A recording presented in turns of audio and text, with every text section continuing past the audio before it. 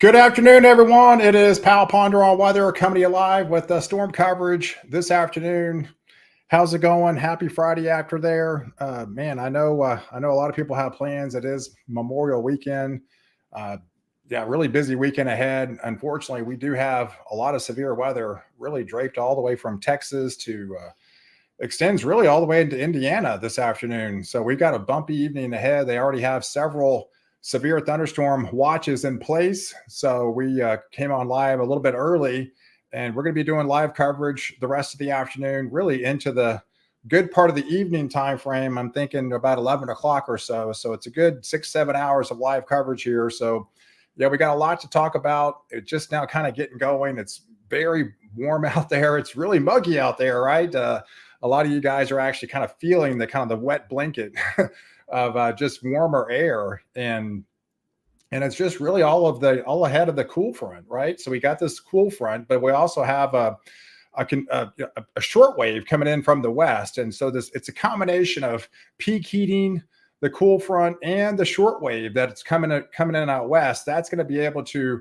overturn the capping inversion and slowly erode that cap, and large scale supercell thunderstorms are going to form. Unfortunately, there is no sinking air. Basically, sinking air suppresses any storm activity. When you don't have any of that in place, once you have the updrafts kick in, it does not take much for large scale supercell thunderstorms to develop. And that's the reason why the National Weather Service went ahead and issued this severe thunderstorm watch. And it's pretty severe, guys. I mean, it's not to say that everybody's going to get this. It is one of those days that it's an isolated event. I would say about 40%. So if you're watching me within this yellow shaded area, essentially from Austin to Killeen to Waco to Tyler to Dallas Fort Worth, all the way up to portions of Arkansas into the Tulsa region, this is a severe thunderstorm watch. So it definitely has the capability of big hail. That's going to be your main risk this afternoon, is big hail, not just your garden variety pea-size hail. A lot of you guys are going to see that, but you have the capability with these cloud tops and the potential that it has to produce those quarters, golf ball, tennis ball, baseball. And yes, there's going to be some that are likely going to be softball size variety type hail, right? And so it is definitely one of those days. It could be really significant and do a lot of damage, unfortunately, to a lot of areas. And the winds could gust anywhere upwards to 75 miles an hour. So it's a possibility. And you can't rule out an isolated tornado or two within this atmosphere, but you do have that potential for very large hail for, western Arkansas, eastern Oklahoma, those areas, and to north central Texas until about 10 o'clock. So everything's just kind of getting going now until about 10 o'clock time frame, further south. And then if you go northbound, we also have another renewed, severe thunderstorm watch, and that is for the St. Louis region. And those include areas of Springfield. Now, I don't think the hail is going to be as big, but it still has the capability. I mean, its hail is going to be your primary concern of this atmosphere, producing potentially up to 2-inch hail diameter, and also up to 70 miles an hour, and then potentially a tornado or two within that atmosphere. So it's more or less isolated to, I guess I would say, scattered. And we already have, numerous severe thunderstorm warnings. So even those, some areas like in areas of Indiana where they don't even actually have a watch, they still have some severe storms actually still encompassing those areas across Indiana. So we have several severe thunderstorm warnings. There's no tornado warnings currently right now, but the main risk is going to be your just extensive large hail with this particular atmosphere. So if you kind of zoom into the Dallas-Fort Worth area further south, we've got a couple convective complexes. These are just essentially south of the I-20 corridor. They just now kind of turned severe. So some of these are included, some $half size hail, some quarter size hail. The main concern is what these storms are kind of doing out west. They're just now kind of getting going towards the Decatur region, out towards Denton, towards Springtown. They're not actually severe. They are producing some half-dollar size hail. They're kind of borderline. They're getting there, but that's where the event is going to come from. So essentially, we've got the cool front. The cool front extends back into Wichita Falls regions. That's getting a little bit closer. You have the dry line getting a little bit closer, and then you're also going to have a short wave. All three of those mechanisms are going to come together as we get into peak heating, which we're basically almost there. We're at 4 o'clock in the afternoon. Peak heating is typically about 5 o'clock, 5:30 this time of year, because the sunset doesn't even go down until like 8:30. So, I mean, it's just very muggy, right? You just feel the like muggy air out there. And so, we should start to see this whole entire line kind of erupt in a big way. So further north, you see the warm front, right? I mean, it's going to extend even far north as that warm front. So we can't roll out places into Madison, even all the way up to portions of Ohio, potentially getting some stronger thunderstorms eventually with this activity. And they've already had several, pockets of, higher wind gust across areas of Springfield, anywhere from a quarter to some golf ball size hail just north of the St. Louis region. So we've already seen some pockets of instability, but the main event is just now kind of getting going. And I think it's all going to originate, within this line. And, for the next hour or two, I think things are really going to be starting to rapidly overturn the atmosphere in a big way. Hey, John, you got 44-foot waves off Lake Superior? Really? Wow, that is impressive. We had a thunderstorm the other night with a full moon in center stage. It was great to see. Hey, Snowies, thanks for coming in on the live this afternoon. Appreciate you tuning in. Yeah, that was pretty amazing there, Snowies. So we do have one severe thunderstorm warning. That is for the Corsicana area. Like I mentioned, this is kind of a half-dollar size variety. These are just kind of borderline severe storms with some 60-mile-per-hour winds. But these are moving to the east. Now, it's going to be crucial, as we do coverage this afternoon. So the storms that are going to be turning more eastbound and east-northeast, those are typically going to be on the lighter variety, right? Those are going to be typically a little bit lighter. Anything that goes east-northeast direction, you're typically going to have your lightest hail, your smallest hail, and those are the ones that are likely not going to be rotating. All right. So there's going to be a time when that short wave gets closer, and especially with the updrafts getting a little bit more intense, some of these supercells are going to start turning east, right? So when they start turning east, that's going to be your sign. That's going to be the beginning stages of a much stronger setup, a little bit more higher capability of a bigger supercell. And when they start turning east southeast, which I'm expecting probably in a couple of hours later on this afternoon into the early evening, that's when we're going to start seeing the most significant hail possible. So there's going to be your east direction and your east southeastward direction. That's when I'm going to be a little bit more concerned for the largest hail. That's where you're going to have the capability of having some of those intense updrafts, those 60,000 foot cloud tops, and the potential of those golf ball to tennis ball to baseball, even some softball size hail in some isolated cases is like not out of the question. And those are the ones that are going to be rotating the most. All right. So obviously, whenever they're rotating, they could drop down a tornado at any given time. If it does going to be able to lower to the surface. So those are my main concerns. And so we'll be watching this activity kind of unfolding as we do live coverage. So those are things I'm kind of like looking for, as we get deeper into this live coverage, for the rest of the afternoon. But yeah, we've got pockets of energy. I mean, that's another thing that's going to be one of the risks here is just the heavy rain, right? I mean, we're basically in a tropical environment right now. I mean, this is almost like living into a rainforest, essentially, in some areas where the atmosphere does not take much to squeeze out the precipitation. And when a lot of areas, you're getting 2-inch per hour rain rates, that flash flooding can be a huge concern, and it can definitely sneak up on you. And especially on nights like tonight, where it's Friday night and a lot of people have plans, There's like a lot of graduations out there. I know that people, the kids were graduating from school today and last day of school and stuff. So I know there's a lot of people that have a lot of activities, especially with this upcoming Memorial weekend. So unfortunately, this is going to be a lot more people likely on the roads, right? Unfortunately. And so definitely be on high alert as we get deeper into the afternoon and early evening. But you can see we already have pockets of flood warnings where they've had areas of like 1 to 2 inches of rain. And so these are areas that have been soaked, right? So the ground is saturated, a lot of the lakes are full, so they really can't put any more water in places. So it doesn't take much. You start dumping another inch or two on top of those saturated soils, you are going to get those flood warnings in place, because anytime it definitely rains at a potentially 1 or 2 inches per hour, the flood warning basically warns you of something. It's like, hey, you might be running up to an area that the water's not the water's likely probably covering the roadways, and it's not really safe to cross, and you got to just basically find another direction to go. But that's going to be another risk. So the main risk is going to be your big hail, your very large hail with these systems, but also the heavy downpours, so the torrential rains.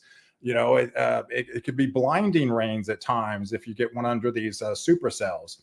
But there's going to be a lot of you guys that don't get anything whenever you have these severe risk, especially these higher risk like these are typically more isolated, right? These are individual supercells, discrete supercells, and that's what makes them more severe and has the potential to unloading bigger type severe capabilities with these supercells. So that means it's kind of like feast or famine. There's other people that just don't get anything. If you miss out, if you don't get that supercell, you miss the rain and you miss the wind and the hail. And more or less, it's one of those evenings. It's like, hey, it's better not to get one of these things, right? You don't really want one of these supercells to come over your house, because there's likely is probably going to be doing some damage, when it does. So if you do miss out on tonight's activity, consider yourself lucky that because it is going to be one of those days. This is not like a widespread rain setup. This is not like a washout event where it's 100% coverage or anything like that. This is an overall 40% coverage over a wide area. So that means like 60% of you in this orange or yellow shaded area is not going to receive anything at all, right? And say, hey, that's a bust. It didn't happen. Well, no, not exactly. It's just the areas that got, inundated really hard got hit the hardest. So, all right. So right now, like I said, we're just highlighting one little severe thunderstorm that's still kind of ongoing. And for those areas into Corsicana, this one is moving, east, maybe slightly east northeast bound. But we are just mainly watching this area of activity out west of Denton, out west of Weatherford. So let me take these watches off so you can kind of get a better feel of what we're looking at here. And I always like to start off with the cloud tops and see kind of how high we are and see if we have any supercell, because we do have a cap. There is a cap, happening. There's caps every single day. You either have it or you don't. So right now we've had a cap most of the day, and right now it's kind of eroding. And so one of the telltale signs that it is eroding is you can start to see some of these cloud tops. And when you start to see cloud tops approaching 44,000 feet, that definitely tells you, hey, that cap is essentially kind of eroding as we speak. And you can see the supercell where it actually has turned severe, that is already pressing 51,000 feet in the atmosphere. So the higher these cloud tops are able to get, the further the ceiling, it's going to have more room to work with, right? So you have bigger hailstone potential, and then you have bigger, updraft potential, and you have a lot more room at rotating at different heights of having some sort of rotation that could possibly even lower to the surface. So yeah, echo tops are one of the ones that I look at least early on in an event of any activity that might be turning near severe, shortly. Which there is one out here in out west, and this is where the disturbance would be. This is where the dry line essentially would be, getting closer. And then as the short wave gets closer, it's going to pump up these echo tops a little bit higher. So right now we're producing 45, 46,000 feet up in the atmosphere. Cell west of Denton is also about 46, 47,000 feet. So we're definitely getting there. I would say once we turn 50,000 feet, we're probably going to be looking at severe thunderstorm warnings starting to activate. So if we swing up further north, say into Little Rock, kind of the same deal right now, right? See, right?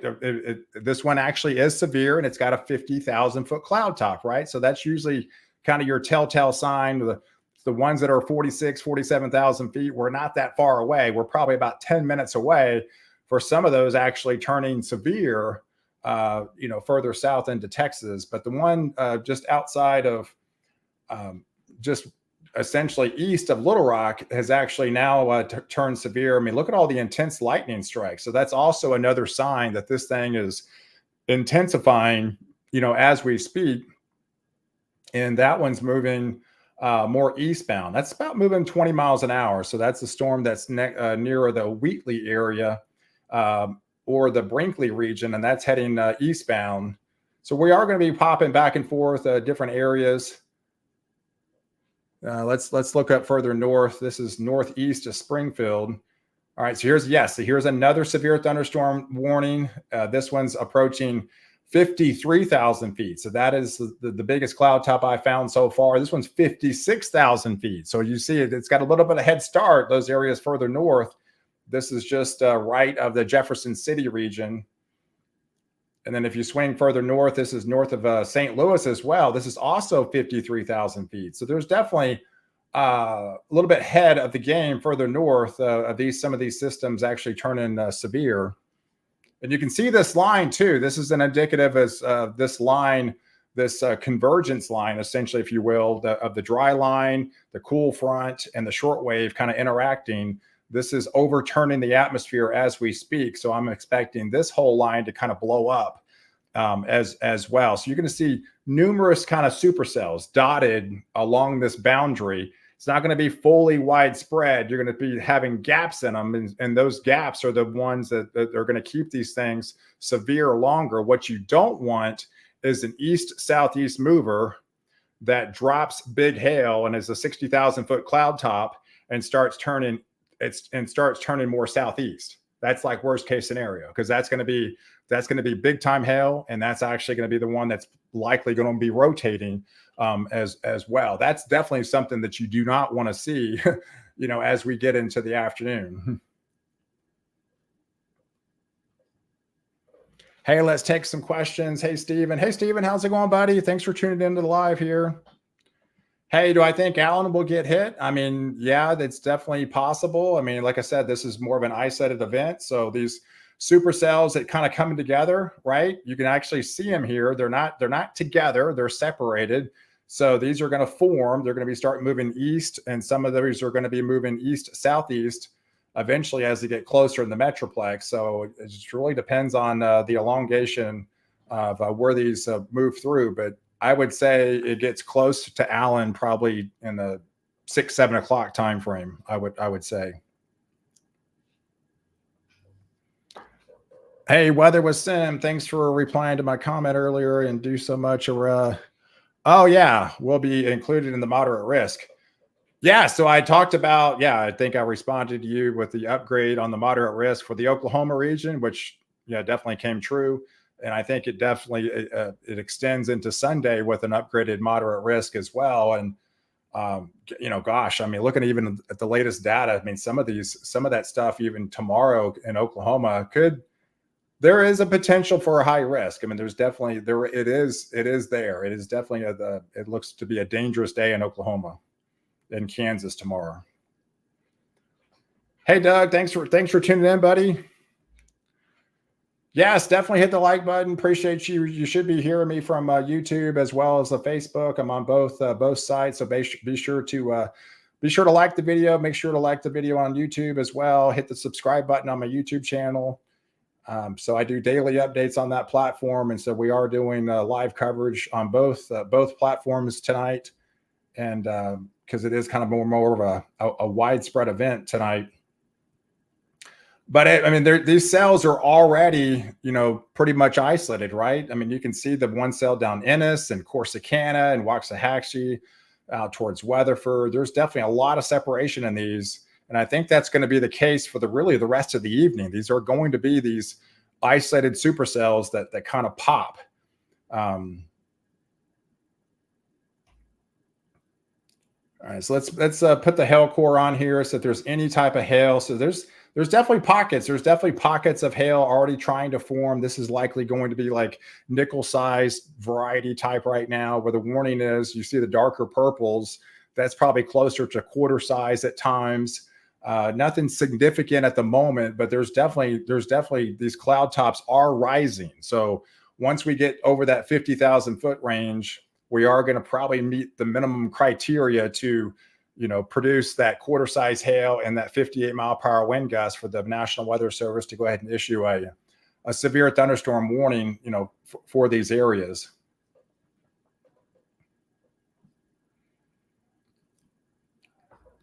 You can kind of just watch the storm movement on this northbound one. This is actually just really kind of training over the highway 380. So this is definitely moving a little bit further, just more due east, essentially just moving due east at this point with that little supercell that's just west of the Denton region.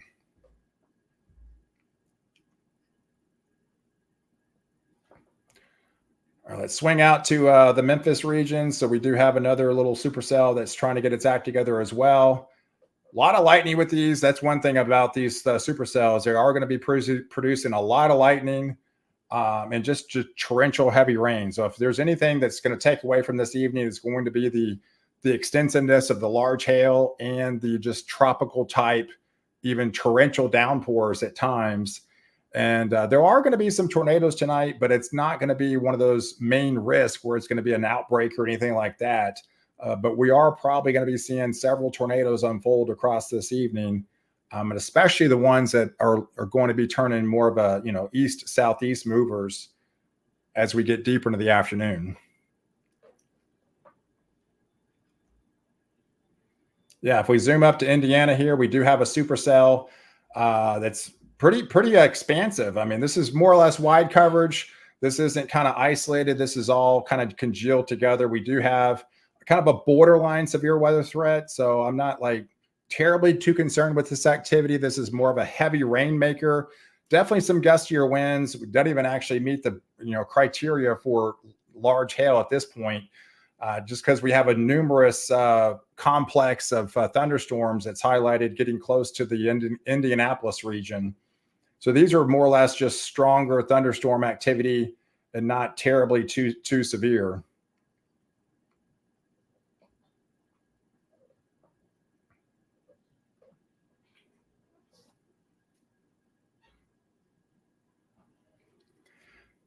Yeah, I'm not sure. I'm not sure, Dustin. I tried to fix that before I went on live. I'm not 100% certain either, but I just I tried to fix it, but I'm not sure what was going on there. Yeah, I mean, while we're looking at this, there's actually a little, hurricane season's not that far away, right? We're a week away, right? Memorial weekend's coming up. Hurricane season officially starts June 1st. So obviously we're going to be having a very active season. And yes, we do have a little, little possibility, just a 10% possibility, but it's something that the National Hurricane Center has highlighted. If anything might come out of this, it's not going to hit land or anything like that. It's going to safely move out in the open water. So I wouldn't be surprised if we get, a named storm over the next couple of weeks, just kind of get the ball running for, hurricane season. But we are going to be doing a lot more coverage on hurricane season as we get deeper into the season. But yes, hurricane season does officially start and is a week away. So it's actually just 1 week away.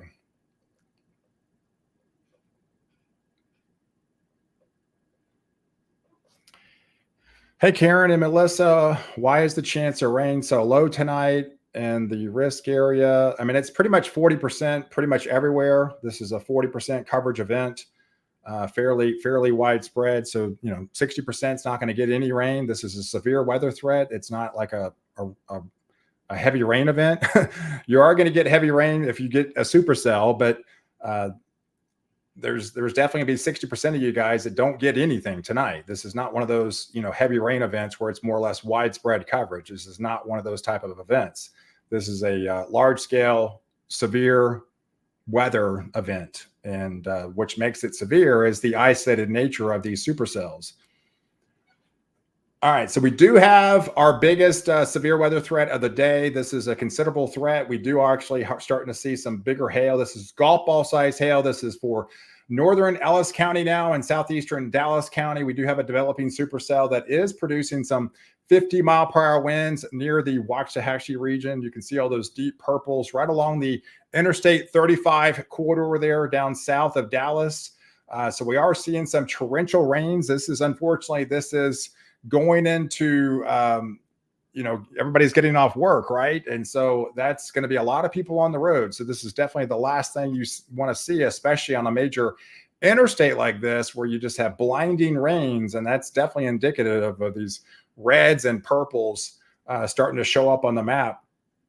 And this one's actually moving more northeast. So we do have some golf ball size hail potential in this region. So it's going to be near the Waxahachie region pretty much right now. It's on your doorstep. Going to be near the Lancaster and Ferris region around 435, Wilmore around 440, and Seagoville and Combine around the 450 time frame. So this is another supercell moving fairly quickly, 50 miles an hour to the northeast, 50 miles an hour to the northeast. And so definitely be on high alert if you live in the Pecan Hill, the Ferris, the Lancaster region, if the Balk Springs towards, the Mesquite region. So we're definitely starting to see a little bit more numerous showers and thunderstorm activity starting to kind of bubble up, right? So we're getting a little bit more activity. Hey, it's almost like powers. Yeah, it is. It's really busy. I mean, it is one of those deals tonight. I mean, obviously, it's been really busy. It's been with this El Nino still kind of still hanging on. The subtropical jet, just very warm temperatures, and now we're heading into the last week of May and going into the first week of June, and I don't really see anything, unfortunately, to let up on the throttle of this severe weather.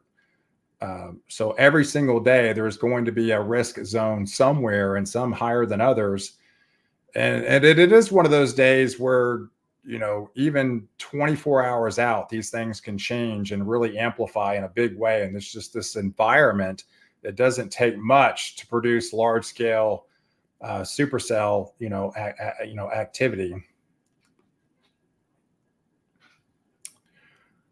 All right, let's swing further north. We do have a little bit higher coverage further. This is actually another considerable threat. This is outside of the Rolla area. This is in Missouri. That has some 2-inch hail and some 60-mile-per-hour winds. This is outside of the Dixon region, moving northwest about 13 miles northwest, moving east at 25 miles an hour. So moving east at 25 miles an hour. So another supercell that does have some pretty large hail with it, has cloud tops that can produce up to 2-inch hail, really compact, but it's likely southeast of the Dixon region. These are moving east at 25 miles an hour. So it's small but mighty, essentially. So it has some golf ball size hail within that purple shaded area that's basically moving kind of due east. So that puts Doolittle, St. James, all those areas in the path of this supercell to get that potential, some damaging hail. So anything that's essentially, bigger than, golf ball size or bigger, that is going to be doing damage to your car. It's going to be doing damage to your rooftop. So obviously you can get your car under cover. So if it is one of those evenings where if you are happen to be home from work already, and if you are under some of these risk zones, I would just kind of stay home and ride this one out and not venture out for the rest of the evening if you don't technically overall have to. Just to kind of put yourself out of harm's way of these potential supercells that could be, in and around your area. We had some quarter-size hail earlier. South Texas into Central Texas has been hit pretty hard lately. In fact, they had all that activity yet yesterday. They had a confirmed tornado in the Temple region, which came in at 120 miles an hour, EF2 type tornado. There was one in Sterling City yesterday. So there's definitely been a lot of activity just over the last couple of days.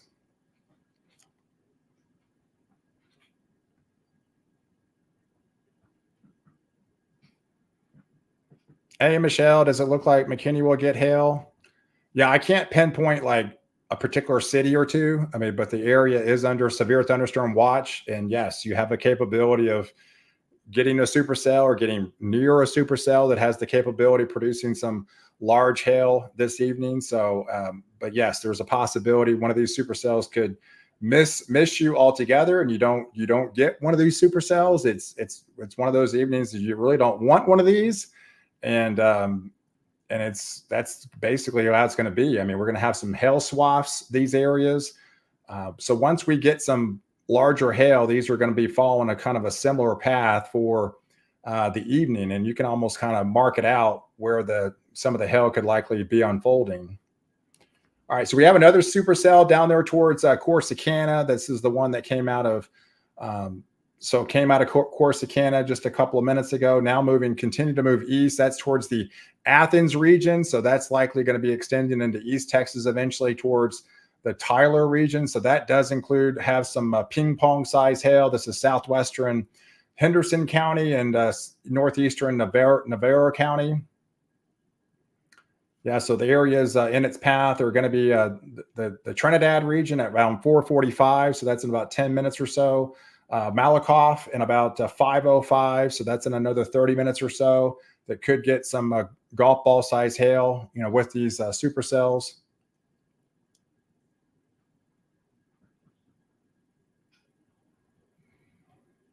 We had the stuff earlier. There was a big mesoscale convective complex this morning that inundated the Western Illinois region. And now we have a secondary complex that's moving across that region now with another severe weather aspect to it. This one's not as congealed. It's not as confined or compact as the one this morning. So it doesn't look like the intensity as it is as intense. But nonetheless, you are getting some more heavy rains that's moving back in the picture. And that's why they have numerous flood warnings back in place for Jacksonville and to Springfield, back towards the Decatur region. And yeah, we had looks like a report earlier into Roadhouse, Illinois, around quarter size hail.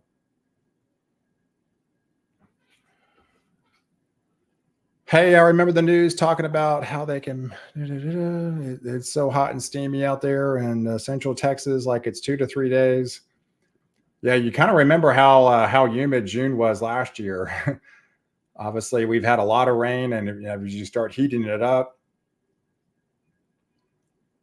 I don't know if you guys have noticed, but there's been a pretty big, massive ridge in Mexico they've had some record temperatures over the last couple of weeks, and that ridge at times is slowly sinking north like it is going to be this weekend. And there's going to be a glancing blow of getting some of these areas across South Texas and Southeast Texas and to Florida with those higher, heat indices of 100, 110 range. And some of these higher heat indexes is really in Dallas, Fort Worth this afternoon. It's right now 103 degrees, what it feels like out there. So, and of course, it's only the end of May. But eventually I do feel like that ridge will be slowly migrating north. It's going to be taking its sweet time. But that's also one of the culprits that's fueling these supercells, because storms like heat, right? Storms definitely like heat. They don't like cool weather. They definitely gravitate towards heat, and you have a lot more instability in that environment. And so it's been a kind of a combination of these cooler air masses coming in from the northwest, and just the warm flow off the Gulf and the higher dew points and that clash and the kind of the battle zone where we've seen just all the severe weather lately, as of late. No, the tornado threat is not high today, folks. The main threat is going to be your hail and your high winds.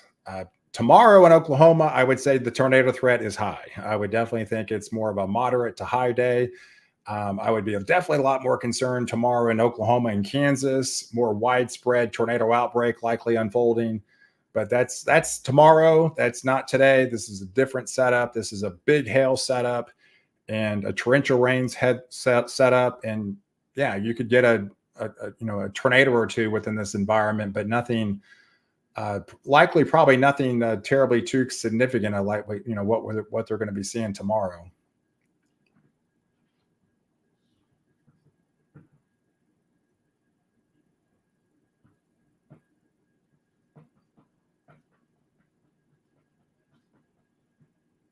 Yeah, the Rio Grande Valley. I mean, I don't know. San Antonio's South Texas to me. I've lived in Texas all my life. I mean, I would consider San Antonio a good, South Texas. I consider Austin Central Texas, but San Antonio, I would say, because the Rio Grande Valley is typically just the Rio Grande Valley, but I would say San Antonio is South Texas.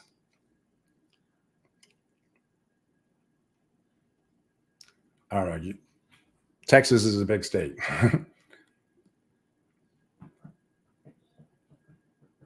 Hey, if the longest day of the year is in June, why isn't it the hottest day of the year? Oh, just because you have more daylight doesn't mean it's just automatically going to be hot. Sun angle. I mean, yeah, you're just now that all that basically depicts is the start of summer. It's just essentially the start of summer. Yeah, I mean, hypothetically, August 1st, you could say is quote unquote the hottest day of the year as far as like averages go, because they always have averages. But a lot of times, obviously, that doesn't work out that way. It's because it falls on that exact same day. But yeah, August 1st, August 15th is typically the hottest time. It's the same thing of like, mid-January, I think January 8th, January 10th is technically the coldest, on average for the United States, the coldest day of the year. August 15th or somewhere, August 8th, August 15th timeframe is like the hottest day of the year.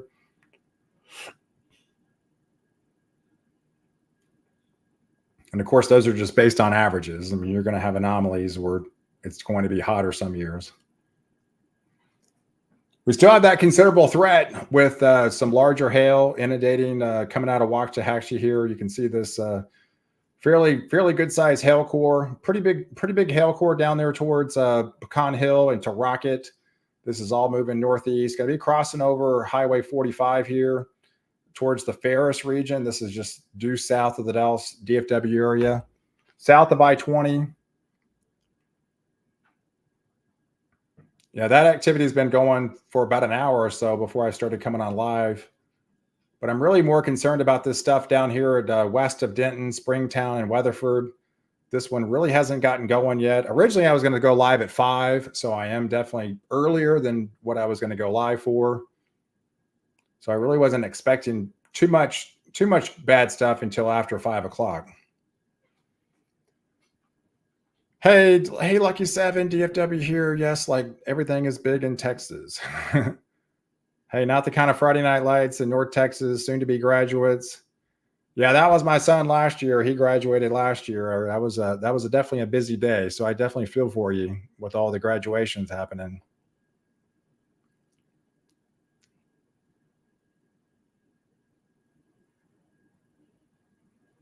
Hey, Julie. Hey, thanks for tuning in from Arkansas. Greatly appreciated.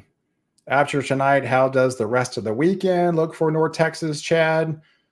Yeah, well, I mean, it looks like there's probably a strong cap tomorrow in Texas, and everything's going to be pressed north. And because all the instability is going to be pressed north into Oklahoma and to Kansas, they're likely going to be having, unfortunately, a tornado outbreak tomorrow in Oklahoma and Kansas. And yeah, Dallas is likely going to be scaved out on the cap.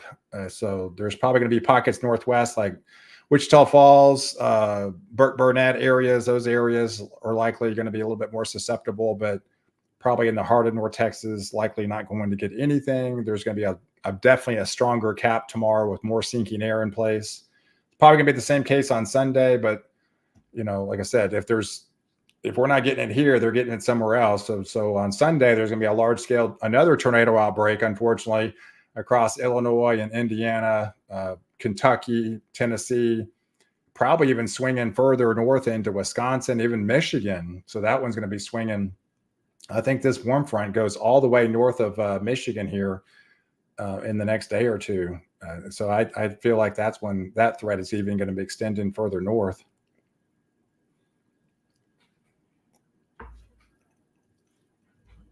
Hey, what time in Denton, Aubrey, and Prosper?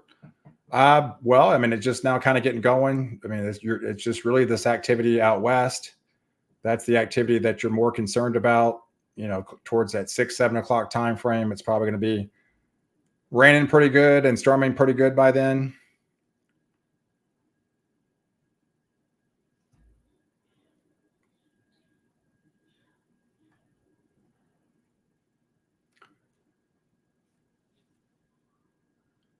All right, let's go back further north. Yeah, couple supercells. This one by St. James here by the Dixon region. That's still considered pretty considerable. Has definitely some quarter size golf ball size hail with it. This one's moving eastbound. A lot of intense lightning with it. This is going to traverse right along the Interstate 44 corridor there. So definitely be on the lookout in the Doolittle, St. James region. This would likely be extended into Steelville.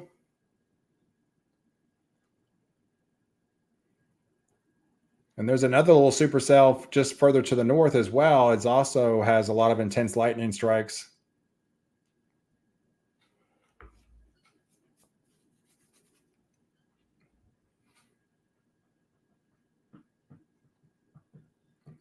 I think there's a piece of it that will likely move into portions of Arkansas, but yeah, there's definitely going to be the main risk is going to be right there into the Oklahoma and to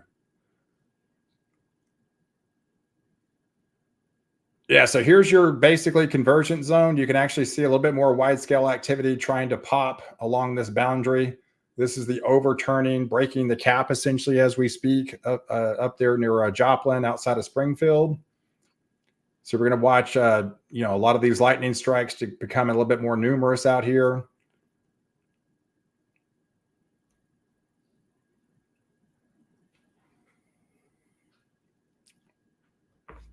Hey, Aaron. Hello, hello, hello. Hey, Gainesville, Collinsville in the path later. Yeah, I would say they're in the path. I know Collinsville had a golf ball size hail last night. I know someone sent me a picture of that. So you definitely could get some more more this evening. You're likely going to be an earlier event because it is going to be building north. There's definitely pockets building in Ardmore here, just north of Gainesville, out towards Denton. So this whole line is likely going to be kind of blowing up here, and then these are going to be moving more east, eventually east southeastward.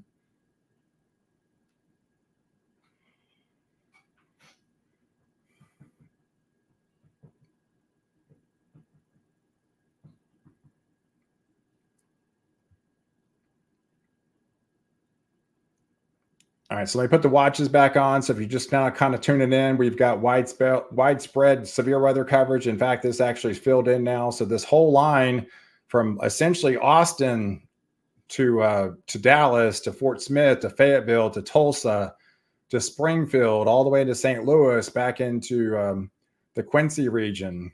This whole line has the capability of seeing some larger hail. Further north, it's likely a little bit less hail. This is like, the sizes are probably going to be down, not as extreme, up to 2 inches possibly in some of these bigger storms. Once you get further south, pieces of Arkansas, southeastern Oklahoma, especially in northeast Texas, getting into North Texas and to central Texas, that's where you're likely going to be seeing the biggest hail. In fact, the Storm Prediction Center has even possible giant hail, which is often considered as softball size hail. So that's on the extreme case. So there's maybe 1 or 2, people that could see some of that softball size hail later on this afternoon, but it's still going to be in the variety of the quarter, the golf ball, the tennis ball, the baseball type size. if you get one. So this is a 40% coverage event. So I know this is a big area. This is a huge area that you see highlighted in yellow, but you got to remember there's only 40% of you in this yellow shaded area that might see anything tonight. So that means 60% of you essentially don't see anything. So I can't really tell you in each individual city if you're going to get it or not.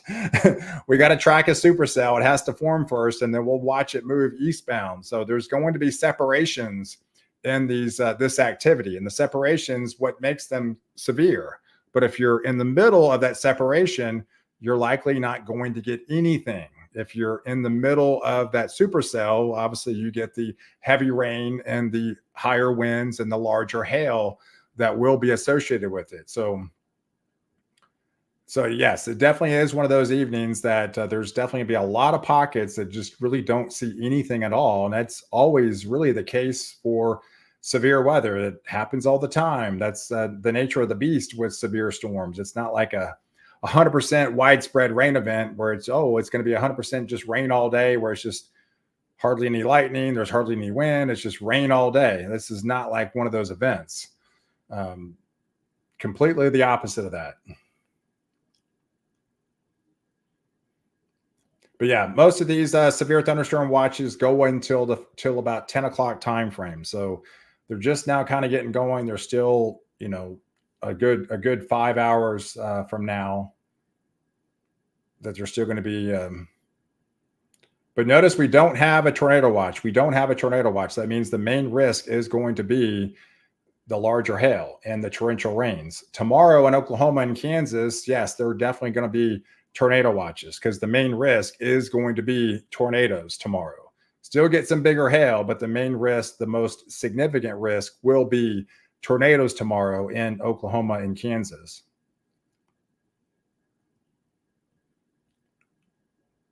In fact, I know a lot of people are asking about tomorrow, so we'll just look at that real quick. So we'll talk about tomorrow. So tomorrow, yeah, you can see we do have an upgraded moderate risk, and this is an extensive risk. So this is basically includes Oklahoma City, near the Tulsa region, Bartersville, Wichita, further north, say in the Dodge City region, Topeka. Moderate risk means there's going to be a lot more conglomerate of supercells, meaning a 45% probability of seeing, larger hail, basically bigger time activity. You have the enhanced risk further south that does include, the Wichita Falls region. So yes, when we zoom into the tornado risk, which I think that's going to be expanded as well, which they actually went ahead and did that, the 1230 advisory. So yeah, so right now that 15% basically means there's a 15% probability of seeing an EF2 type variety tornado within the red shaded area, and any given point within 25 miles of any given point. So the main highlighted area is going to be essentially just crossing the Red River into the Lawton region, the Norman region, Shawnee, back in Oklahoma City, and the Tulsa region, Stillwater, Bartersville, getting up into Wichita, back towards Dodge City, further north into the Great Bend region. So these areas have the greatest probability of seeing a potential large tornado tomorrow. And some of those could be even some, long track tornadoes, unfortunately, is what the atmosphere is capable of. And that can swing as far north as the Topeka region and swing as far south as Wichita Falls.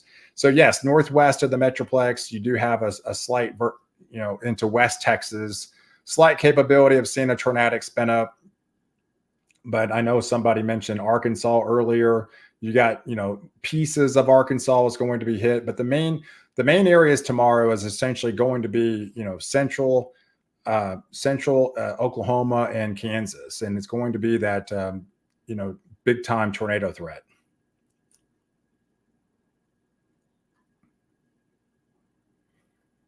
And you can see the hail core tomorrow. We do have that moderate risk. So obviously, if there's any type of updrafts, you get updrafts that strong, you're still going to have a big time hail risk, big time tornado risk, the same as the wind risk as well. So it's all three modes that likely intense supercells across this region. Tornado parameters are pretty much off the chart tomorrow. Yeah, I mean, very, very high. There's definitely pockets of this that, depending on if this data, kind of comes together, I can't even rule out at this point. There's going to be maybe a pocket of this is going to turn high risk tomorrow. It is one of those days that has the potential to be able to do that. So that is a concerning day. And then you have the same type of setup that's going to be highlighted over Indiana and Illinois and portions of Ohio back into Wisconsin and even to Michigan and portions of Western Kentucky on Sunday. That's going to be another tornado outbreak. So you're going to have back-to-back days of tornado outbreaks. This is not the day of it. This is a larger hail day for today.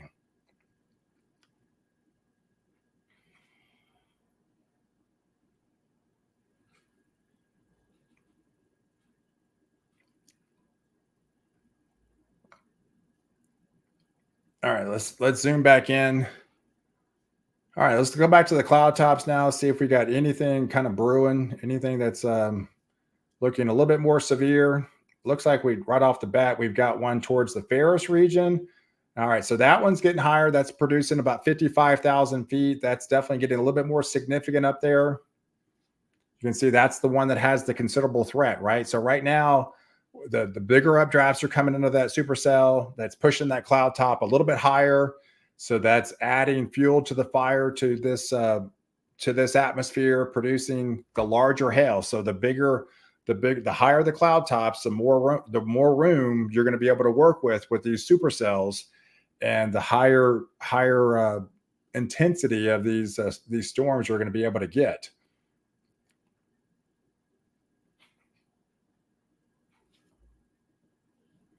But that's by far the biggest one for portions of Texas.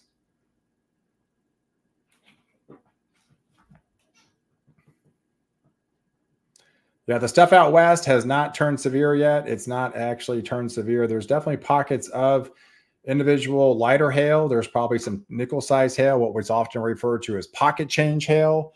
So that's getting going out there, but nothing that has turned severe at the moment.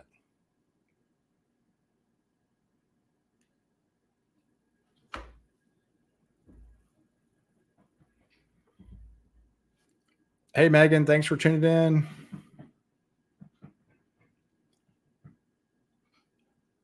Oh yeah, I've been definitely talking about it for 2 days. I've been giving a lot of updates on this threat. In fact, I gave a pretty good update last night about 9 o'clock. This was going to happen today, and talked about the enhanced risk update by the morning that came to fruition, and just the capability of the supercells that could unfold today.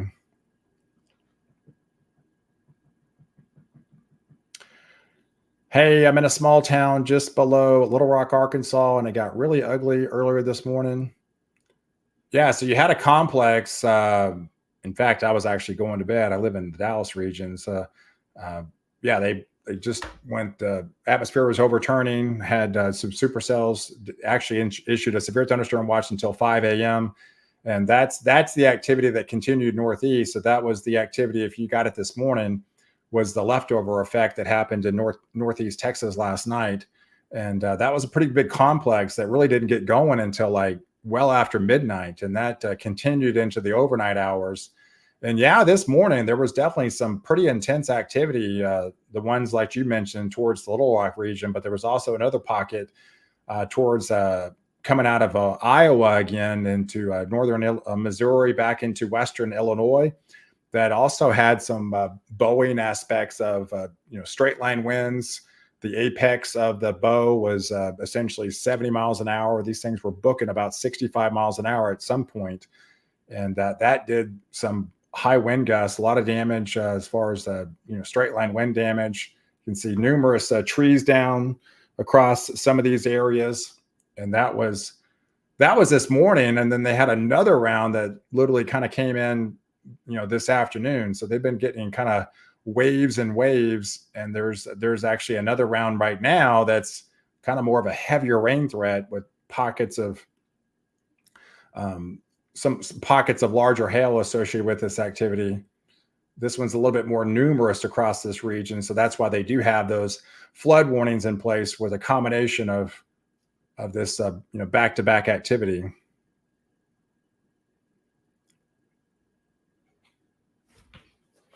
Hey, my daughter is going to be camping near Calvin, Oklahoma tomorrow, church camp. Yes. Hey, Donna. Yeah, it's one of those big. It is a big deal tomorrow for Oklahoma. It's going to be a kind of a widespread tornado outbreak, unfortunately. Hey, I'm in Denton. We appreciate you keeping us weather aware.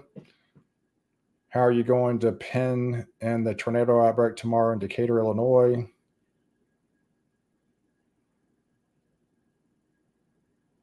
That would be Sunday.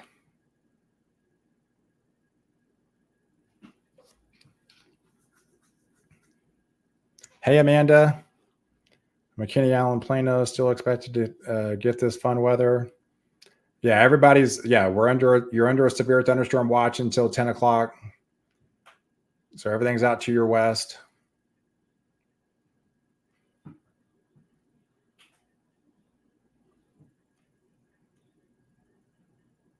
right, let me swing up north of Indianapolis now. Let's swing at this activity. Kokomo, Indiana. So yeah, this you can definitely see the difference with this activity. It's a lot more numerous, right? This is a complex of the storms, kind of a congealing on top of each other. This is more of a compacted squall line, if you will. So right now, you can definitely see the risk of 60-mile-per-hour winds, which makes it severe, and you don't even actually have quarter-size hail. So the one aspect that's making this severe is basically a wind. It's wind that's as these supercells start to congeal together, kind of forms a wall as this pushes eastbound. And within that wall, so sometimes you can pick up some higher wind gust with them as well. So now it's met that severe warning criteria. Yeah, but this stuff in Indiana, it's not terribly too concerned about. These are just borderline severe storms. Your main threat is going to be gusty winds. It's more of a wind threat for you, and definitely a lot of lightning with this activity, and definitely some heavier torrential downpours at times with this activity. But I'm not really expecting terribly too concerning, especially for Indiana.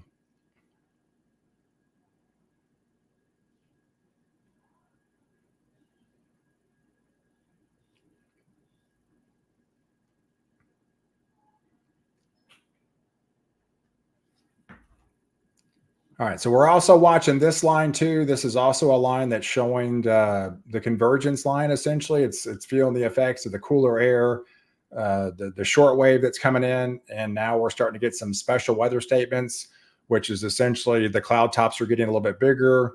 These are turning a little bit more intense. So now we have some wind gusts approaching the 50-mile-per-hour range. We are approaching some half-inch hail with this activity. And as this continues to move eastbound.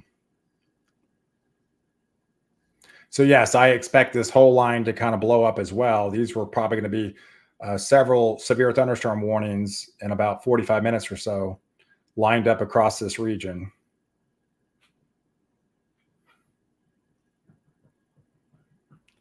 Another little supercell just north of the Gainesville region. This is in Thackerville. This is just outside of the Oklahoma border. Kind of the same deal, has some 40-mile-per-hour winds associated with it, some penny-size hail. So whenever you see one of these little mesoscale discussions, that's one step below severe weather criteria, essentially.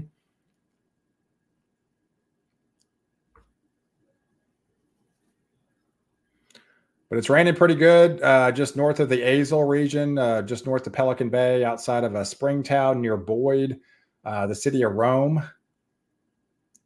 These are all kind of moving east, northeast trajectory. There's another pocket of energy just south of the Weatherford region. This is south of Interstate 20. Not severe, but definitely some heavier rains associated with that activity as it tries to increase its lightning strikes.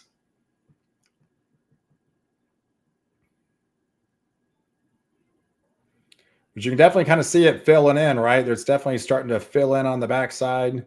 So that's what's called upscale growth. There's no sinking air in place. So as the updraft tries to rise, you see how easily it is to form these thunderstorms, right? This just kind of goes to show you there's no sinking air in place. You can watch it real time. Does not take much to overturn the atmosphere. This is the environment that we're in tonight. This is why you can essentially turn from nothing on radar to severe in like essentially 20 minutes. It does not take much for a supercell to turn severe in this environment.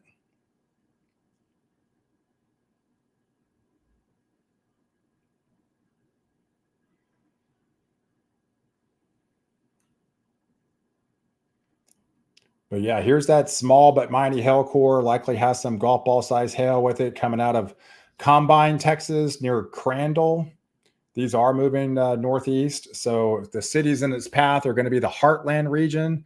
The Heartland region heading towards essentially Oak Ridge near Terrell.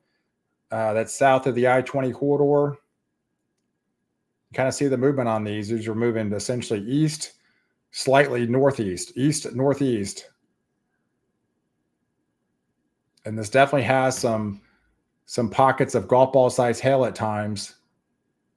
As this continues to going to be impacting Crandall, knocking on your doorstep right outside Highway 175 there. Just north and heading towards the Heartland region. And eventually this is going to head towards Terrell and likely the West Tawakoni region. Yeah, Sulphur Springs was another town in East Texas, had some big hail last night. They had a lot of activity. You kind of get confused. There's been so much activity lately. But yes, there's been so many towns that's had.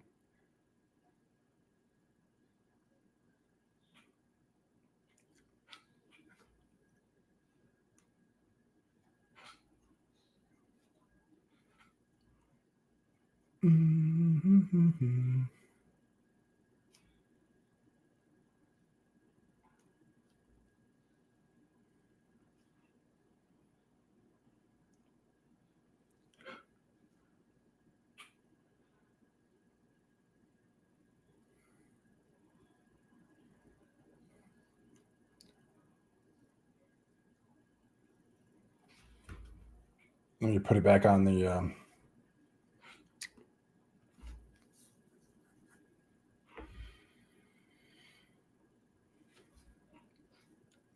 I'm just toggling back and forth to different radars. Yeah, we have more activity building towards coming out of Davenport through Rockford, Illinois region, through Madison, heading towards Milwaukee. Yeah, they're getting their own storms this afternoon. Had some pocket quarter size hail and some 50-mile-per-hour winds earlier.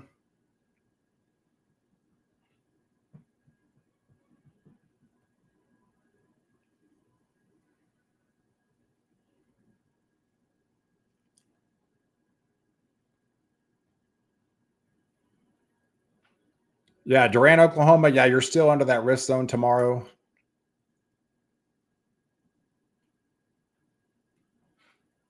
All right, so here we go. We do have a supercell that just now formed. All right, so now this activity west of Fort Worth has now turned severe. So this is now has some potentially up to ping pong size hail. Brand new severe thunderstorm warning now issued. This is for southern Parker County, as well as Hood County. So we had a supercell that was near the Lipan region that was moving east about 20 miles an hour. Definitely has some larger hail with it as well. So now areas that include the Toller region, Lake Granbury. This is just due south of I-20,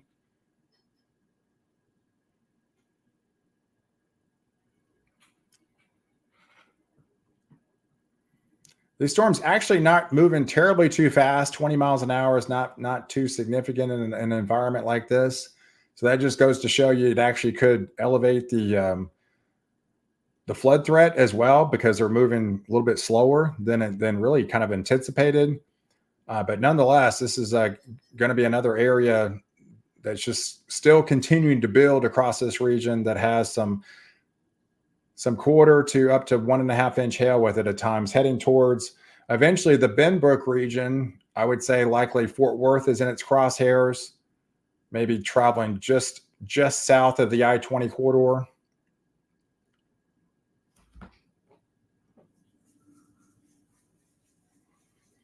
Hey Ryan, yeah, McKinney Prosper is probably going to be in a little bit. It's still out west.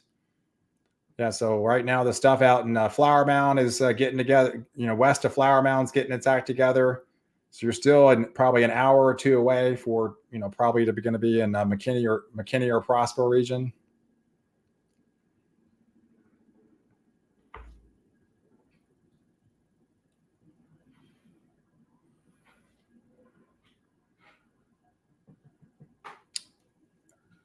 Just the environment. It's just a larger hail threat. I mean, it's not really a tornado threat this evening, although you can't rule it out. It's just it is one of those evenings. It's just the biggest threat is going to be larger hail with these discrete supercells.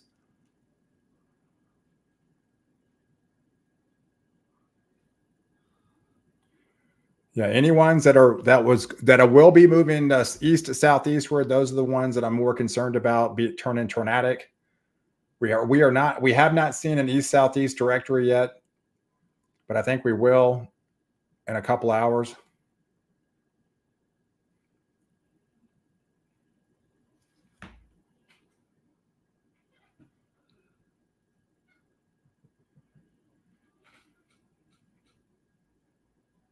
Yeah, so everybody asking about Collin County, you see these supercells out to your west. Everything's moving east. So until that goes through, yes, you still have the capability of getting some activity. The severe weather threat goes until 10 o'clock this evening. Still goes until 10 o'clock. So this is just now. It's just now kind of getting started. All right, some stronger cells just north of the St. Louis region.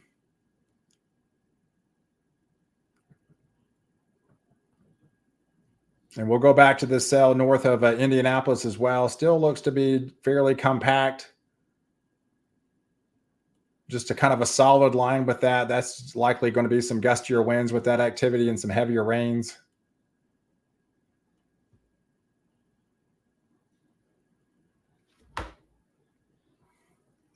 Yeah, we got 17 severe weather warnings right now.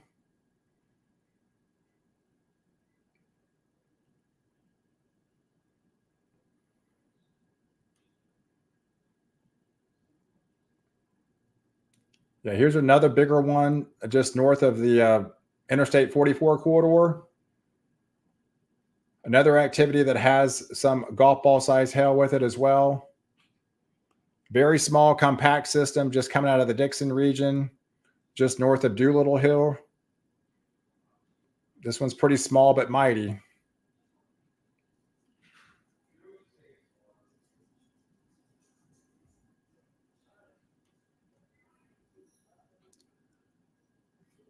All right, let's swing further south to into the Memphis region.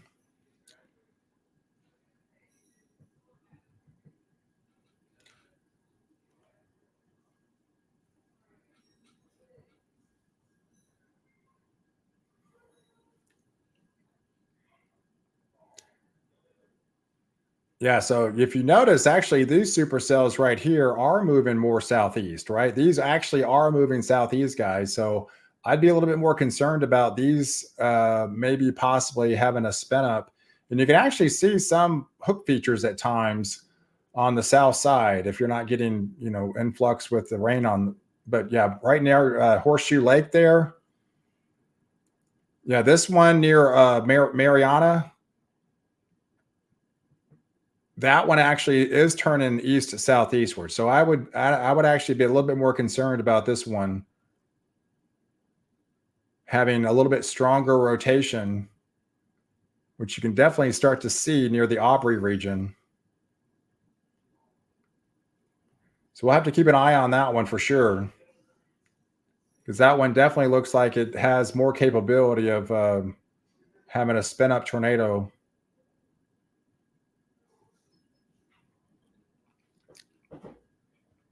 Hey, Sean, thank you for the update. Texas getting hammered again. Yeah, it is just, it's one of those evenings.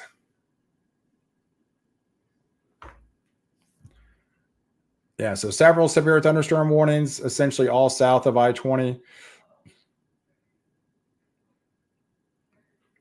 Yeah, this little cell right here. Look at the deep purple with this one, folks.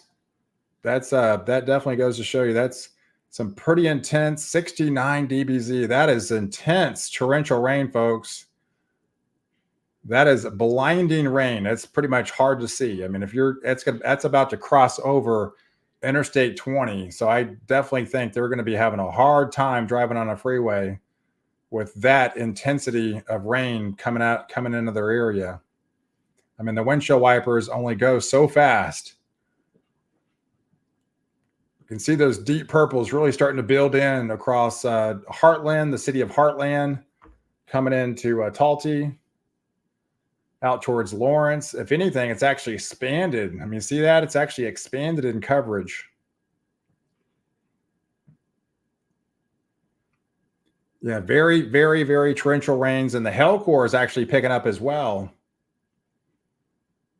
So this one is actually intensifying as we speak. Let's look at some of this current hail on this. All right, nothing terribly too significant reaching the ground as of yet, but likely just now getting its act together.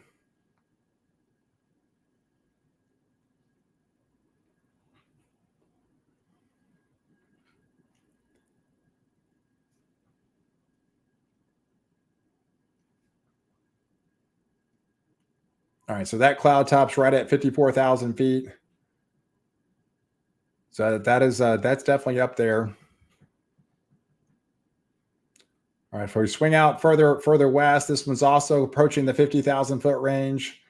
Remember, that was pretty much the dividing marker of when they're likely going to be turning severe. So I would expect possibly some severe thunderstorm warnings starting to be issued.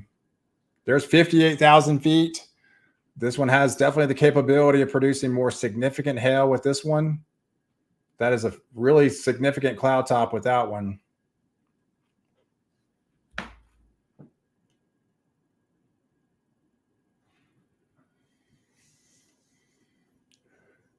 You definitely see it starting to fill in a little bit more. It's definitely filling in a little bit more. In fact, the one cell that was just north had a special weather advisory near Thackerville has now turned severe. So it's now turned borderline severe, but nonetheless, this is another supercell that has turned severe. These are moving northeast, so this is a more of a northeast trajectory in eastern Love County and southern Oklahoma here. Another supercell to be concerned about throughout the rest of the evening.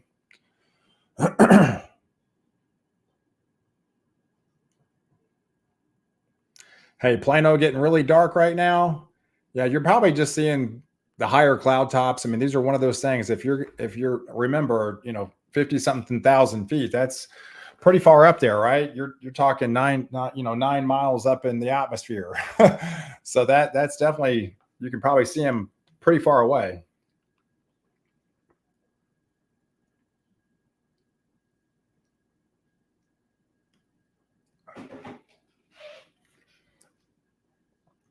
Thanks everyone for tuning in to live coverage. Make sure you hit the like button on the Facebook as well as the YouTube. I am streaming live on both platforms this evening. So if you're not following me on YouTube yet, definitely hit the subscribe button.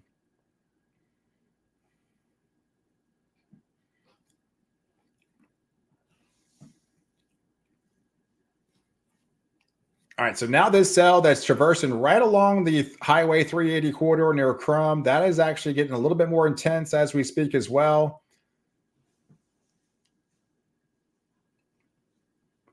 So we're definitely starting to see it fill in a little bit more, which is expected. We talked about after 5 o'clock. It's essentially 5:16 now. 5:16 after 5 o'clock, the atmosphere was going to start entering the updraft capability of the short wave that's going to be coming in. And the peak heating aspect of it looks like we did peak at DFW there, 91 degrees, heat index 103, dew point 75. So that's a super air mass. I mean, anything over 70 is really kind of considered oppressive. And yeah, just very, very heavy rain still inundating, coming out of Heartland. That's going to be impacting Lawrence, impacting the Lawrence region, crossing over Highway 80 there, Highway 80.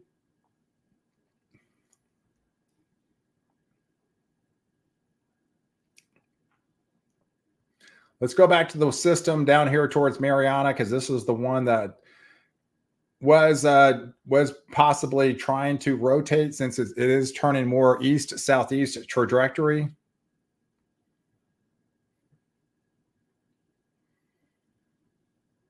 So it's more of a broad circulation at the moment, coming out of Aubrey, heading towards Rondo. It's just something we have to keep an eye on, but that's definitely a little bit more concerning with that supercell.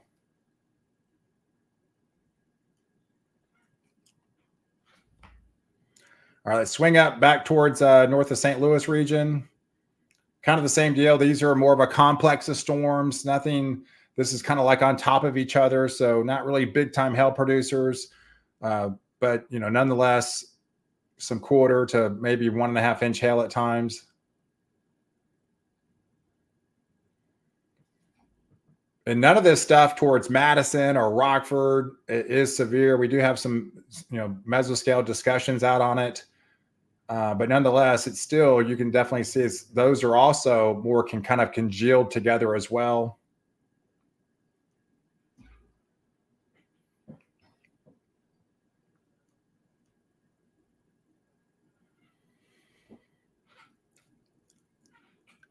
But I'm going to be working the entire area as best I can to keep everybody informed. Hey, Johnny Lee, how's it going, buddy? How's Prosper looking at 7:30? Probably raining. I would imagine it's pretty clear right now in the Prosper region. But that stuff off to your west is probably an hour away, I would imagine.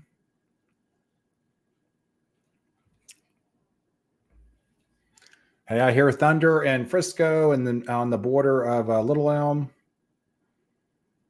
Yeah, you could probably hear thunder. I mean, you get the lightning strikes not that far away. I mean, you're probably hearing the lightning strike. There is one out towards Roanoke. That's not that far away from Little Elm, 10 miles, 12 miles. Okay, so they went ahead and extended. They did, in fact, upgrade this to a severe thunderstorm warning.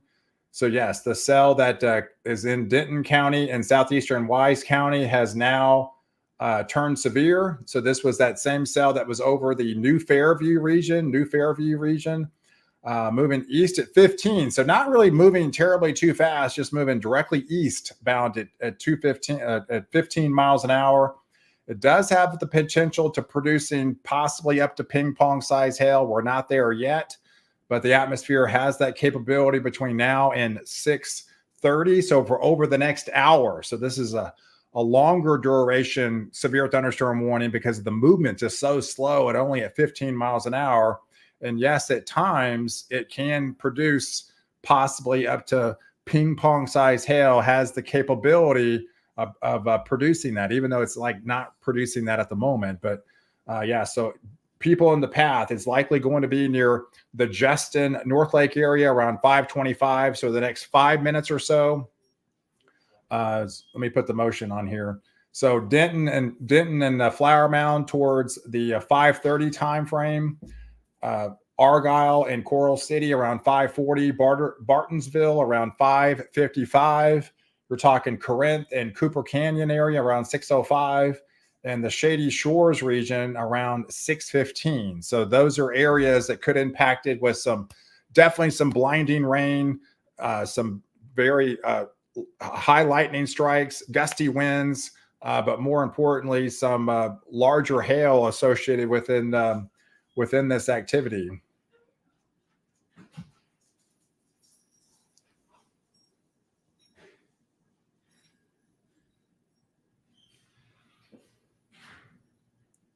Yeah, so here is the pockets of hail here. The biggest one is near the New Fairview region. So that is right near towards the 407. This is moving east. It's 15 miles an hour. There's another cell north of Ponder coming out of Crum. This is right just north of the Highway 380 region. These are just moving due east at 15 miles an hour, right along the Highway 380 corridor. And we have another piece of energy just outside of Springtown that's also moving due east. You can see the new scan there. They're upgraded, moved it closer to Newark and just south of maybe the Rome region. But yeah, several pockets of potential larger hail with this as this continues to move eastbound. So locations in the path are going to be the North Lake region, the city of Ponder, getting into Argyle, Corinth. Those areas have the potential to see in some of that larger hail potentially.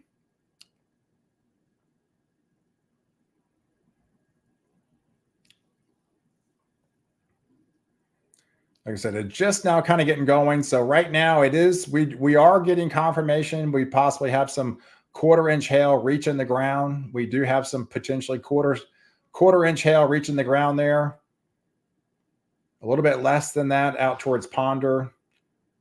So we are seeing the upscale growth. This one would likely start to continue to intensify as it continues to move eastbound.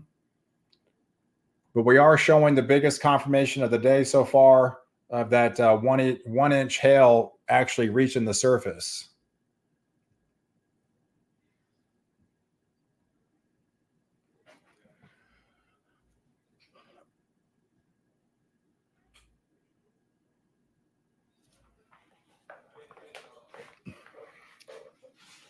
Hey, Robert. Yeah, likely, probably at least a piece of it. I'll be going live for tomorrow.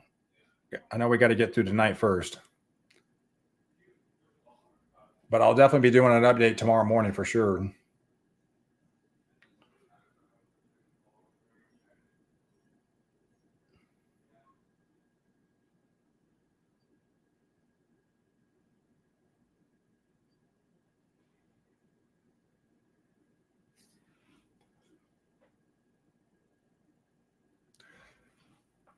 All right, so let's get back to this. Let's go back into the radar here. All right, so we got several severe thunderstorm warnings, roughly about 5 of them across the metroplex here. That is producing some heavier rains and some quarter size hail now reaching the surface there just outside of Denton. Yeah, I would say Little Elm is definitely in the path of that cell moving directly due east. So I would say Little Elm is in the path of that cell.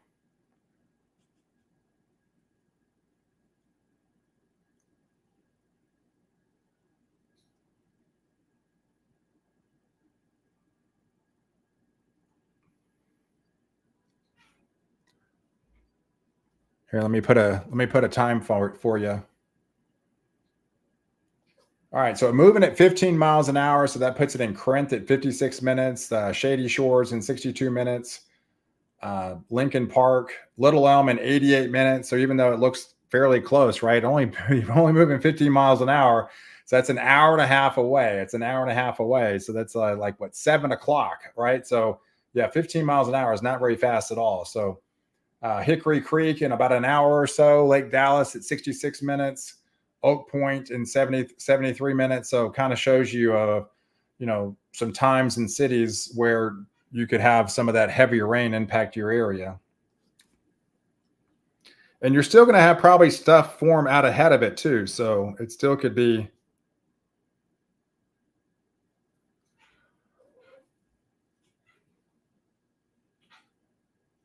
Custer and Stacy. Yeah, I can zoom in. There's nothing happening in Custer and Stacy right now. Yeah, we got cloudy skies. Yeah, nothing's happening in Custer and Stacy.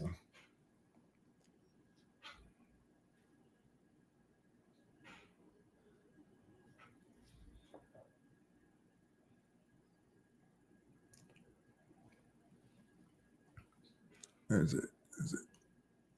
Yeah, there's Custer Road.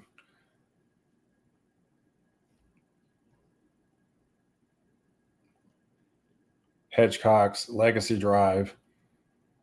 Yeah, everything's still out west, not that far away, but everything's still out west.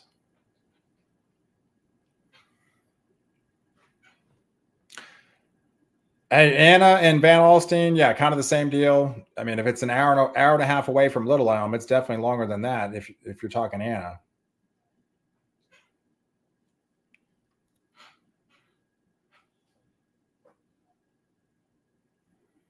But if this one is moving due east, the next in line would be Collin County. So this is Denton County right here, Flower Mound, Corinth, Little Elm. Um, this one goes on for another hour or so. So it would likely be in another hour, we would probably get an extension that would include, Plano, Allen, McKinney, Anna, Van Alstyne, Princeton, those areas under the severe thunderstorm warning by then. That would likely be at 6:30.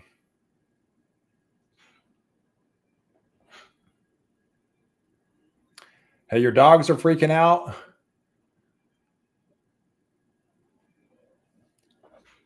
Yeah, we want these to continue moving east. We don't want to move in east to southeast. That's going to be definitely more severe once they do that.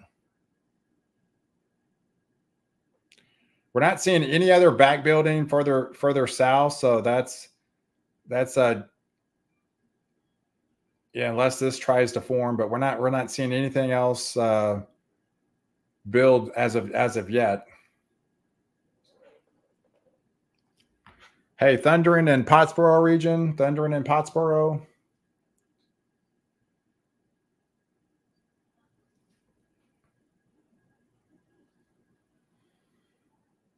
Yeah, still got 3 little cells outside of the Memphis region, south of Memphis.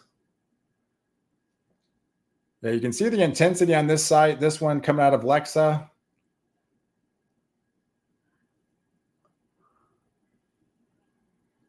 I'm going to be watching that one closely because I feel like that one has the most capability of going to rotate or not.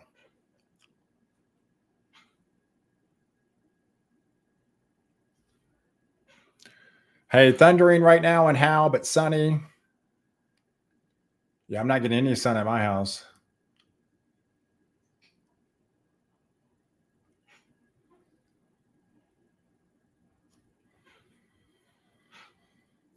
Yeah, it's pouring right now in Ponder. It's pouring right now in the city of Ponder, Justin, Rome. Yeah, Crum region heading towards Denton. This activity is moving east at 15 miles an hour, moving east at 15 miles an hour here.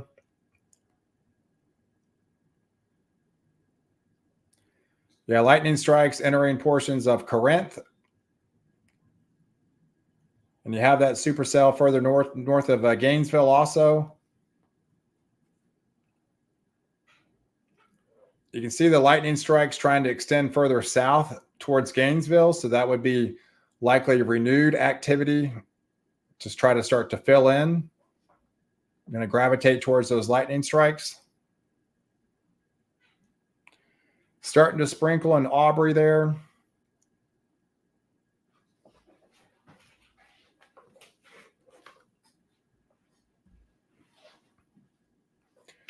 Thanks for tuning in to live coverage. We have a severe thunderstorm watch until 10 o'clock this evening. Severe thunderstorm watch until 10 o'clock this evening. The main culprit is going to be larger hail with this activity for sure. Gustier winds, a lot of lightning with this, torrential range. You can't rule out an isolated tornado or two in this particular setup, but the main threat will be larger hail.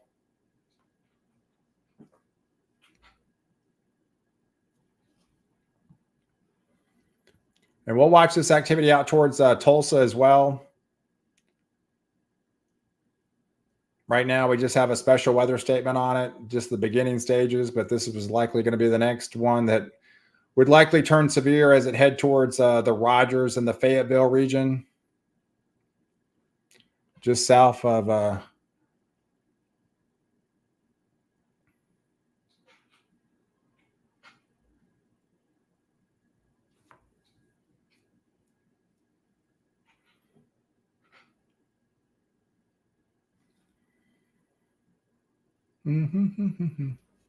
Hey, the weekend looks clear on your app. Is that still accurate? Hey, Jackie, are you talking about North Texas? Yeah, I'm not expecting any storms for the weekend. This is the last of it for a couple days. Probably at least till Tuesday. At least till Tuesday. I mean, at least for North Texas.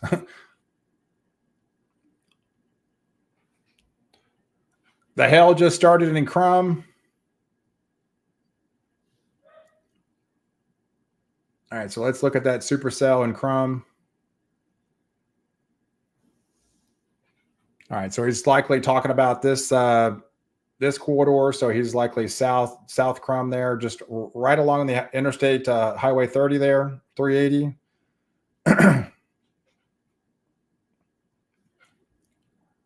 This definitely has the capability of producing some ping pong size hail. We had confirmation earlier that we had just over an inch there in some isolated pockets. That one's pushing upwards to Ponder. He mentioned that it's starting to hail a little bit towards the Crum region as this continues to move eastbound at 15 miles an hour, heading towards Denton.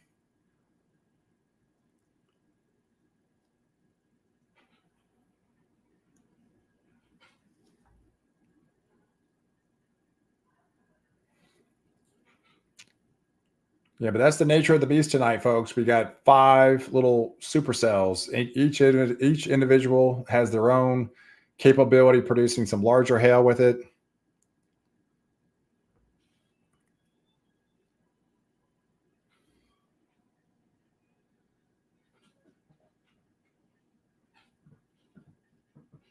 Mamba Bear, what's happening? Hey, is a pilot point in the path? Pilot point in the path.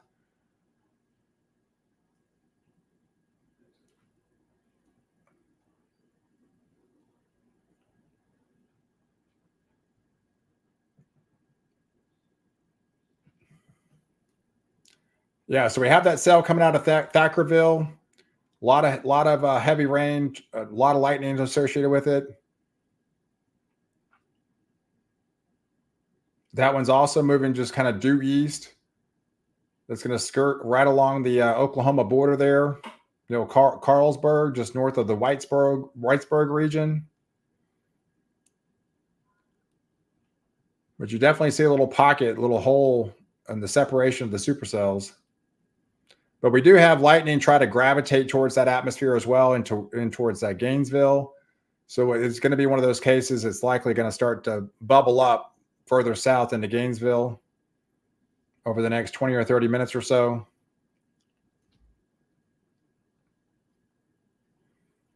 Hey, Tracy Rath, how's it going? Thanks for tuning into the live. Good to hear from you. Yeah, if you're in East Texas, you're still a ways away. I mean, you're going to get it last if everything's coming from the west. So just kind of enjoy the calm before the storm. You're likely going to get it later on this evening. Hey, Melissa, your crystal ball. Do you have any idea of when all this is going to be over tonight? Yeah, basically 10, 11 o'clock. I mean, it's going to go from northwest to southeast. So, yeah, the severe thunderstorm watch goes until 10. So, yeah, so most of the activity is going to be southeast of the Metroplex by 10 o'clock.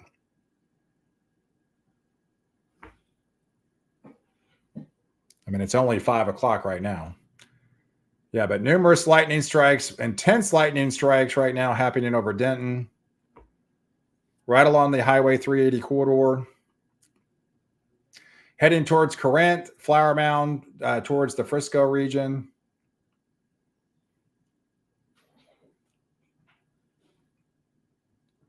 Yeah, that one supercell that had all the torrential rains continues to move northeast. That one's the one, like I mentioned, heading towards the west Tawakoni region, West Tawakoni.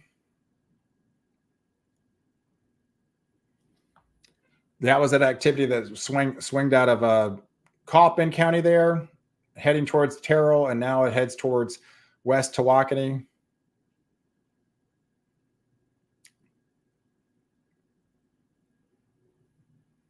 Hearing some loud booms in Frisco now. You can see the lightning strikes just now entering Little Elm.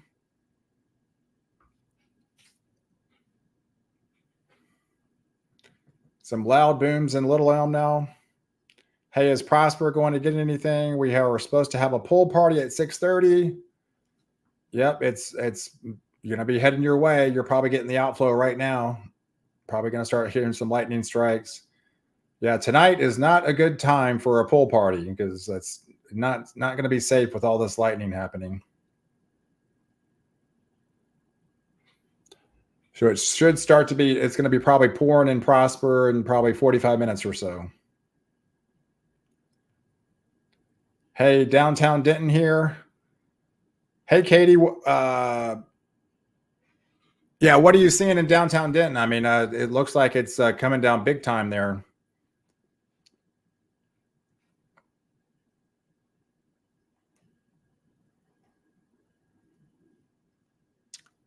Looks like you got a little small hail core near Crum. We already had confirmation earlier that it's starting to hail in Crum. Now, this hail core is moving directly due east around Highway 380. Looks like it's picked up a little bit over Crum region. It's going to head east, just north of Denton, head towards Cooper Creek, towards the Mingo region.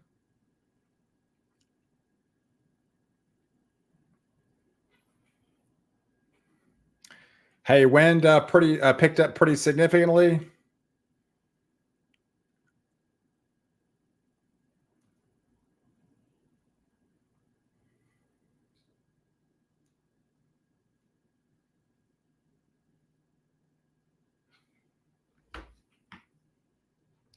Hey, I think Mother Nature is going through. Hey, will this move into Sulphur Springs? Yeah, I mean, eventually. But you are in East Texas. Eventually, you're going to get it in Sulphur Springs. I would say this activity here that's moving northeast, yes, you're probably going to be in line in Sulphur Springs, West Tawakoni, eventually head towards Sulphur Springs. This is the supercell that's going to be probably impacting your area.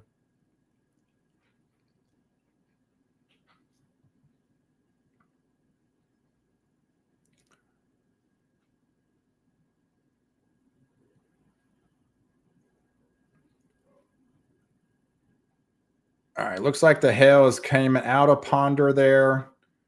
There's Crum. Yeah, we're still getting confirmation of right at that 1 inch mark, right near Crum, right along Highway 380 there. Right outside of Ponder, nickel size hail, quarter size hail. This is all heading towards the city of Denton, moving just due east there. It probably had some half-inch hail out of Ponder there.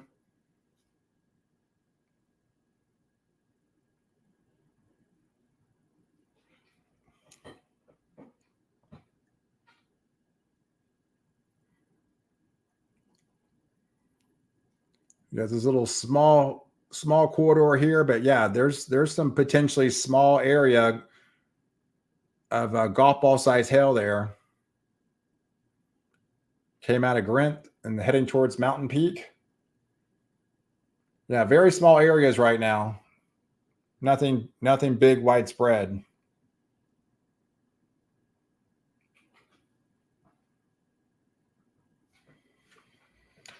Hey, just north of Crum, heavy rain, small hail, and strong winds. Pal, should we move to Ponder? Yeah, I was joking because there was a city in Kyle was trying to get all these Kyles to, come together at once, and they didn't even come close. I mean, the record's like 2,300 people, and they got like 700 or something. That was like the fifth or sixth year. So I was joking. It's like, hey, I need to find all the ponders. We're all going to meet in pondering. So stop pondering about it, and we'll break a record. But I don't know if I can find 2,300 people with the last name Ponder, especially if I can get them all at one place. So that's going to be a little bit more challenging. And someone mentioned Tyler. I was like, well, Tyler, that would be a city and a pretty popular name that you could actually pull it off.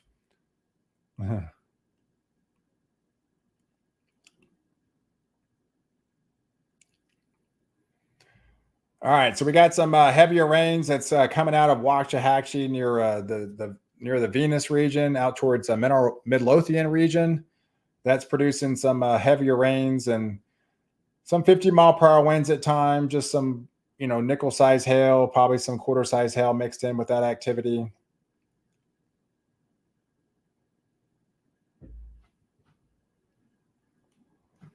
How's Melissa? You're going to be next in line for the severe thunderstorm warning. Right now, everything's in Denton, so you're going to be the next area that would likely be under the severe thunderstorm warning. You see the leading edge of it now approaching the Little Elm region. So that is approaching the Little Elm region.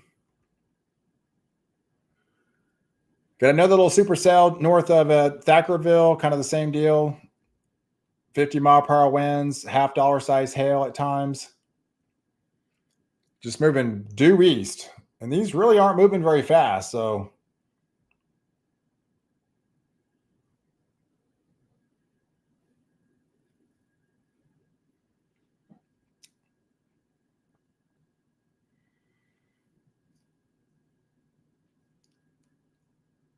all right, let's head north to Chicago.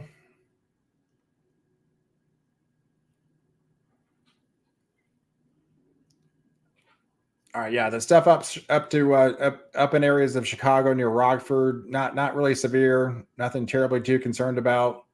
Just some stronger, heavier rain.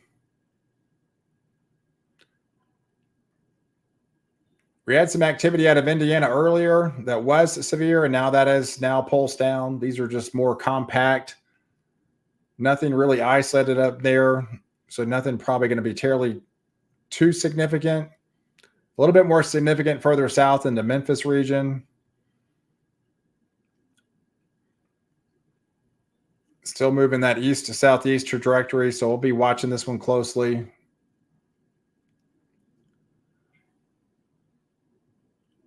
And some moderate activity coming out of the Little Rock region as well.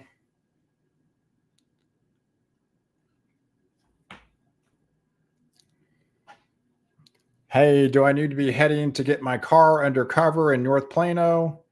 Hey, it's not a bad idea, right? I mean, if you have that possibility, right? And it is one of those days. We are under a severe thunderstorm watch that does include very large hail. So I can't guarantee you it's going to hail in Plano, but it definitely has the capability.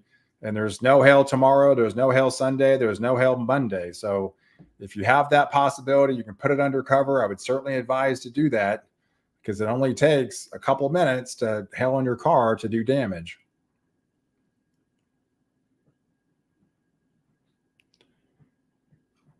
Hey, I'm in central Indiana, driving home through the initial storms. They weren't that bad. Yeah, it doesn't look like it's too bad up there. Hey, I appreciate the update. Yeah, nothing terribly too bad. Just they're more compact. They're just a complex of storms. So just more your garden variety showers and thunderstorms with some lightning, some gustier winds at times. They did turn borderline severe, mainly for the gustier wind aspect, not really the hail threat up there.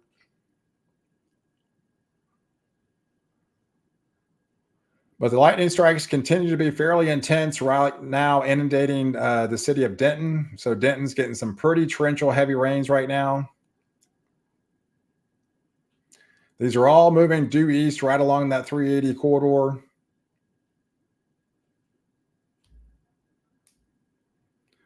$81 degrees there. Hey, once the storms pass, the threat is over. Yeah. I mean, once the storms pass, the threat's going to be over. For the most part, from northwest to southeast.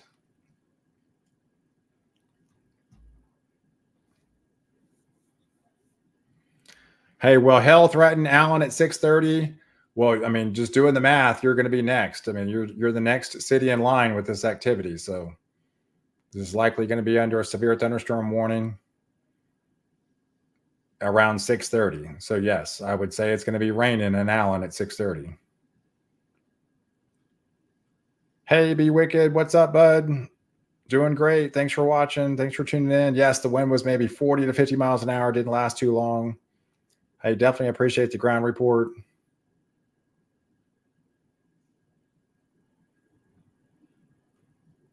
Hey, will Trenton see this based on radar? Yeah, I mean, I think you will. It's just you're just it's in Denton now, and it has to move to McKinney, and it's going to be in the next city over. So, and you still have that stuff from into Thackerville. So, yeah, this whole activity is moving kind of due east, and eventually it's going to be turning east southeast. Hey, it seems like to me they had it in Houston on my mind about a week ago. Hey, Samantha. Yeah, tornado threats definitely still low for sure. Hey, just light rain here in South Denton, thundering, rumbling hard right now. You're welcome, Scott. What about Carrollton? Yeah, I mean Carrollton's definitely in the crosshairs as well.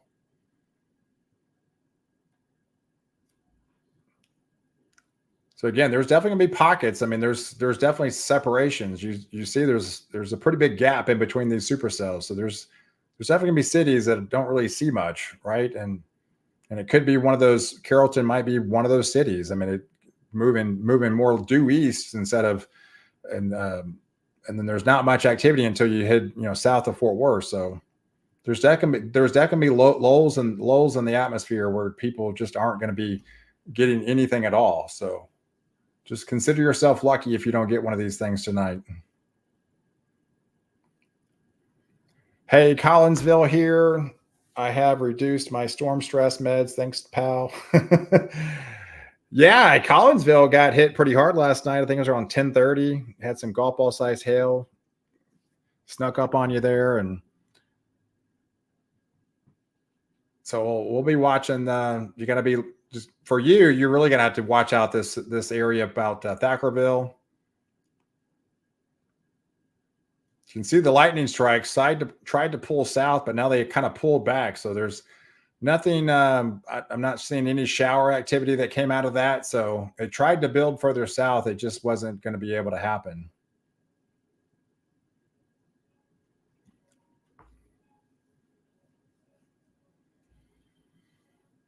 Guesstimate when it's going to hit Blue Ridge. Well, again, it would be a combination of this cell that's coming out of Thackerville and the one that's coming out of Denton. So if you're going to get impacted, it could be at least, I don't know, hour and a half away. Hey, thank you for answering. I've been on every channel and I couldn't get an answer. Hey, no problem, Molly Joan. Doing my best. Bob Arnett. Hey, how's it going, buddy? Thanks for tuning in. Hey, graduations in McKinney and Fairview. And we're in a world of hurt here. Don't mind me, pal. Hey, so far it seems chill, just rain and thunder. Yeah, I mean, so far, I mean, it's not terribly too bad.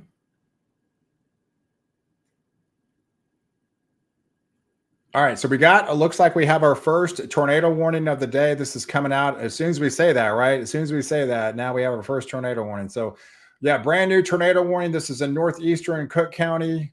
This is for that cell that came out of Thackerville, continued due east. Tornado producing storm that's located over the Thackerville region. Continue to move eastbound until about 6:30 time frame. So locations in the path are going to be Walnut Bend, Sturgeon, and Dexter. This is right along the Oklahoma border, essentially, right along the Oklahoma border.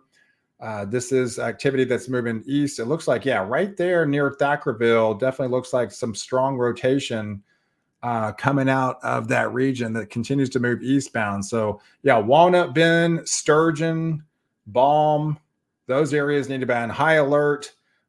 This little more or less broad rotation that did warrant a tornado warning right now as we speak. This is going to cross over Interstate 35. This is crossing over Interstate 35, and you can see the latest scan there. Not as strong, right? I mean, the circulation is kind of brought, more or less even gotten a little bit more brought out from that activity, not as intense as it was.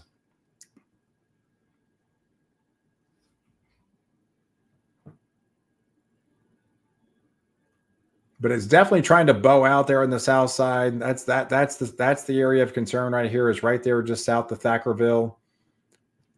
That's the one that warranted the tornado warning.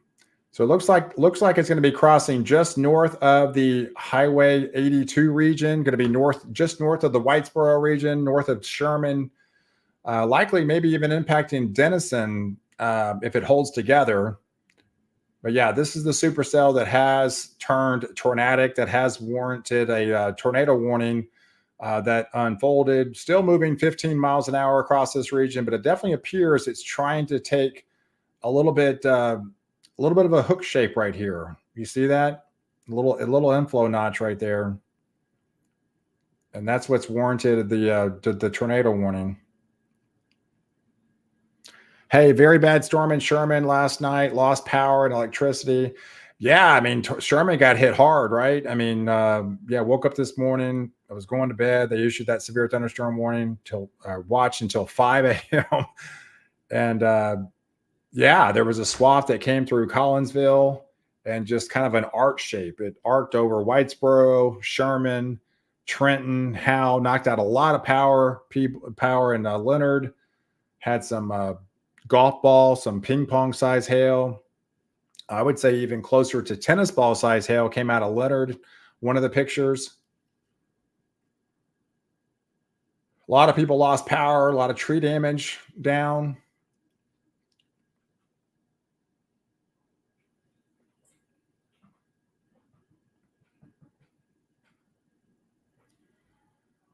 You see just light showers likely trying to enter the Prosper region now.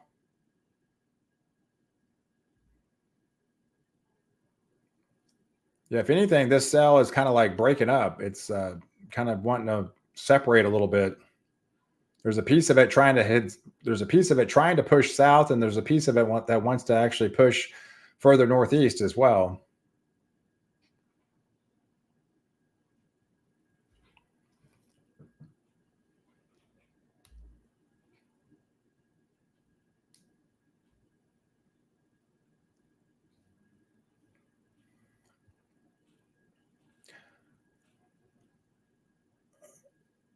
Yeah, so we have that one tornado warning that just got issued about 5 minutes ago. It's for the cell that's south of Thackerville that's showing radar indicated spin just south of Thackerville there, right along the borderline of Oklahoma and Texas. This is going to put Walnut Bend and Sturgeon in the crosshairs of this supercell. So those areas definitely need to be in your safe zone. This would likely going to be extended into Sandusky and Willow Springs, and eventually maybe impact the Pottsboro region towards Denison. If this definitely holds together, this would be the favorite areas that would be under the warned region. Next up. Hey, Johnny. Hey, driving from Farmersville to Mesquite, anything crazy? Farmersville to Mesquite. Yeah, that's east. Is that no? Yeah, there's that cell that went through West Tawakoni. That is heading towards Emory, going to be impacting, yeah, getting close to the Commerce, Sulphur Springs region. Yeah, there's nothing happening in Farmersville. It's pretty clear skies. Smooth sailing. Hey, nonstop thunder right now, and thunder and lightning in Granbury.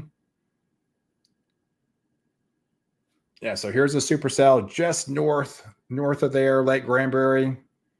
Not really moving very fast, right? Just kind of sitting and spinning over the same areas.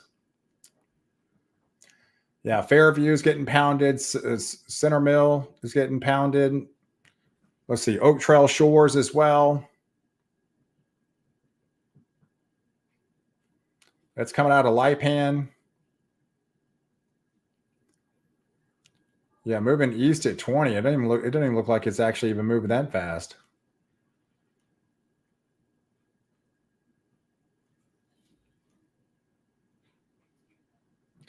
Yeah, so far it looks fairly tame. Not too anything like extreme happening right now. At least right now, we do have a tornado warning in place for those areas south of Thackerville. We've had some quarter size hail, some pockets of golf ball size hail. Nothing more than that as of right now. All right, so we got some larger, heavier rains moving through the Lone Oak region out there in East Texas, south of I-30 near the Campbell region, Cumbie. This would likely eventually impact the Sulphur Springs region. Hey, JB. Are we clear once the storms pass? Yeah, I mean, you should feel, I mean, the cooler air, that's always a good indication if you get a little bit cooler on the backside. Remember, this is a 40% probability, right? This is a 40% storm. This wasn't like a widespread. I mean, I think 2 nights ago it was a 65%, 60, more or less 65%. This is 40%. And it's been every bit of 40% because we've got like 4 little pockets of supercells. But those supercells are the ones that we're, concerned about being the most severe. But there's going to be a lot of areas that don't get anything at all tonight. Yeah, this is eventually heading towards Farmersville. It's just not going to be there as of yet. Everything's pretty much clear east of Highway 75, at least at the moment. Everything's moving east and then eventually going to be moving east-southeast. Some areas are moving northeast.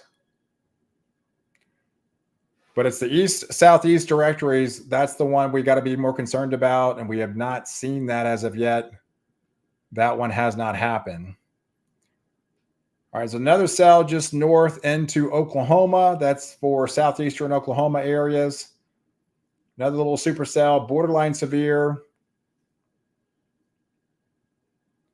And that's shifting off into, this is outside of the Ardmore region. That's going to be shifting towards Caddo and Atoka. Caddo, this is going to be impacting the Tishomingo region. Millburn would be next. Yeah, these have some 50-mile-per-hour winds, maybe 60 at times.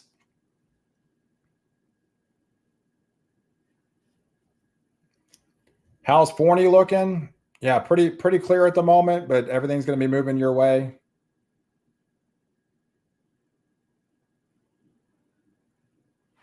Yeah, there's the city of Forney. Not much happening out there right now. Everything's pretty much south and east of you, north of you. You're kind of in the clearing zone at the moment. Yeah, is it coming to Denison? Yes, I would say it's coming to Denison. You're going to be next in line from this supercell moving due east.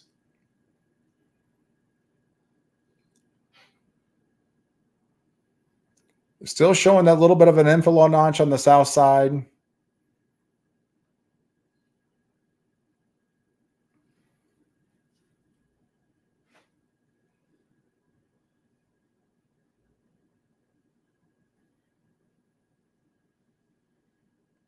It looks to be crossing right along the I-35 corridor.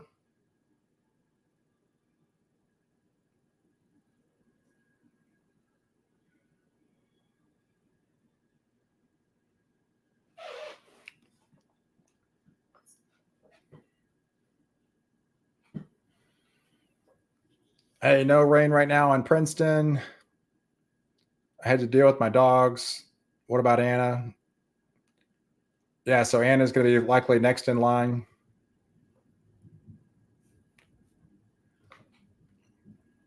Man, that cell over Denton just kind of separated. And actually, it's actually kind of weakening, really, a little bit. Yeah, new activity has formed near Plano and Saxe.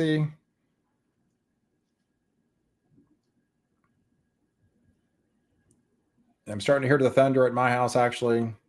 New little cell popping up towards Highway 121 here in the tollway.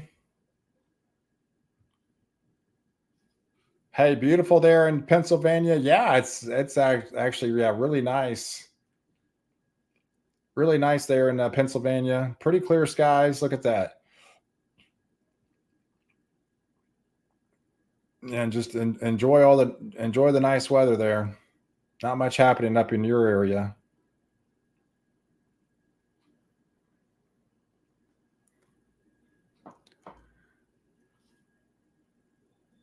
All right, so that one supercell out towards East Texas is still continuing to move northeast. That one's approaching the Campbell region towards Cumbie, and eventually that one's going to be impacting the city of Sulphur Springs as well.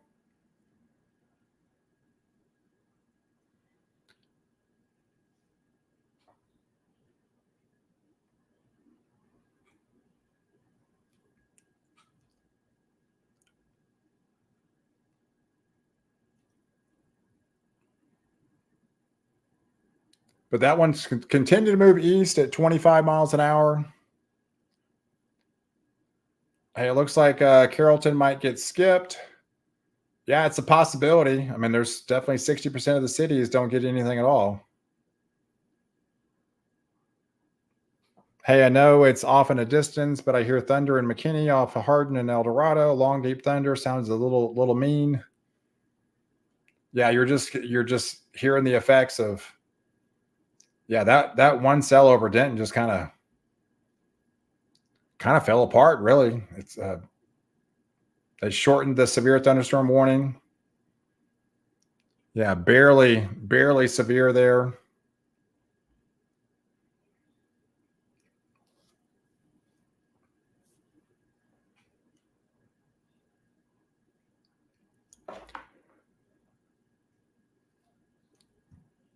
All right, so this one's moving 15 miles an hour. So we'll put a storm tracker on this one for you. Yeah, this is coming right out of Thackerville. Let's make it all the way to Denison, 15 miles an hour. Not very fast. So, all right, looks like Sturgeon's in 26 minutes, Dixie in 44 minutes, Sandusky 45 minutes, Gordonville 55, Basin Springs about an hour, Locust in 73 minutes, Pottsboro in about an hour and a half. Yeah, 15 minutes is really not very fast at all.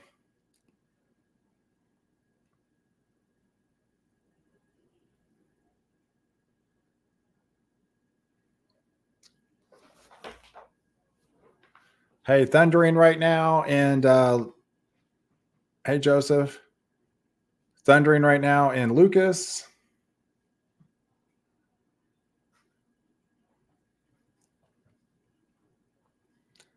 Yeah, that one cell in Denton just really completely fell apart. These are just kind of garden variety showers and thunderstorms now happening in Aubrey and Pilot Point. This is actually a good sign to see something like this, folks.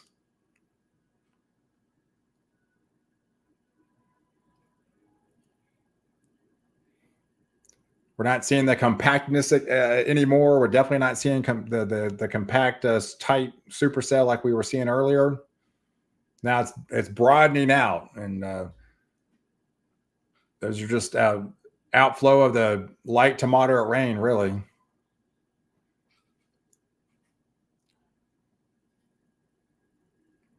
Yeah, new little cell blew up fairly quickly towards Plano, towards the Saxe region, towards Rockwall.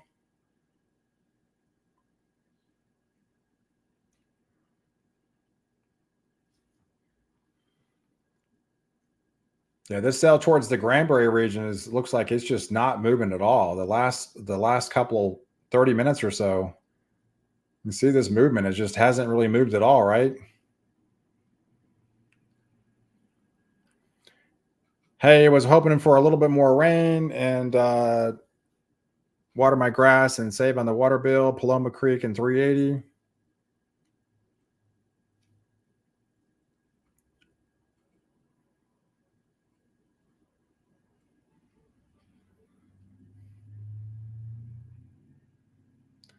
Well, I mean, there's definitely going to be pockets of the cap. I mean, going to be like a little bit more prevalent than others, right? Because I mean, again, this is going to be a 40% coverage event. This is not like a widespread event. So, but we're definitely seeing the demise of this supercell, just really kind of getting sheared apart. Really, really just kind of being ripped apart now.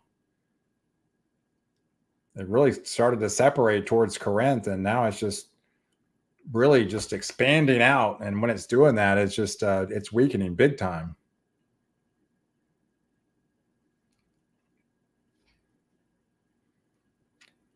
Some more activity that's swinging through Midlothian towards Waxahachie, towards the Ennis region. That one's actually not severe.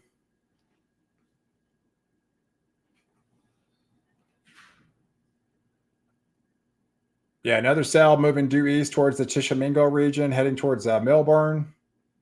That one's going to be skirting just north of the Caddo area, in between Caddo and Atoka in Oklahoma.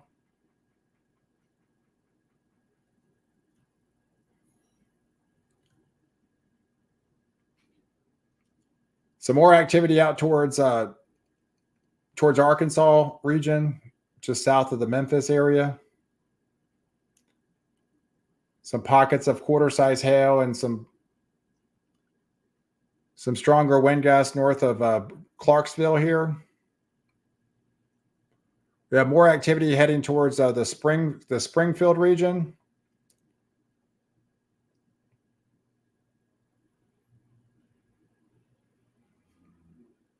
That one's laying down a pretty good swath near the Bolivar area.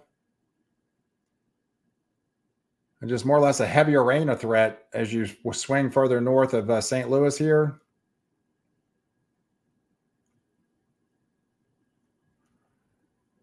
Yeah, pretty good downpours just north of St. Louis, coming out of Columbia.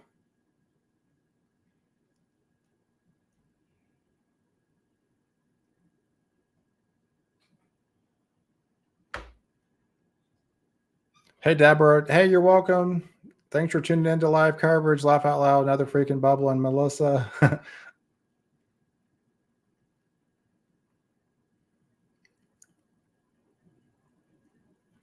Yeah, this is actually a good sign. What we're seeing, folks. This is definitely a good sign.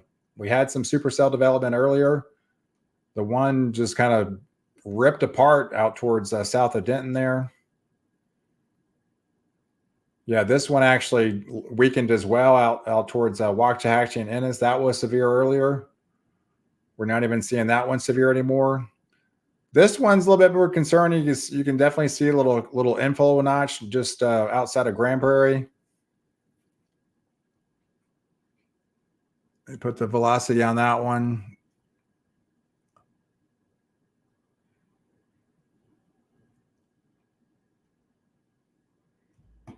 Okay, so that one is showing signs of some small rotation there.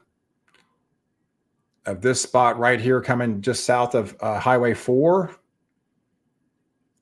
This is heading towards the Granbury region. I mean, it really hasn't moved at all. The very, very just kind of stationary technically.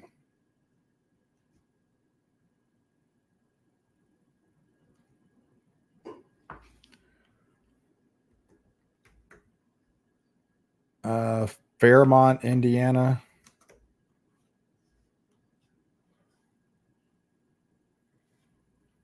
Okay, so they put you under a little special weather statement. Yeah, so it's got some 50-mile-per-hour winds and some pea-size hail. All right, so a little supercell that yeah, these are more or less, again, just some 40 to 50-mile-per-hour winds, little pea-size hail. I don't really technically see these turning actually severe. They're pretty compact. You've got a lot of just a complex of storms, essentially. I wouldn't say these are like terribly too much to be concerned about. Just some heavier rain, definitely a lot of lightning strikes with them.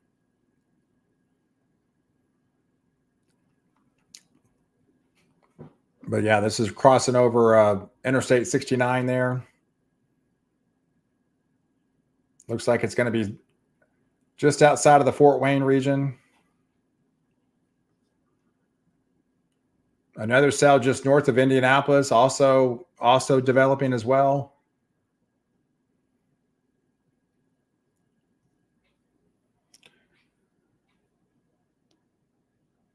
Hey, we wouldn't waste it on an EF5 and a little bird like Sherman. Sun is trying to peek through an Arbery. How many rounds come in for Sulphur Springs? This is like a one-round event. You know, like once the activity's in your area, there's no like multiple rounds tonight. This is more or less a dry line setup. This is a dry line setup.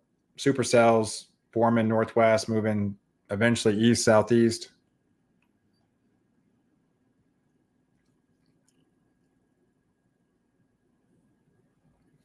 Hey, Amanda. Hey, you're welcome.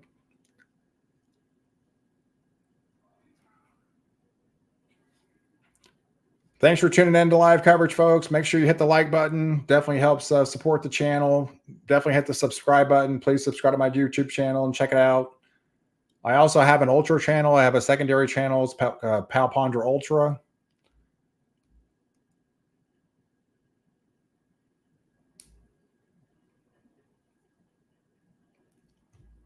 Yeah, it looks like the dew points have come down a little bit as well. The temperatures have dropped 84 degrees now.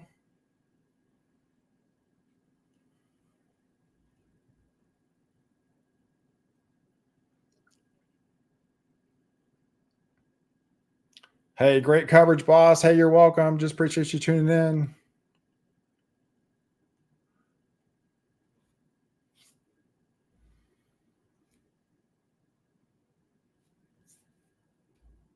So we're keeping an eye on the one in Thackerville. Yes, at times it has shown some broad rotation with it, but yeah, just kind of a radar indicated tornado, expires in 2 minutes. So we'll see if they actually continue this or not.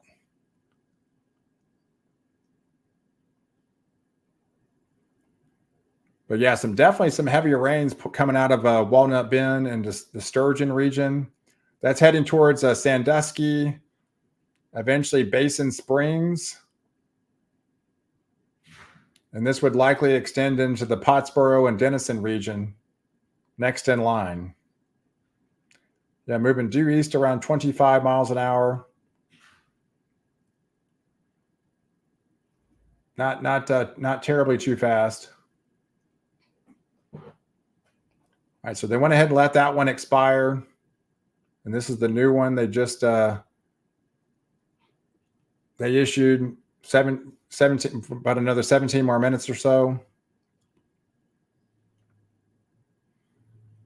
Yeah, radar indicated tornado over Thackerville, moving east at only 15 miles an hour. I'm sorry, 15 miles an hour.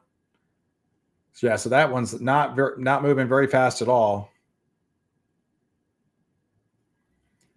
So we are getting confirmation now that we're starting to rain near the Sulphur Springs region, coming out of Cumbie into Sulphur Springs. That's going to eventually head towards the Bogota region, Mount Vernon, Mount Pleasant. Gordonsville is where we are, and right in line.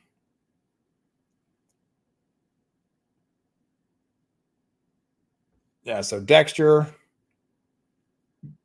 Yeah, Gordonsville. Here's Gordonsville, right outside of Sandusky. Yes, so you are definitely going to be next in line, even though the circulation is likely just south of you. But definitely the heavier rains for sure.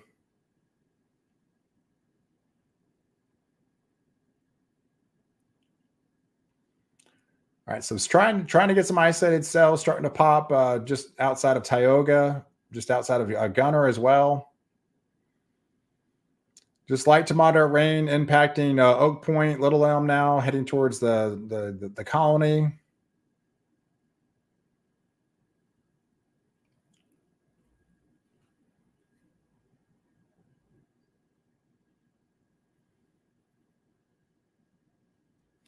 Hey, Stitch. Hey, appreciate the super sticker.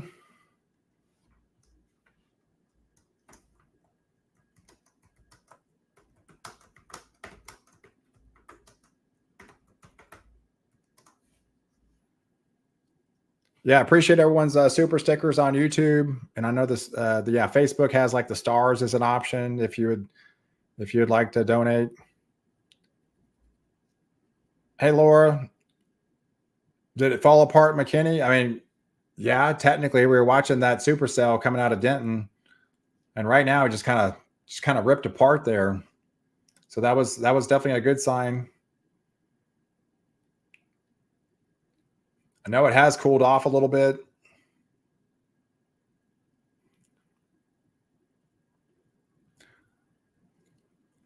Yeah, a little surprising that supercell got ripped apart like that. That didn't happen with any other cell I hear. This is pretty compact here out towards Granbury and the one in Ennis.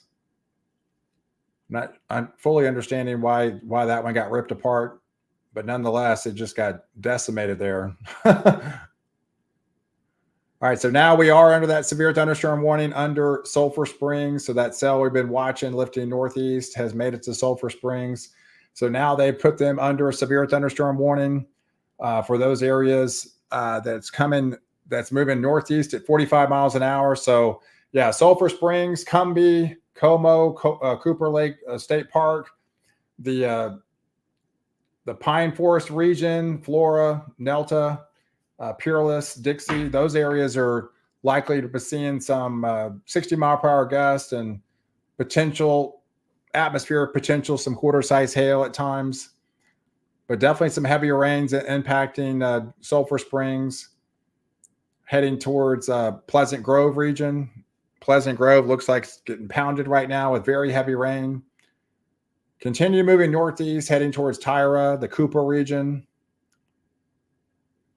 And this would likely just to continue to move northeast, impacting Bogota, just maybe southeast of Paris. And then the heavier rains have pulled through right along Highway Interstate 45 there, Highway 75. That has their own torrential rains. Likely some nickel-sized hail. That's crossing over Interstate 45 as we speak. We are still in the heart of rush hour traffic, so it's probably pretty busy on the freeways. Especially that's a pretty good thoroughfare, especially on Memorial Weekend. People heading south to Galveston, Houston.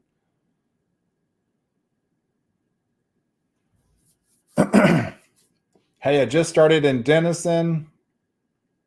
So let's go back up to Denison now. Yeah, so you're getting that outflow of the stuff that's coming out of Pottsboro, heading towards Denison. Yeah, pretty much been due east there, folks. Yeah, pretty much due east.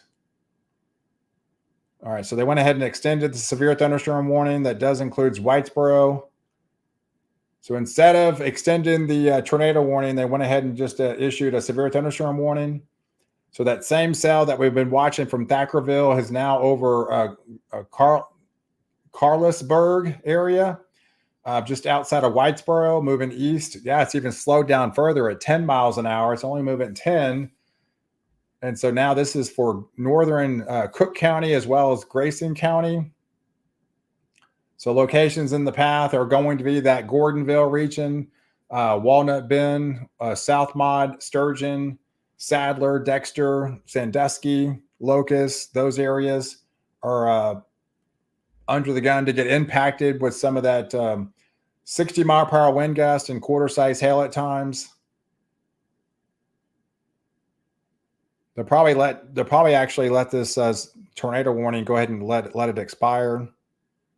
Hey, Charlotte, appreciate it.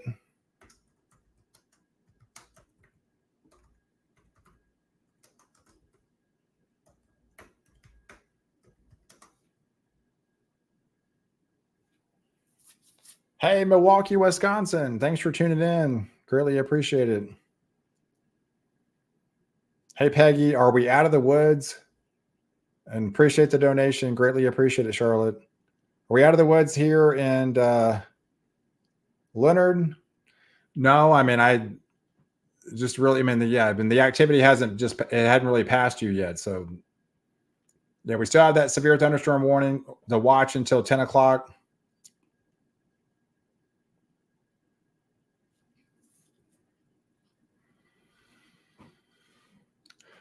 All right, so we still have that severe thunderstorm warning for Denton County, and we're definitely starting to see a little bit more activity starting to build back up again towards Roanoke and into the Justin region.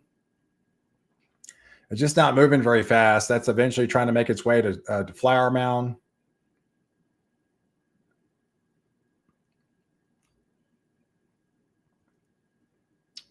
But it does have some hail with it. That's crossing over Interstate 35 now, just north of the Roanoke region. This is moving due east and eventually heading towards Flower Mound. Double Oak again. They've gotten so much hail in the last month or two. I can't even tell you. I know they got more last night, I think. I don't know. These systems all run together.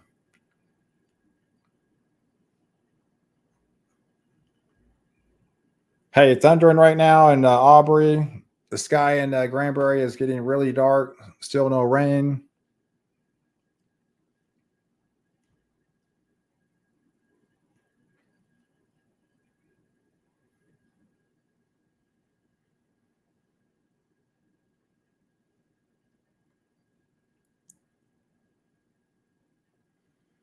So yeah, there's definitely pockets of hail. These hail cores, different supercells throughout the metroplex. The one further south towards Ennis, crossing over into Alma between Rice and Ennis right now. Very heavy rain, small pocket of hail.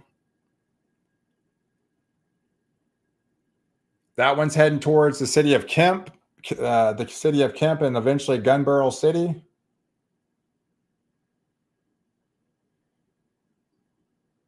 We'll have to continue to keep our eyes on the one by Toller and Granbury because that one still continue to show some sort of, inflow notch here. So we got to watch out for this activity right here.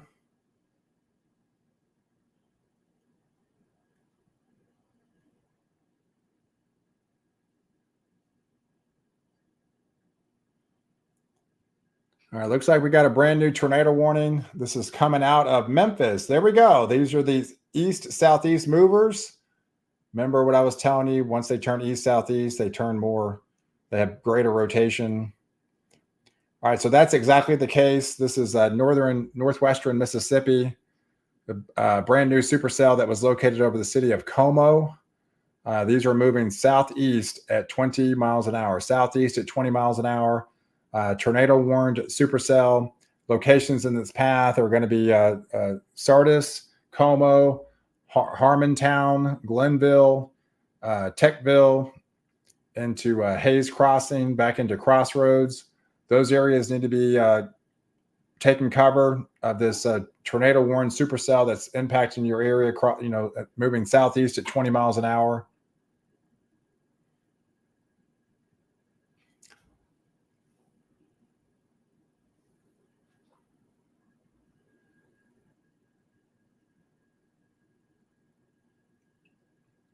You can see the rotation right there coming out of Como. This is going to be crossing over Interstate 45 there. Definitely diving more southeast here. Eventually, this will be impacting just north of Sardis. Maybe eventually the Hideaway Hills region, Oxford, Taylor. Those areas need to be on the lookout. This is just south of the Memphis region. This is the activity we were looking at about an hour ago when they started turning more southeast across that region. And now we're getting our tornado warning of the day.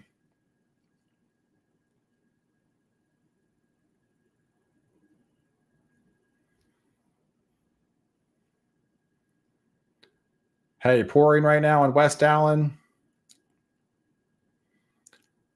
All right, so you had that cell that kind of broke off. So yeah, you're probably feeling the effects of it towards Waters Creek. Still a pretty good sail out towards Bartonsville, Roanoke, Trophy Club, Westlake, Coral City, Interstate 45 there, Flower Mound.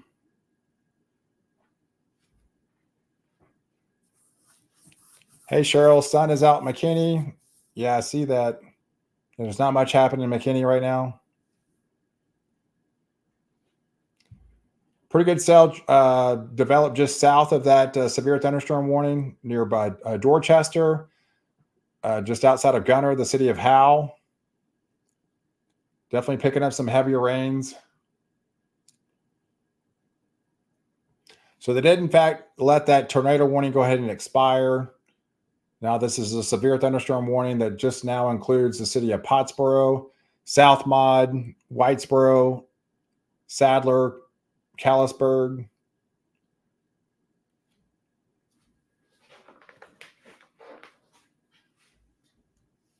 Hey, the sky's getting really dark there in Granbury. No rain yet.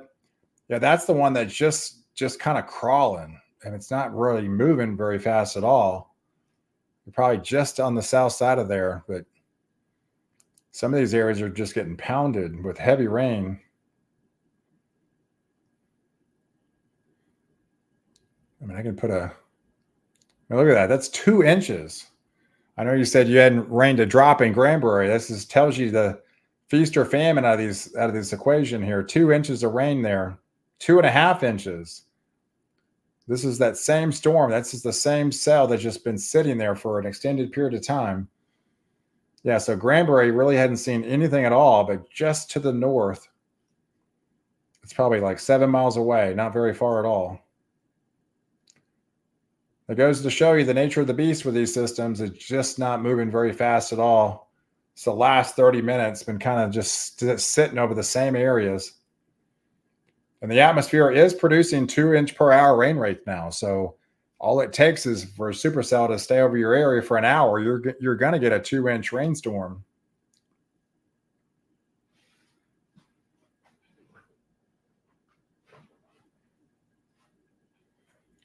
That's okay. So they went ahead and extended the severe thunderstorm warning further southeast out of Flower Mound. All right, so brand new severe thunderstorm warning now includes southeastern Denton County, northeastern Tarrant, and northwestern Dallas County. So those areas have the possibility of seeing some 60-mile-per-hour winds, some half-dollar size hail at times. This was a cell that was located over the city of Roanoke, That's moving east around 15 miles an hour. So moving east at 15 miles an hour. So locations in its path are going to be the Flower Mound region, Grapevine, Keller, South Lake, and Trophy Club, all within the next 7 minutes. Is going to have that supercell over your area. And then we go on to Capel, the DFW airport region around 7. So if that holds together, that's likely going to have possibly some delays starting at the airport. This is at 7 o'clock at DFW airport. Irving, Louisville, 7:05. Carrollton around 7:25 of this cell that's coming out of the Flower Mound region.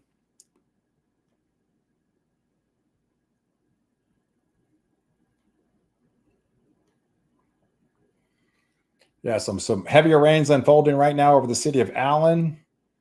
Also Nevada out here in out towards Lake Lavon. And very, very, very heavy rain coming out of Sulphur Springs now. That's over the city of impacting Tyra. And that looks to be impacting Bogota. That's another cell that's looked like coming out of Bogota.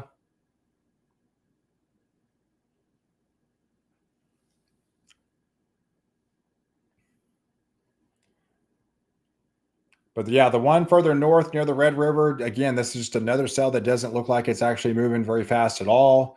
Still dumping some very heavy rain, just kind of feeding into those same areas, not really moving very fast at all. North of Whitesboro.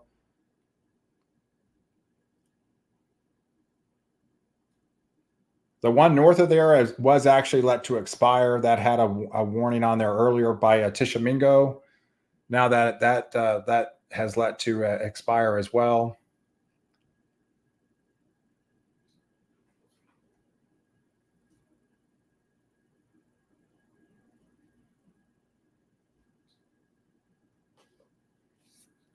Hey, what about Plano? Well, Plano's right here. Here's 75 there. You got some heavier rains just to your west there. Renner, Collie. And if the cell ever towards Flower Mound or Carrollton ever decides to keep moving, which is not really moving very fast, you're probably going to be next in line for that severe thunderstorm warning. Hey, Leonard's still trying to clean up from last night.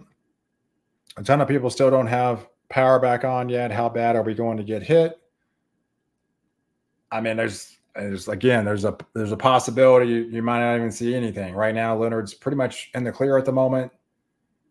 Nothing like terribly heading your way, I wouldn't say. This one north of you is not actually heading your direction. This one's moving due east as well, so there's technically nothing even actually heading your way.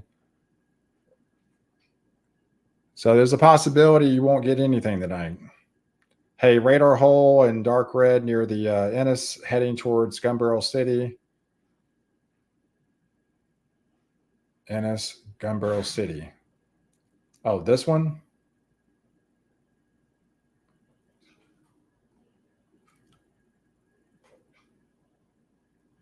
We definitely have some larger hail picking up on. That's a cell that's actually intensifying. Some pretty good size hail coming out of Interstate 45 there into Rice Valley Farms. That's heading towards the city of Kemp.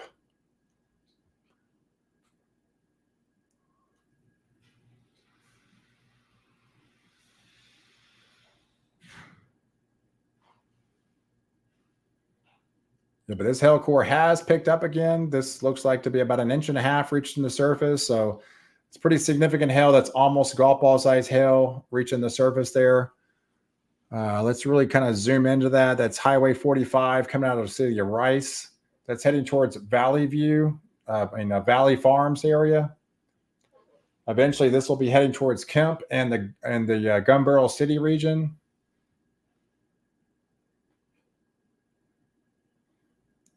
But it definitely appeared we had even more significant hail. It actually went down.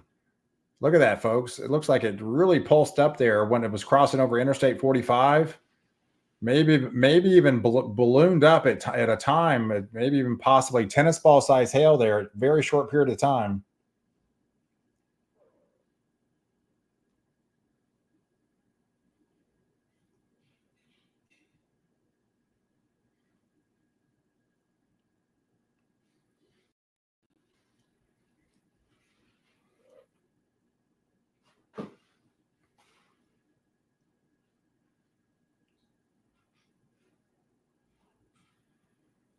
Now, let's zoom into that one by Rice. Look at that. Wow. 3 inches, folks. We missed that. That just blew up really quick. We potentially had some tennis ball size hail for a short period of time, right as it crossed Interstate 45 there.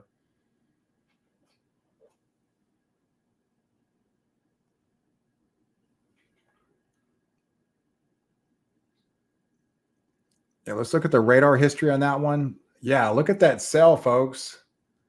This is what the radar was seeing at the time. It blew up to 3.5, 3.75, and a 4-incher amount. This is what the actual radar was seeing. It definitely spiked big time. We're getting the first confirmation of baseball size hail, folks, right south of Alma. Not happening right now, but literally just happened about probably 10 minutes ago.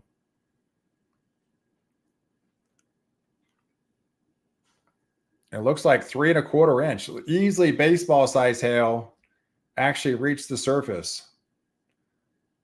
That is by far the biggest of the day. Right there outside of south of Ennis and Rice. South of Ennis and Rice, a pretty extreme supercell just kind of exploded there as it was crossing over Interstate 45.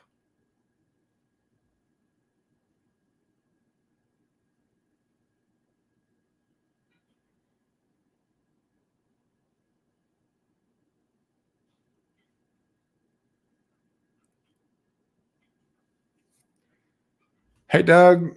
Hey, yeah, appreciate you hitting the like button. Definitely hit the like button, folks. If you are watching this live stream, definitely hit the like button. Please subscribe to my channel.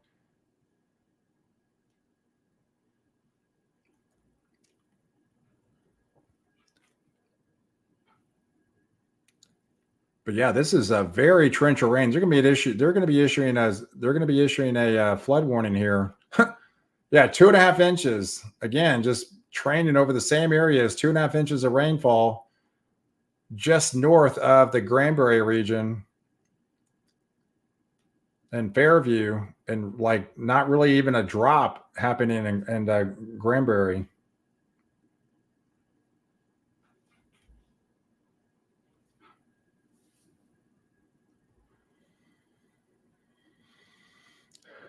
But we're watching that one for rotation as well.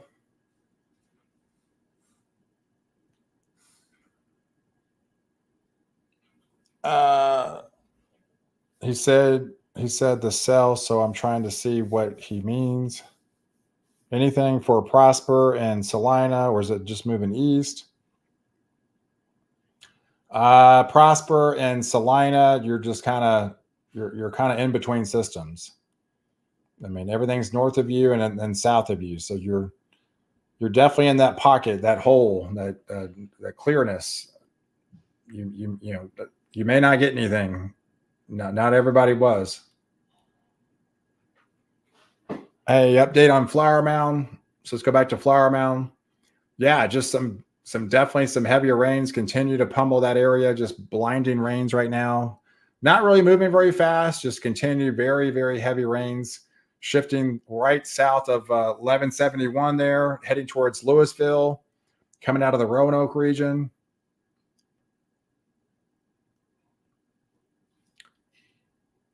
Probably pockets of nickel-sized hail, likely quarter-sized hail at times. Right along Business Road 377 there.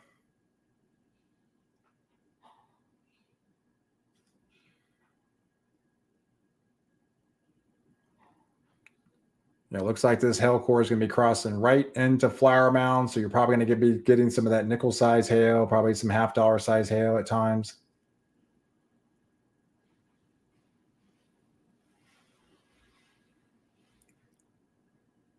Is Carrollton, Texan going to get hit with a tornado, or what kind of cell do you mean?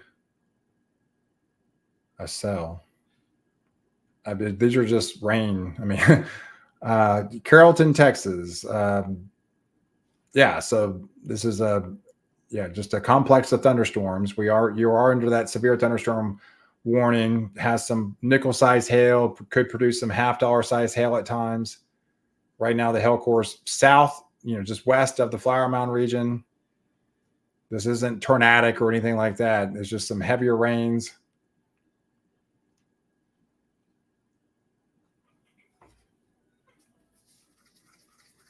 It's just really not moving very fast.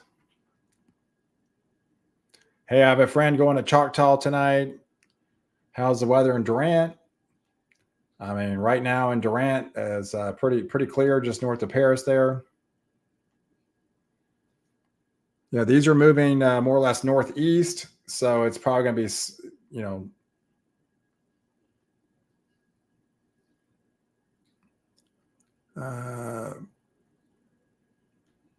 I'm sorry. Here's Durant.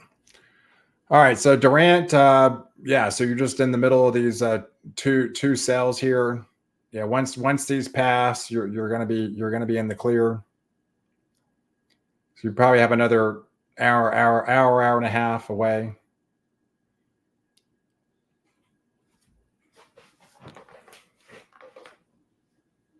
Is it going to finish up in the colony by 8 o'clock?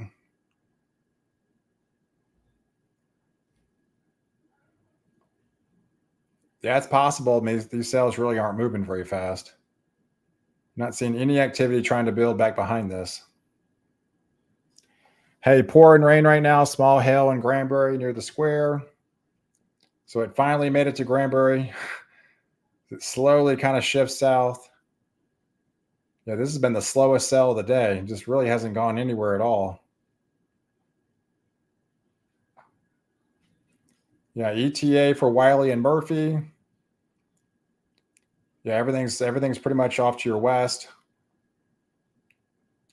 You got stuff to your south towards Kaufman. It's trying to build and lift more northeast out of DeSoto, heading towards downtown Dallas.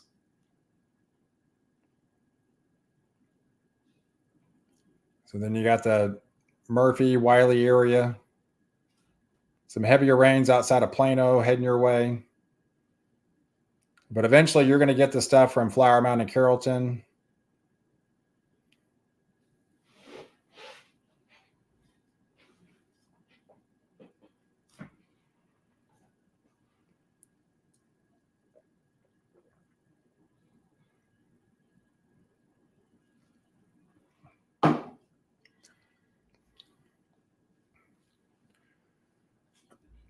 Hey, Gordonville and Sadler update.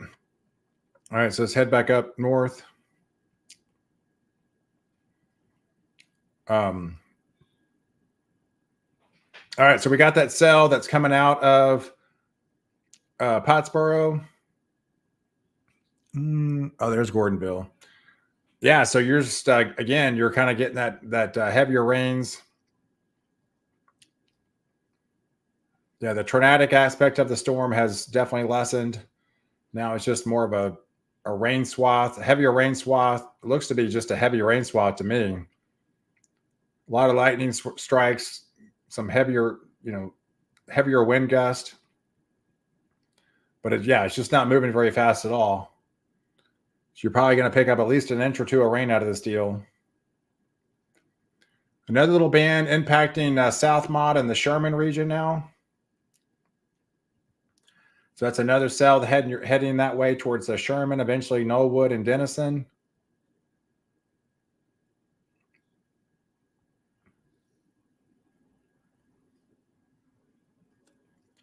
Yeah, but they still have the movement on these at 10 miles an hour, east at 10 miles an hour. That's definitely the slowest storm of the day.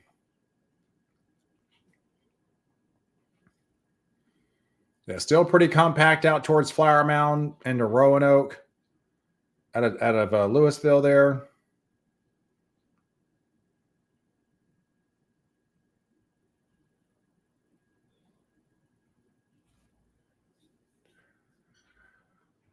Hey, Weather 3 question: if the cells before the Roanoke one fizzled, would that follow suit? Yeah, I mean it's possible. It's just a very soupy soupy air mass right now. It doesn't take much. I mean, so even when I'm looking at the sun out right now in my area, that sometimes that's not a good thing as long as you're still east of the system. So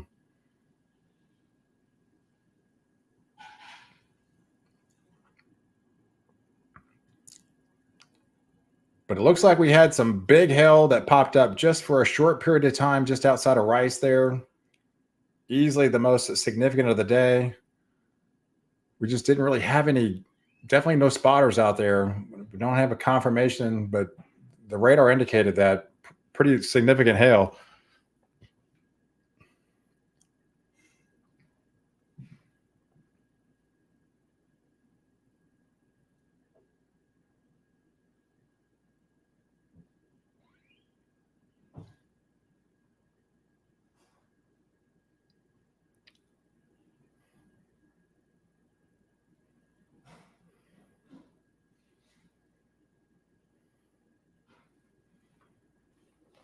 Yeah, I'm trying to find some pictures. Hey, if anybody has like any pictures of hail that you might see this evening, yeah, please message me.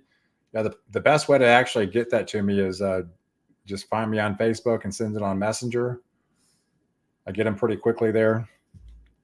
In fact, let me see if anybody's actually sent me anything.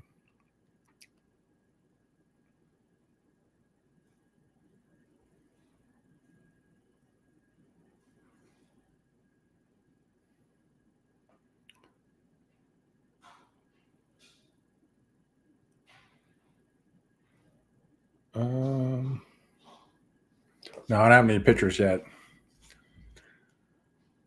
All right, so we're still watching this activity. We got that one cell just outside of Paris now. That's continuing to move northeast. The Flower Mound activity is still just kind of sitting and spinning, still more or less kind of raining itself out, really. But they're getting a pretty good dosing of rain. It's finally impacting those areas across the colony, heading towards the Frisco region, right along the tollway there.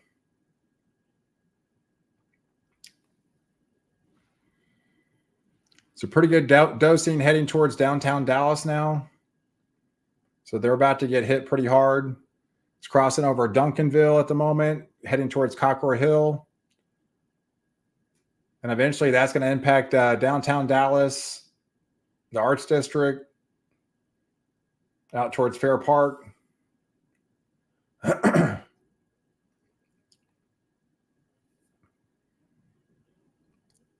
Hey, Brooke. Yeah, this is really not a tornado setup. It's mainly a big hail setup.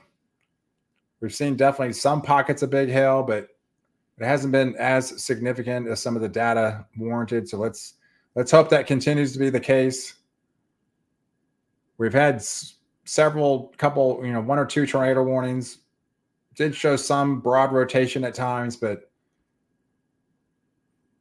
right now we do have that one warning still in Mississippi. That one's still radar indicated warned as it continues to move southeast as well towards the Wallace region. That'll eventually head towards Oxford. Yeah, so these are moving east southeast, right? The biggest hail, greater possibilities rotation. Definitely has some golf ball size hail with it.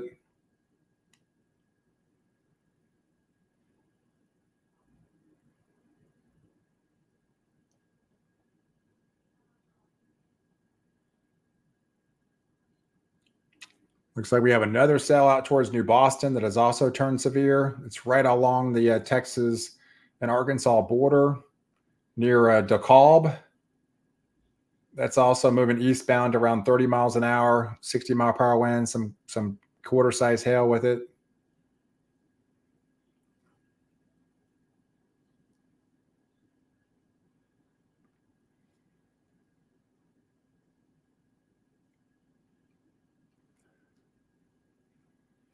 Yeah, but Sherman's taking a beating right now. They're definitely getting some heavy rains back again. That's heading towards the Knollwood region. And eventually that's going to be impacting Pottsboro there near Denison region.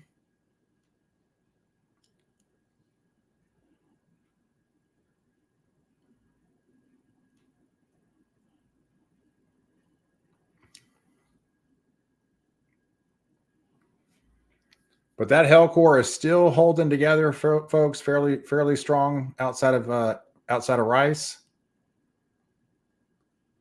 So we can go back and see what's actually reaching the surface right now. About 1.25 inches, so that's come down pretty substantially. Yeah, 1.25 inch hail heading towards Gun Barrel City and the city of Toole.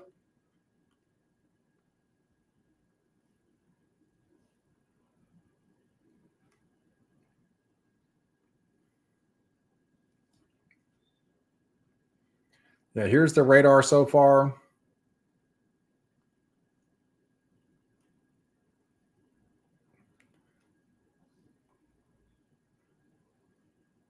We put this just north of Thackerville. That picked up a couple inches.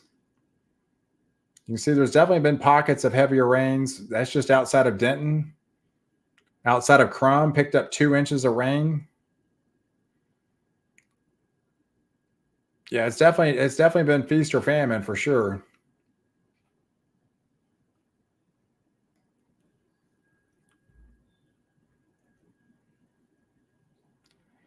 Hey, rotation near Flower Mound looks very weak, but still concerning.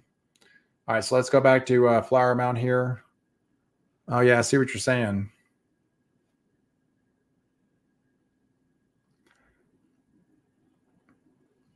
Yeah, this is the stuff, that little notch right there, just north of Grapevine Lake. The activity kind of just been sitting there for really an extended period of time. There's nothing really to the south of that. It's really kind of cleared out. Let this kind of breathe a little bit.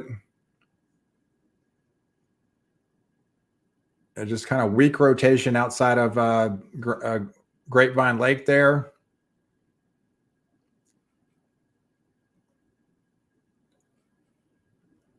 That one is moving east at 15, So again, not really moving very fast at all.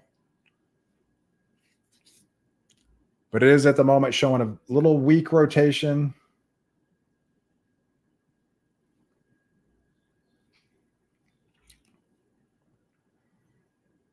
There's also another weak rotation just south of Granbury here.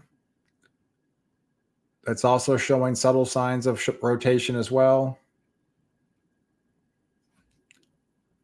I have not seen the southeast movement, at least for this activity yet.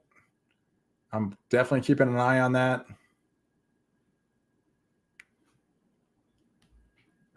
Hey, Brooke, I was looking for anyone to answer. Everyone keeps ailing about Allen, McKinney, Flower Mound, and I'm like, what about my question? Well, I'm trying to go back and see if I can find your question. Jeanette, Cy. In North Dallas, 635, 75, going to get hit. 75 and 635. 75 and 635. All right, so here's Highway 75. Here's 635. So yes, you would be the likely next in line for this severe thunderstorm warning that's just kind of taking its sweet time coming out of Flower Mound. So yes, I would definitely say you're next in line to get some stronger thunderstorms. It's just kind of light to moderate rain right now in Richardson, Addison. So the severe stuff is just off to your west. It's moving east at 15 miles an hour, so it's just not moving very fast. But it is slowly moving your way.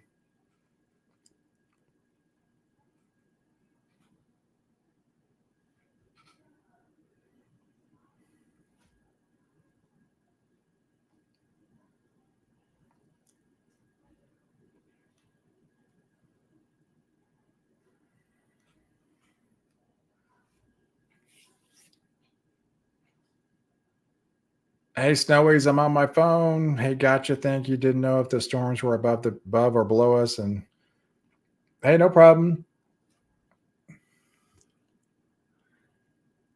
All right. So heavier rains have moved back into Gun Barrel City now. That's just outside of Tool, sorry. Yeah, anything for Pottsboro.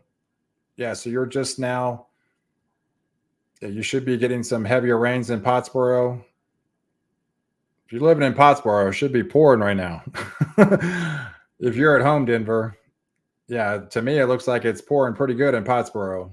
Fountain Creek Estates, 120 there, Preston Road. Yeah, pretty blinding rains just outside between Frontier Village and Pottsboro.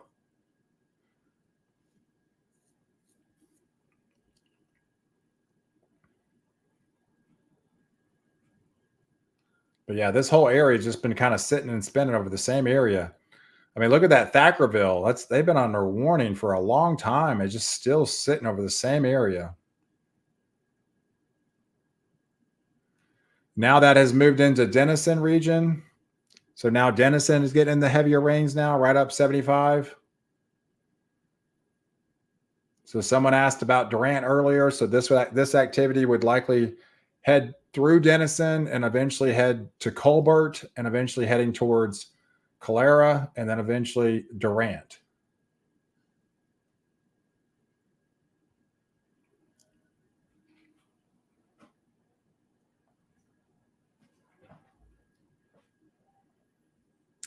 No, the tornado threat is definitely pretty low tonight.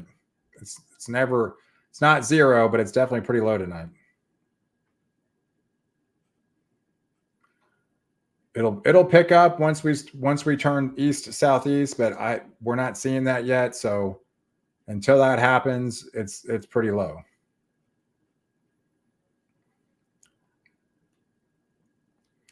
All right, so let's go back up to Indiana. Yeah, Indiana had several severe thunderstorm warnings near the Indianapolis region. Now we're just getting just some 50-mile-per-hour winds, some 40 to 50-mile-per-hour winds out of this atmosphere. Nickel size, maybe just pocket change hail out of this deal. Nothing terribly too concerned about up there. Just kind of your garden variety showers and thunderstorms. A lot of lightning with it, heavier rains.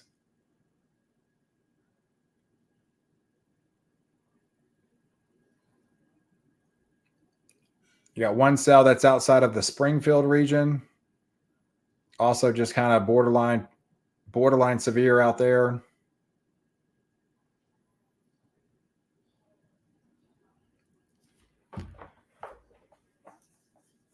Hey, yeah, there's definitely always a wind threat. I mean, actually the tornado watch has winds, possibility up to 75 miles an hour. So we haven't seen that strong of a winds yet, but this may not be the peak of it. I mean, we're still 3 hours away from the watch expiring, so we haven't seen anything turns more southeast yet. So that's also a sign I'm watching out for.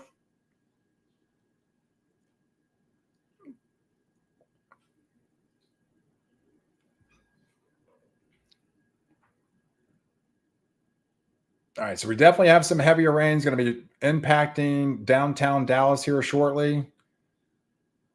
Right now, it's crossing over the Duncanville region into Hutchins, heading north to Balk Springs, eventually Mesquite.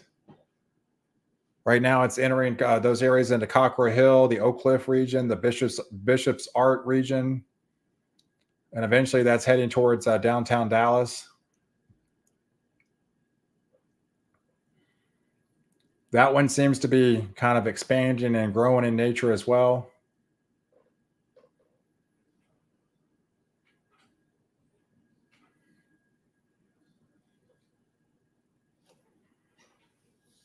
Hey, Big Buck.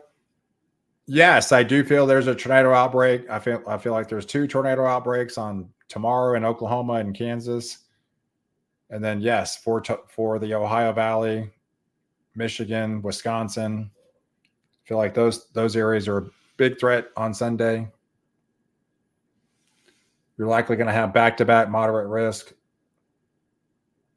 and back-to-back tornado outbreak days. Sorry.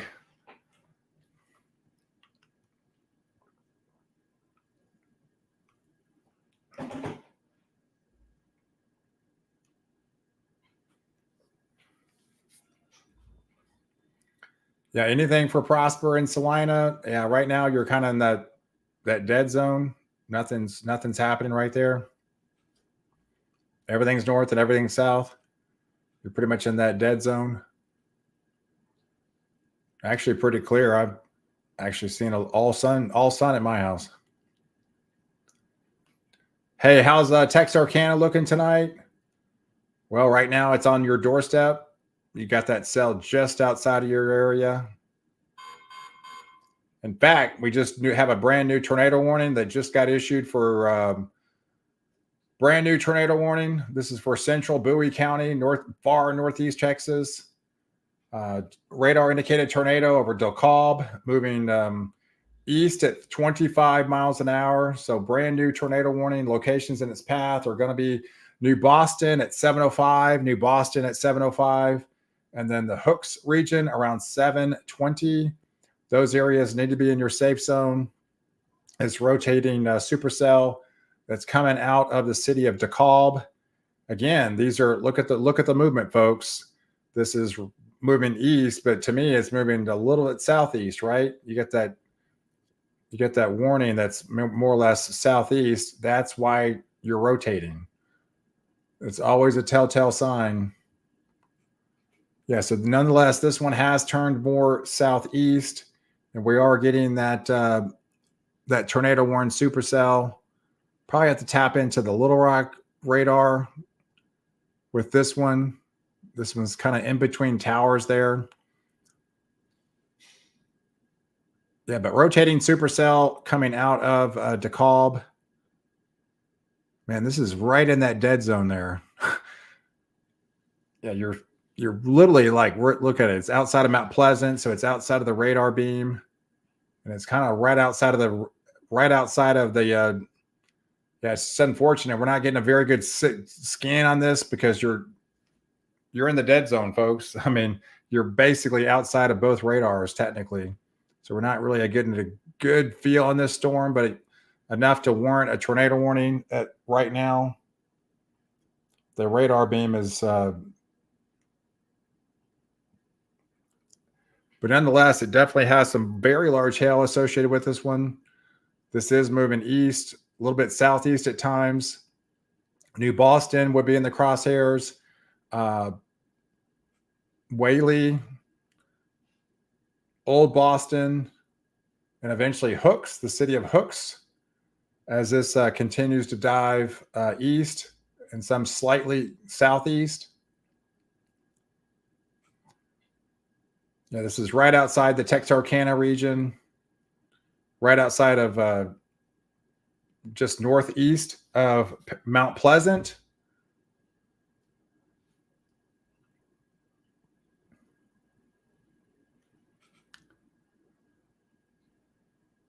Okay, actually, the Fort Smith, Arkansas is actually the best one to get.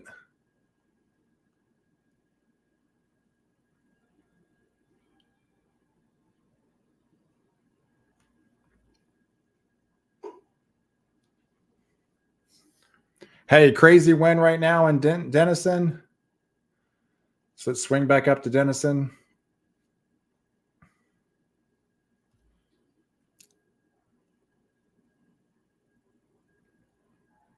Oh, yeah, look at the velocity scans. Look at that, 70 miles an hour. Now, this isn't actually at the surface, but you kind of translate that. This is about, probably 1,700 feet above the ground. So, yeah, velocity scans are pulling in 70 miles an hour. So this is probably easily 55 at the surface. Definitely a little bit more higher significant winds. Yeah, that's what you're seeing right now. You're seeing these gusty winds, more or less downburst winds.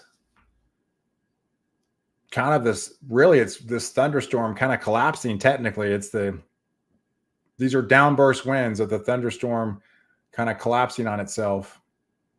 These winds have pushed out in front of it. So that's what you're seeing right now. You're seeing these downburst winds. Sometimes these can be mistaken for tornadoes. Sometimes these are also called microburst, but these do a lot of tree damage. These aren't really straight line winds. These come from the top. So they come from, and they kind of split the trees.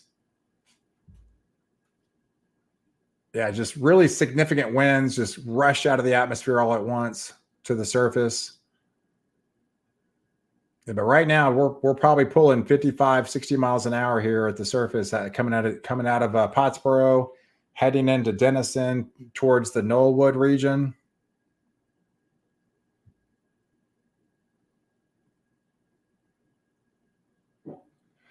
Hey, beautiful weather right now in Melissa. Hey, Brittany. Yeah, my trees are bending. Yeah, I bet. Those can be pretty significant with those downburst winds. They can do a lot of damage. Hopefully it's not too bad. Yeah, this storm was hanging on pretty good for an extended period of time, but you can definitely see it's rushing out now.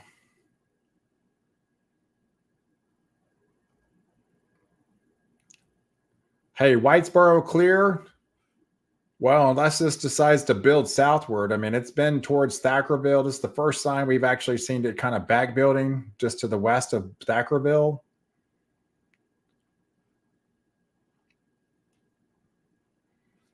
All right, looks like they went ahead and let the warned area in Flower Mound expire. It's kind of really. Now we're just left with just the heavier rains going to be impacting downtown Dallas there. Yeah, very heavy rains coming out of Balk Springs, heading towards Mesquite, the Forney region, downtown Dallas. Yeah, Corsicana is let to expire.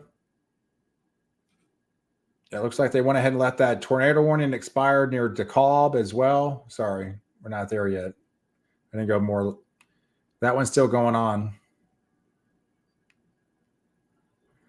All right, here's that cell that's coming out of the Paris region. That's also continued to be warned as well. Hey, how does Leonard look tonight?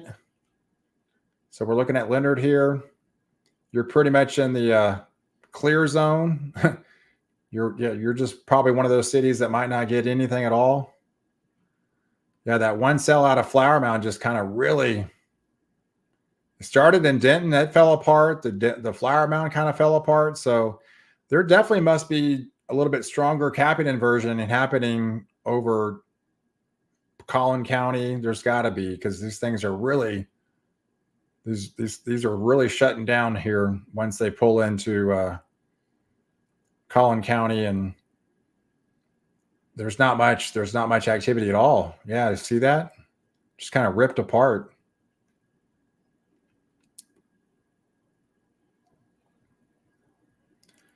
Yeah, Dallas Fort Worth is really tricky at times with this cap. Very difficult at times. We knew it was going to be 40% coverage, so it wasn't a widespread event of 60%, but there's definitely been pockets of it where it showed more strength than others, and it's really kind of shut down everything. Look at that. Just really demised everything across the Metroplex. There's no severe thunderstorm warnings right now. Those pesky caps. Well, I mean, it was definitely one of those times that yes, very, yeah. I mean, there's definitely been pockets of hey, easy, hey, appreciate it. Hey, is that gray map only available on desktop app? Maybe you should do a vivid. No, I can switch. I mean, there's different colors. I mean, there's different colors on the map. I'm not sure which ones you can do, like a darker presentation. You can there's definitely a darker option. There's all different colors. Right now I just have it on the gray, but sometimes the black actually shows up a little bit better. We can kind of leave it on the black for a little bit. Maybe you should do a vivid on Radar Medic's site, because I can get mobile apps cool schemes to work well. Appreciate the live. Yeah, I can play around with these different colors. Yeah, I was using black a lot because you can really kind of zoom into these cities and kind of see it a little bit better. Sometimes it's definitely a little bit easier to read than others. But yeah, remember 7 o'clock at the DFW airport, it was going to be over that area, and it just kind of just shut down. Here's the DFW airport, nothing, right? Just definitely, it just really just split apart. So now we're watching the several cells. We've got one towards the Denison region. That's coming out of Thackerville. We've got that flood warning. Obviously, Thackerville's been inundated with 1 to 3 inches of rain. At least another inch of rain is going to be falling. Ever since we've been live, Thackerville's been under some sort of warning up there. Been really hit hard this evening. Yeah, Supercell, that's coming out towards Terrell, Willis Point, Edgewood, Fruitvale, Grand Saline.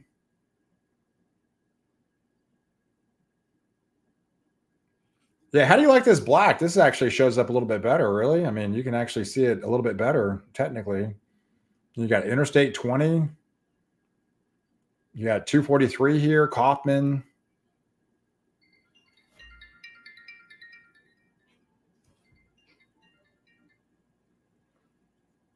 Yeah, here's Gunboro City, the city of Tool. Here's Cedar Creek Reservoir. Yeah, 7 points. You can definitely see these little individual cities, street maps, even when you zoom in here. DQ Grill and Chill. You can really kind of zoom in. It's pretty cool, huh?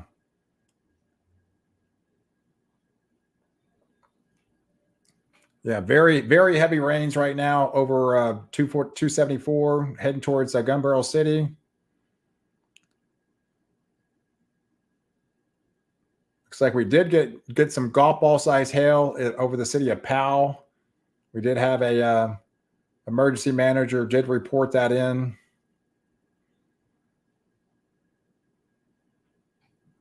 But we did see that cell that moved over Rice. So I'm kind of curious if we got any confirmation of that other than what we're seeing on radar.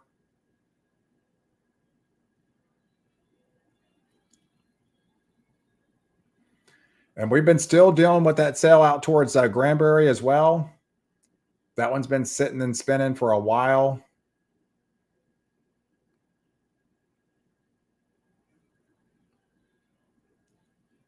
Yeah, pecan plantations. Here's another city. This is a city that just got pounded. It's about maybe a couple weeks ago. I know they got some really large hail impacted that area less than 2 weeks ago. I don't think that cell ever made it towards Cleburne, but definitely pecan plantations took a beating. We put the movement on this cell. It's finally moving south. You can actually see it's been taking its sweet time. Wasn't raining in Granbury for a long time, but it's finally on the move, and it finally headed south of and impacted Granbury. Now it's continued to move a little bit further southeast. We got renewed activity further south towards Blum. I know Hillsboro yesterday had a lot of larger hail. I had some pictures sent in to me from Hillsboro yesterday, as well as into the Covington region.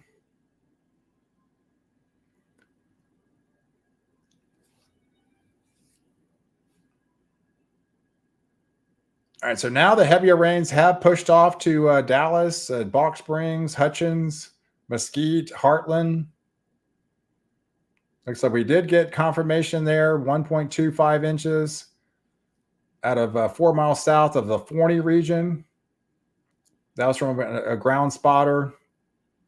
And then we also had another 1.25 inch report coming out of the city of Heartland, right across Highway Interstate 20 there.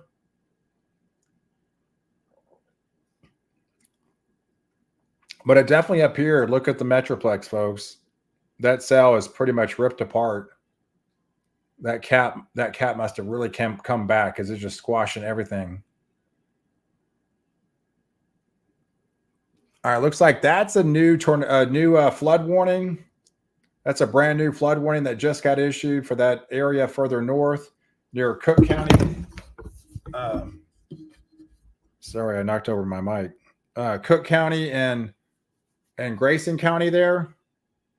Yeah, that area has already picked up 1.5 inches of rain, and that just kind of continues to train over the same area. So, yeah, Sherman, Pottsboro, Lake Texoma, those areas in Walnut Bend, the Gordonville region, Sandy Shores, Sherwood Shores, getting into Sandusky, Dexter, Sturgeon. Those areas are under that flood warning up there. It just actually kind of continues to back build as well and just kind of train over the same areas. So it's definitely been feast or famine tonight for sure. Got some activity heading over Bogota. And we still have that cell that over New Boston.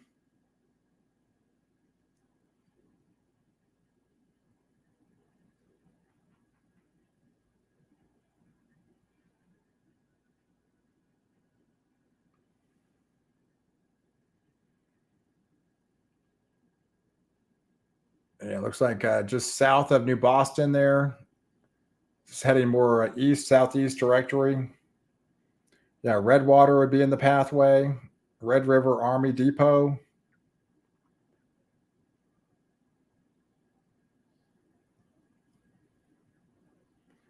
Tornado emergency, folks.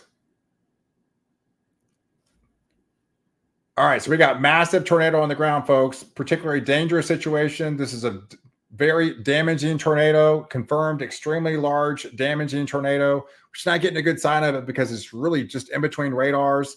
But yes, we do have a confirmed extremely destructive storm right over the New Boston region.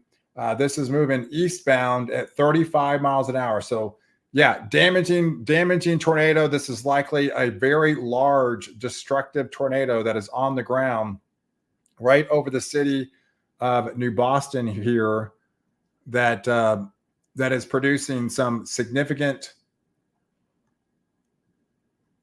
Let's see if we can actually see this. Looks like right here, this is likely the tornado right there near Farm to Market, 1840, south of New Boston, Dollar General Market, crossing over Boston Avenue.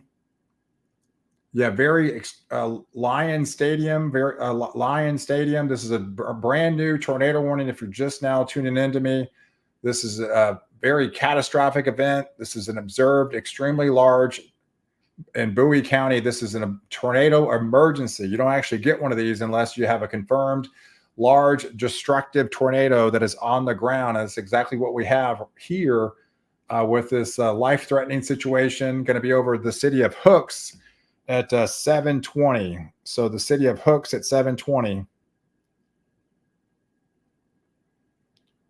Let me see if I can get a visual on this.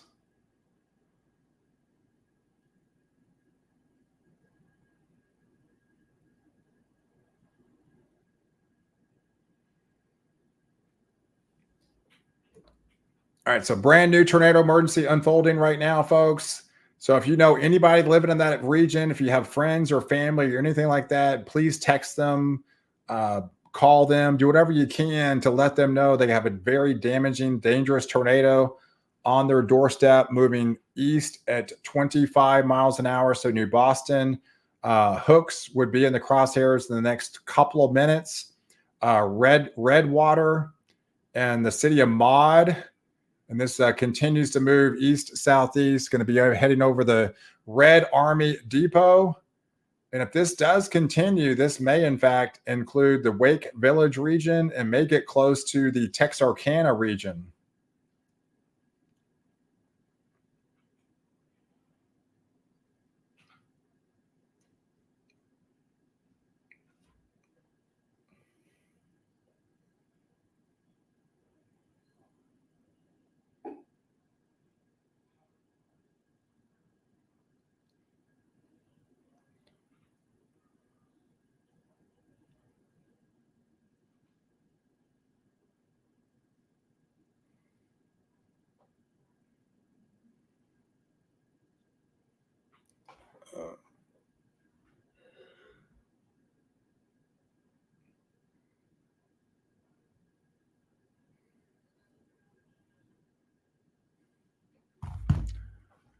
All right, so very damaging tornado on the ground, folks, right now. Very large destructive tornado happening right now over the city of New Boston.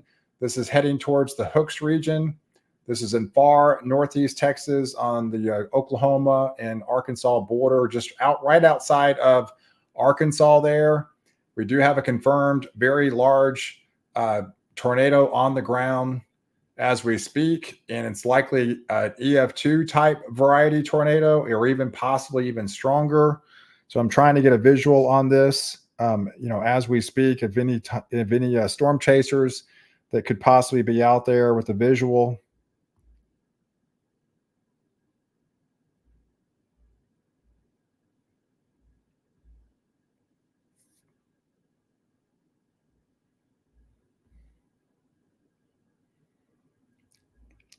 Thackerville.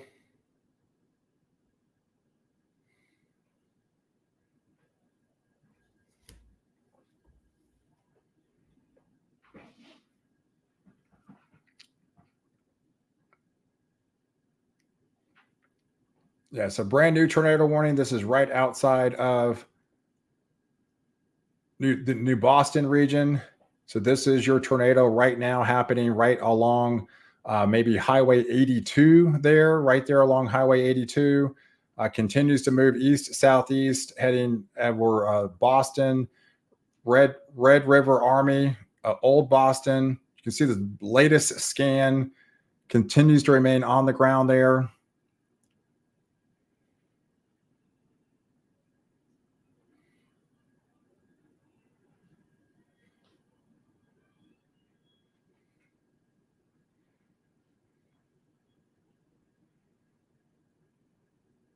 Yeah, I'm actually not getting a visual on this. Yeah,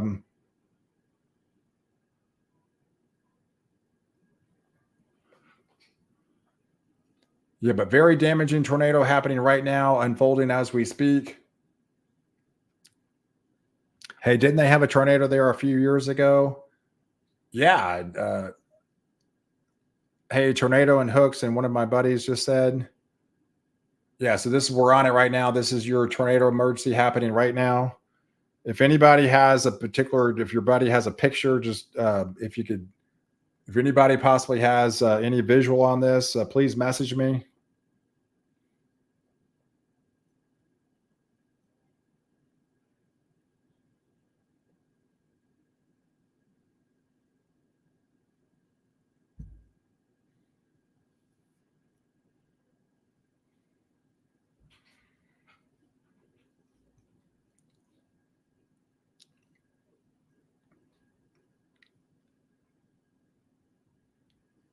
This continues to look to be on the ground, folks. Very large, dangerous situation unfolding right now as we speak.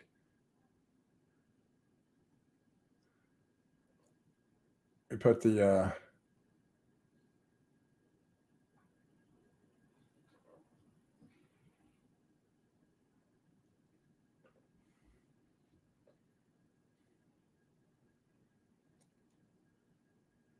yeah, looks to be right along the I-20 corridor, heading towards the city of Hooks, as that continues to be a large, very damaging tornado on the ground.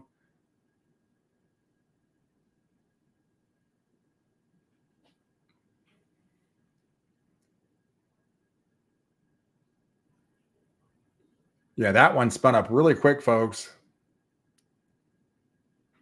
I don't think you could pay me enough to live in East Texas or in the South. I couldn't handle the weather they get. Hey, Julia, any updates from McKinney and Melissa? Yeah, right now it's pretty clear, and there's a good possibility at this point you don't get anything, McKinney and Melissa.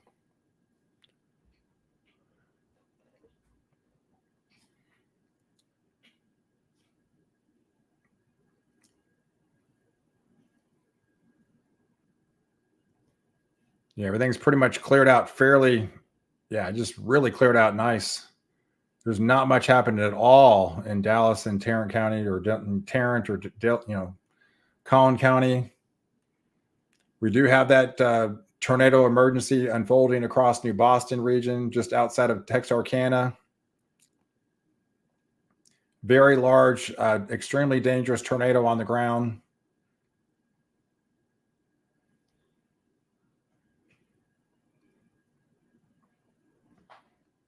We also have some destructive baseball-sized hail with it. This is easily the most significant storm of the day.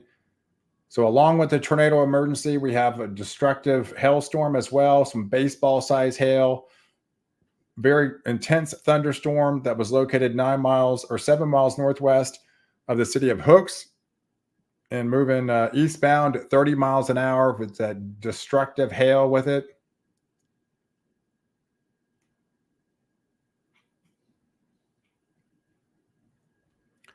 So not only do you have the large tornado on the ground, but you got very destructive hail happening right now just outside of the city of Hooks. Looks like they went ahead and extended the tornado warning. So they went ahead and extended the tornado warning as we speak.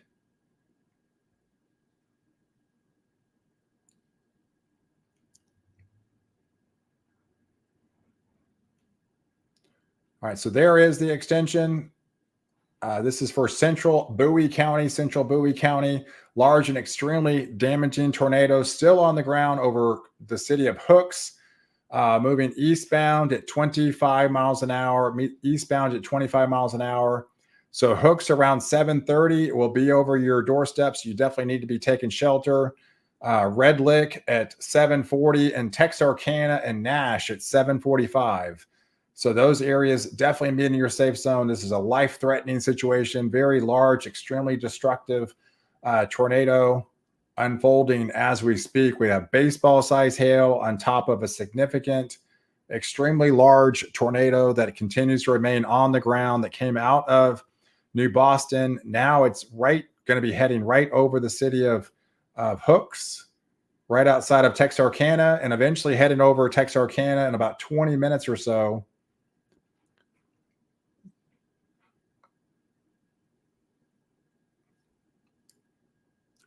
Yeah, so here is your tornado right here. That's just north of the Hooks region. This is along Interstate 30. This continues to move eastbound, so it looks to be near Hooks at 7:30. So near Hooks around 7:30. Still appears the extremely large, damaging tornado is still likely on the ground as this continues to move east southeastward.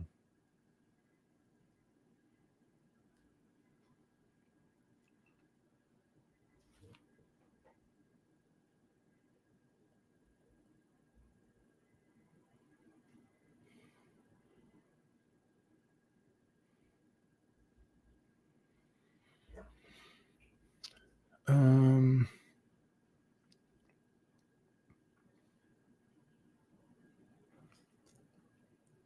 But yeah, this is by far the biggest storm of the day, easily by far the most destructive hail we've seen, and the most intense tornadoes, the tornado emergency. Actually, kind of very rare to get one of these. And we've seen this is probably the fifth or sixth one we've seen in the last 2 weeks.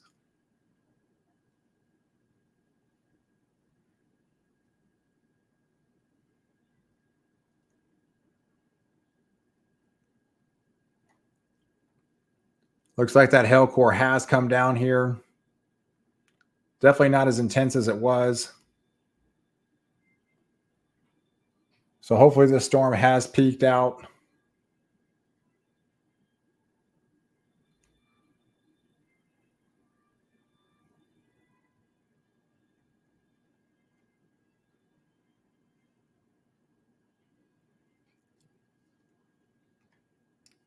It still looks to be on the ground there, folks, just north of New Boston region. Going to be crossing over Interstate 30 here in the next minute or two, and eventually heading towards Hooks in 2 minutes. This is heading towards, Red Lick. Red Lick would be your next city. Nash, and it definitely appears Texarkana is going to be in the bullseye if this actually holds together. This is exactly right in line into Texarkana.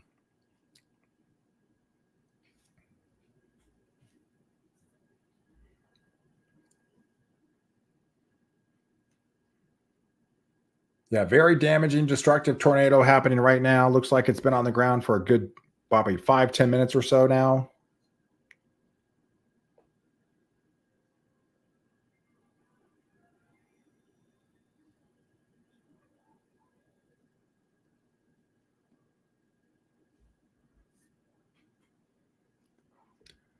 Yeah, the extension, particularly dangerous situation for Hooks, Texas, Red Lick, Texas, and Leary, Texas until 8 o'clock.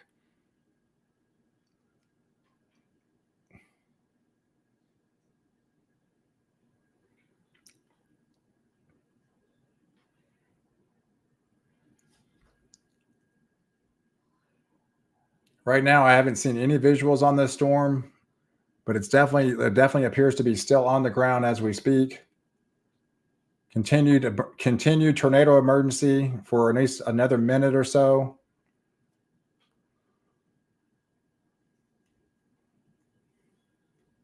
They did, in fact, extend this to the Red Lick region, and that goes on for another 10 minutes.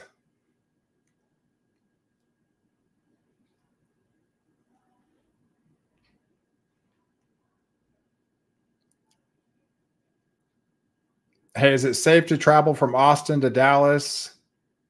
Yeah, yeah. I mean, I would say so. All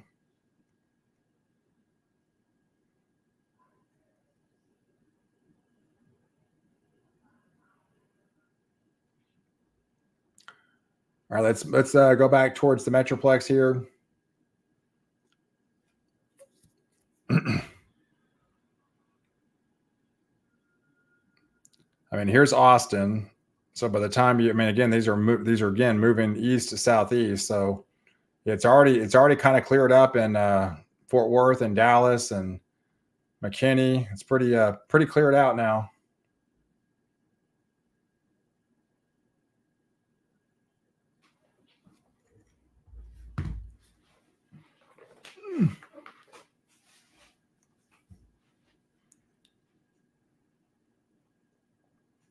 All right, the tornado emergency was able to expire. So that's a good thing. Tornado emergency was able to expire, but we still have that large tornado that's still on the ground up there.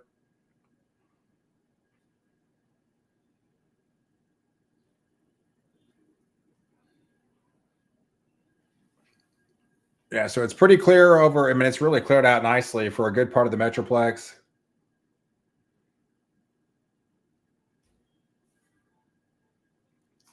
The cap must have been a little bit stronger than what was anticipated.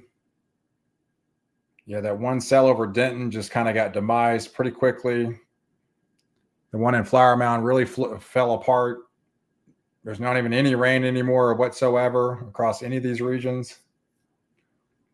Everything's compacted to the north and to the east and to the south. that activity towards Forney into Mesquite, towards Sunnyvale, towards Balk Springs, that is continuing to lift more or less eastbound. So that's actually moving away from Dallas. And this activity that's finally coming out of Granbury, that has now let to expire. Now we're talking the severe stuff has moved into Hillsboro. This is south of Waxahachie. So they have their own dollar size, half dollar size hail. We have renewed threat towards the Gun Barrel City region. Ran in pretty good towards Gun Barrel City near Eustis, Payne Springs.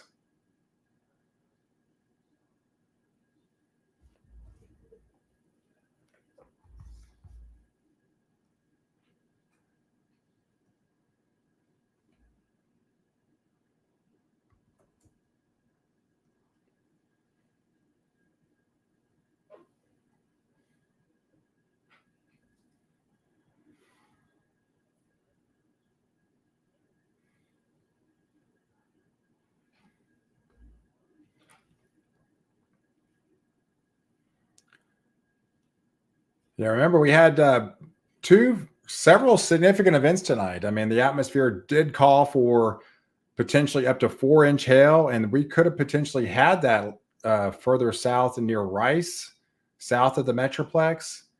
We did have a supercell that kind of blew up right over the city of Alma, outside of Rice, Texas. That was 3.5 inches. That looked to appear to be on at the surface. The radar indicator at the time was indicating 4 inches.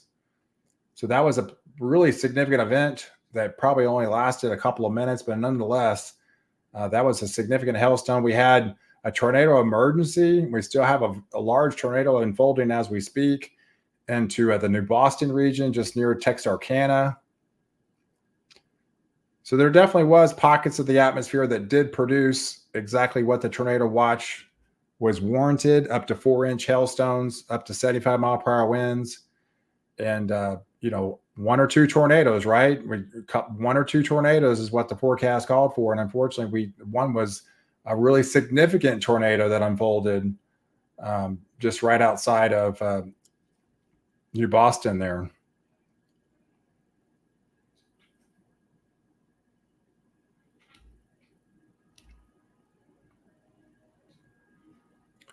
Yeah, so now that cell has moved out of New Boston, heading towards Hooks.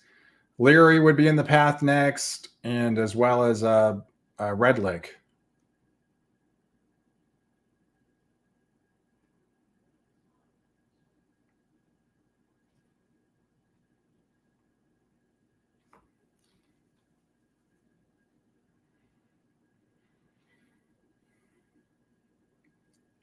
Yeah, 745. Yeah, 745 seems to be the case right there into Texarkana. 745 is still moving at 25 miles an hour. Yeah, right now the estimations in Nash as well as into Texarkana is in about 10 minutes in Texarkana. So you definitely be in your safe zone. You're not under that warning, but I would definitely be in your safe zone of this extremely large, damaging tornado that still looks to be on the ground. So Nash, Wake Village, and Texarkana would be next in line for this dangerous supercell.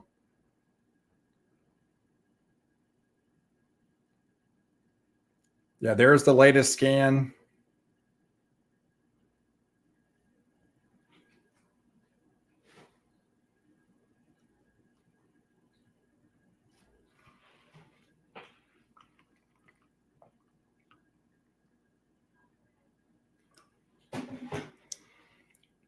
Yeah, it looks like it's traversing right just north of the Interstate 30 region.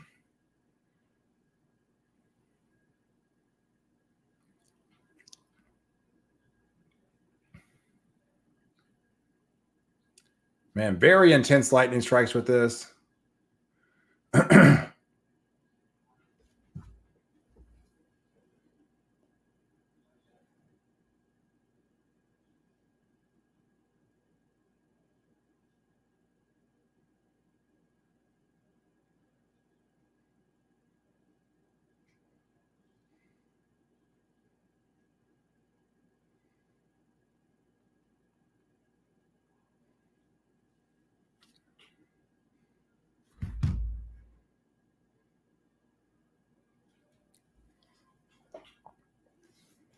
All right, so we're going to keep staying on this storm, folks. We still have a damaging tornado that's still likely on the ground, heading out of New Boston towards Hooks to Red Lick, and eventually heading towards West Village in the Texarkana region.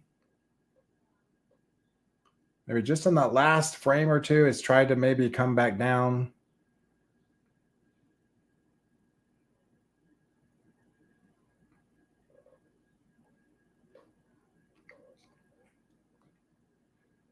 Hey, you're welcome.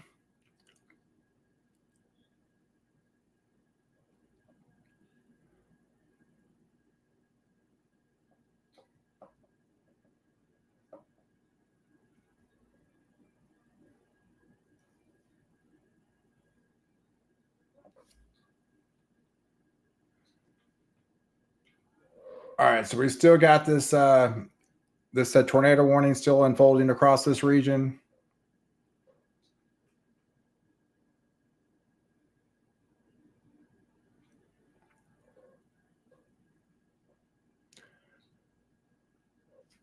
All right, we're going to come back to this.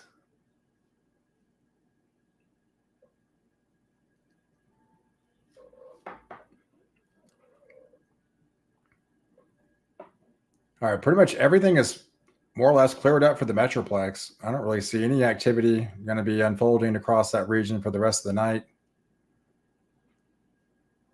A little heavier cell outside of Denison now. That activity has shifted further north. So this activity is over a brand new severe thunderstorm warning impacting the city of Durant. That's heading towards Caddo.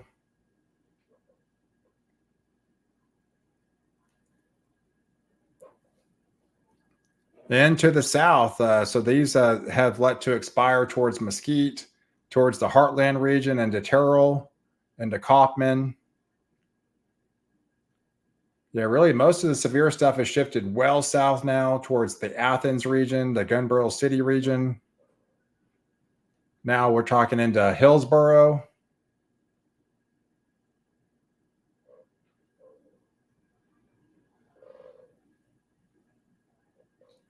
Yeah, Jeanette, everything fell apart. Yeah, I mean, pretty much when you see it, everything just kind of vanished, just kind of evaporated. Yeah, probably not going to get anything at all. Yeah, there's nothing happening in the Metroplex. Most of the city, this is definitely starting to wind down.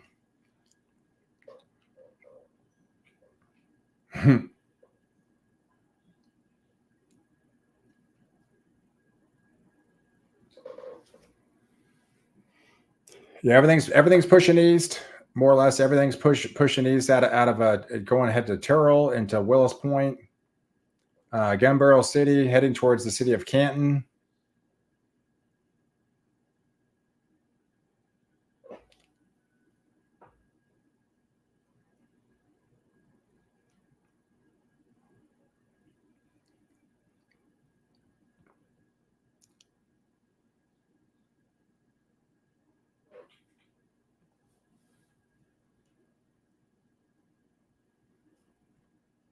But here is that one storm still over the city of Hooks.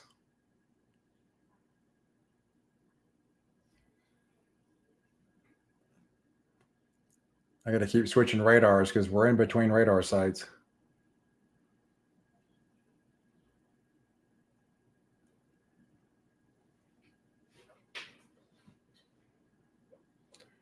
All right, so they went ahead and extended the severe thunderstorm warning. That does include Texarkana now. So there was that thunderstorm that was over the city of Hooks around 7:27. So this continues to move eastbound at 25 miles an hour. So Texarkana, Wake Village, Ashton, Nash, Hooks, Red Lick, Ogden, the Richmond region, Leary. Those areas are going to be susceptible to seeing some possibly 70-mile-per-hour wind gust and some quarter size and at times golf ball size hail.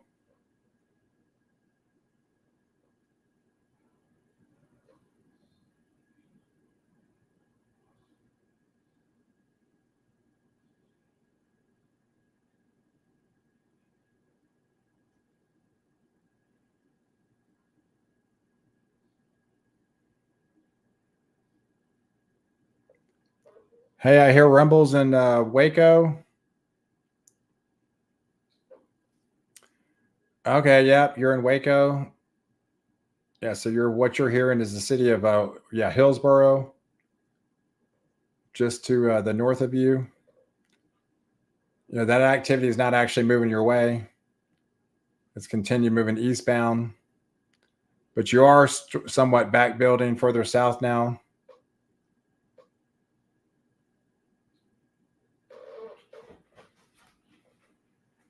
Hey, James, sounds good. We were able to get a great night's sleep. I'm 75 years old and need my rest.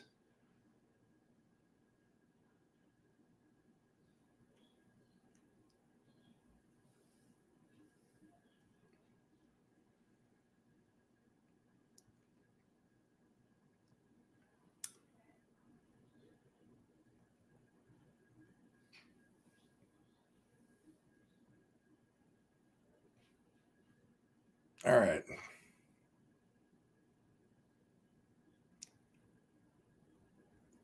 So we got that one tornado warning left. This whole area is kind of blown up outside of Idabel. This is crossing over the near Texarkana now, heading just to the northeast of there, heading into Arkansas. We still have that tornado warning storm and likely some baseball size hail, pretty significant. This was also another east to southeast mover that came out of Oxnard. Now it's over Water Valley. This is in the Mississippi region.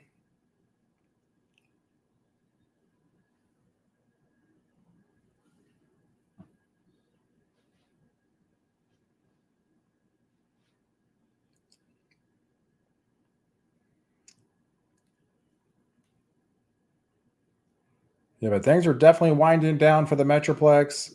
Wasn't as significant as some of the data did warrant. Was pretty isolated, but there had to been at least a stronger cap over the Metroplex that pretty much was the saving grace. We had a couple cells over Denton and Flower Mound for a while, but never really got going, and then just really just dissipated, just really kind of ripped apart.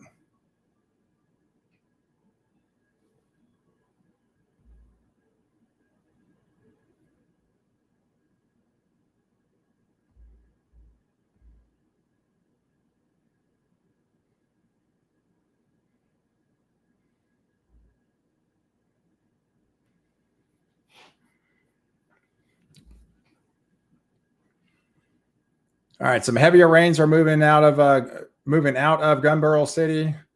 Continue to move eastbound out of Eustis. That's eventually heading towards just maybe south of the Canton region.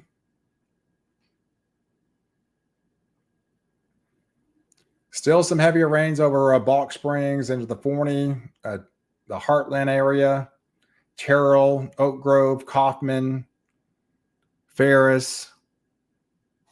Trying to rebuild back again towards Duncanville and Cedar Hill.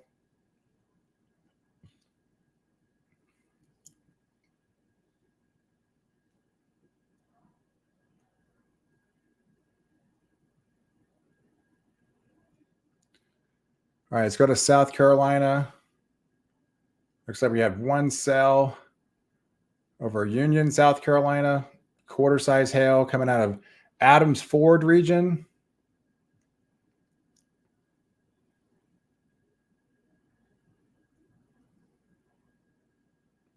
There's also some heavier rains through Winsboro, Ridgeway, Elgin. But this one coming out of Adams Ford is not terribly too concerning, just borderline severe. Likely has some 40 to 50 mile per hour winds with it.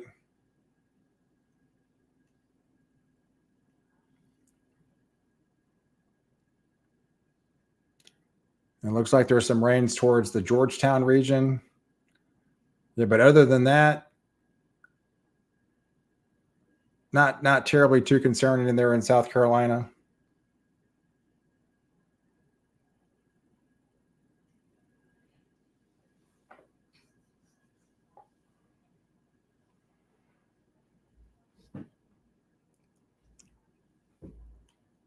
Yeah, let's go back to Texarkana.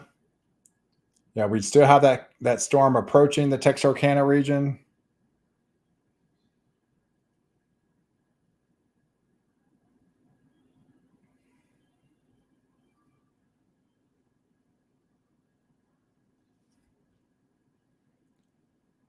It still appears to be on the ground there towards the Red Lick region. It's likely over Myrtle Springs region, Arnold Road, Hughes Road.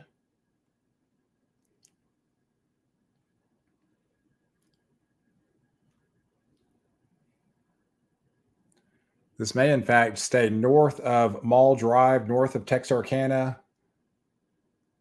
But if we zoom in here, it looks like Texas A&M, Texarkana Golf Course, and Texas A&M University in Texarkana looks to be directly in the path of this storm.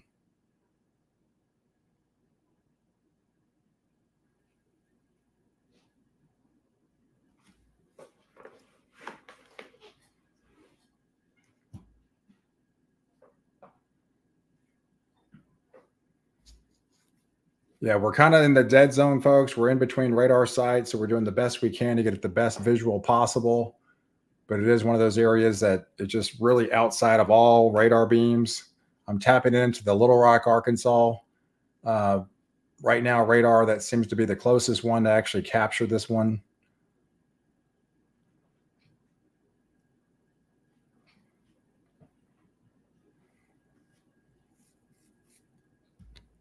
Hey, Aldred, system is a little crazy, but it's been worse. The Super Tuesday outbreak of 2008. Now that was terrifying.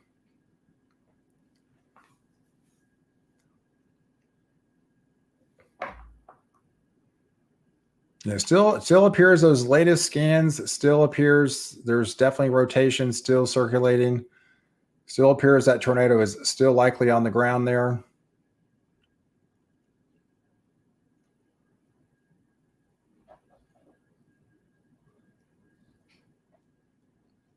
Yeah, but a lot of tense lightning strikes. Texarkana is getting some heavier rains now through Red Lick, Nash, into Wake Village. So this is right along Interstate 30 area.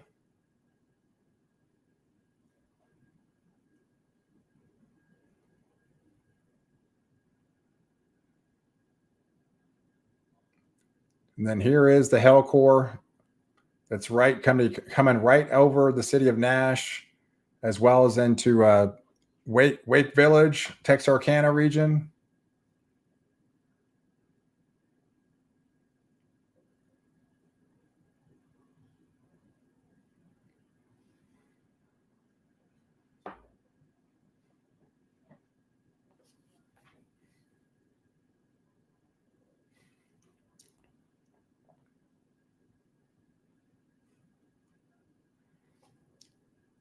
We're trying to get some larger hail trying to form out towards Hillsboro now and to Carl's Corner and to Brenham. Another supercell is trying to get its act together. Most everything is kind of falling apart. And now we're left with just individual supercells again.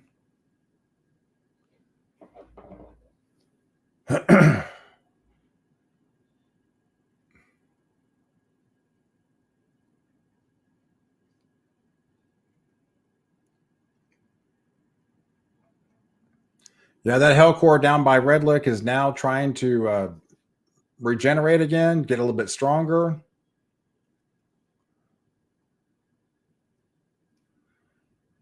Yeah, there is the latest scan.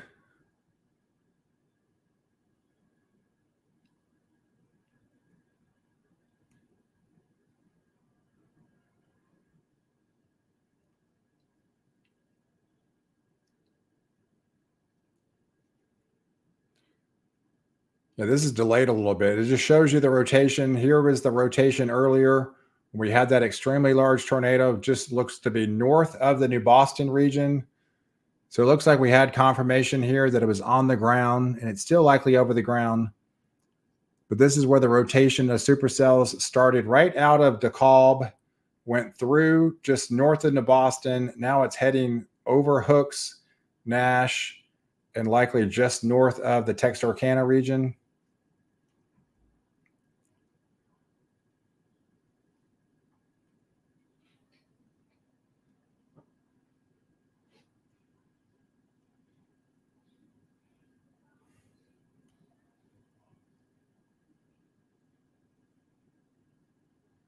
So we'll see if they actually continue this tornado warning. This goes on for another 7 more minutes. Holy cow, it's coming down hard in Forney. Yeah, so everything's kind of pushed off to your east now.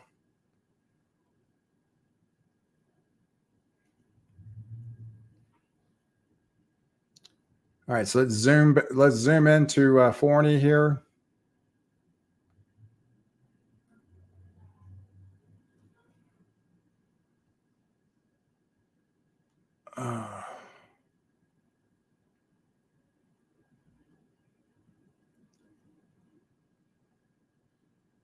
There it is. Yeah, it looks like you did have some 1.2-inch hail just on the other side of Highway Highway 80 there. Spotter reported $half size hail at I-20 and FM 740 in Forney. So 1.25-inch hail in Forney, Texas. And so it continues to downpour in between Highway 80 and Interstate 20 outside of Heartland. Raining pretty good in Mesquite again. A lot of lightning strikes happening over Kaufman towards Oak Grove into Oak Ridge area. That's just south of Terrell. Yeah, raining pretty good in Brenham now again. And that's also trying to show some rotation as well. Yeah, right there, just south of Brenham. This is outside of Hillsboro. This might be another supercell that's trying to show rotation here. That could drop a tornado here.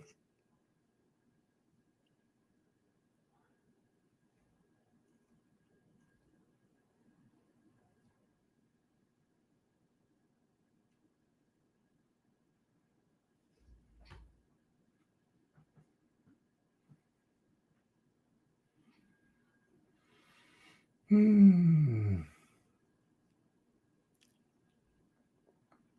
right, so that tornado warning goes on for another 5 minutes or so. Until now. So they did, in fact, extend the tornado warning. Radar indicated tornado. So they did, in fact, include, this does include the Texarkana area. So the extension of the tornado warning, it continues for Miller County in southwestern Arkansas and central Bowie County in northeastern Texas. This was a storm that was capable of still producing a tornado that was located over the Wake Village region, Wake Village, and continues to move eastbound at 25 miles an hour. So Texarkana, Wake Village, Nash are right there on your doorstep at 8 o'clock. Genoa at 8:15. Those are areas that need to be in your safe zone immediately of this still showing signs of rotation coming out of this region. So they did, in fact, extend the tornado warning. So it's going to be over the city of Nash, Wake Village, and possibly head over to Texarkana in the next 5 minutes or so.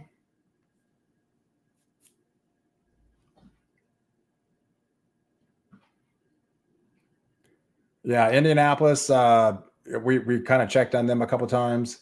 They did have just some heavier rains. They did have some severe stuff earlier. You can actually see we did have a confirmed larger hail just outside of Beech Grove into Southport, just north of Greenwood. But right now at the airport, if we tap into the radar, we just have just sporadic activity, kind of definitely winding down.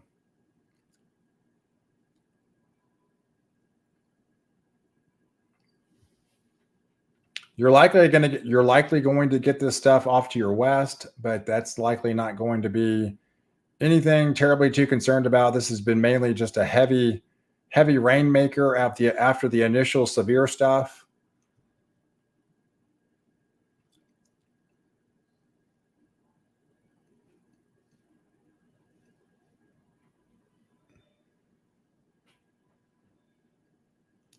Yeah, so look, this east-southeast mover, yes, got confirmation again, produced some baseball-sized hail, northwest or Water Valley. That's coming out of Mississippi. Again, right, that east-southeast movement always produces the biggest hail. Hey, we got hit hard in Whiteston, Indiana. Large trees were down to some houses, and I appreciate it. Yeah, earlier you definitely had a lot of instability when we first came on live around 4. You definitely had some severe thunderstorm warnings at the time. Those have since subsided, and now you're just kind of getting some 40 and 50 mile per hour leftover activity. And the stuff that's coming from the west doesn't appear to be anything fairly significant that you have to be concerned about.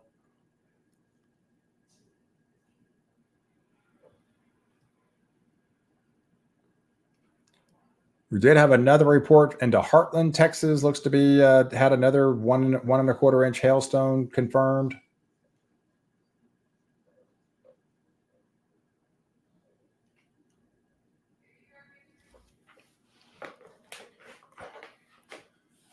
Hey Paige, any more storms for North Texas? It doesn't appear so. Everything's pretty much kind of moving out. It's right now it's over Mesquite and Heartland and Terrell, Oak Ridge. But yeah, for the most part, a good chunk of the Metroplex is done. Even this northern side towards the Red River that looks to be hugging right along the Red River. It just really never pulled south, so there's got to be some sort of more sinking air. The capping inversion would have to have been stronger than what anticipated.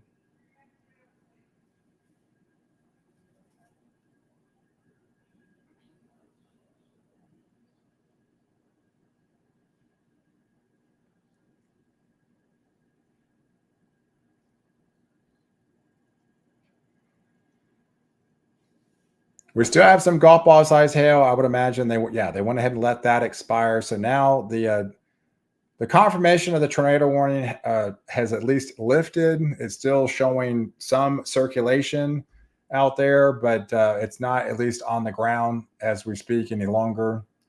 So that's a good thing. But that may have been on the ground for a good 20 or 30 minutes, though, folks. I mean, that looked to be pretty extensive swath of a touchdown there.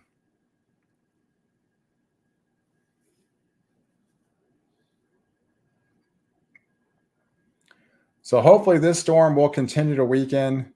Right now, the circulation is radar indicated, still just over Nash and Wake Village, heading towards Texarkana.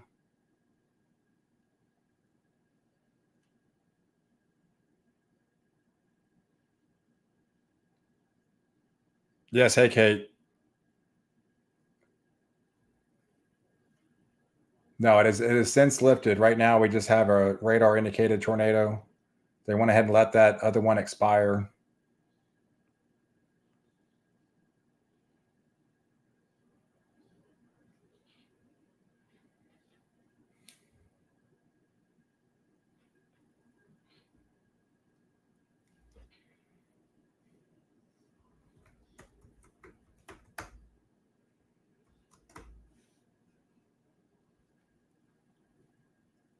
Winchester, Indiana.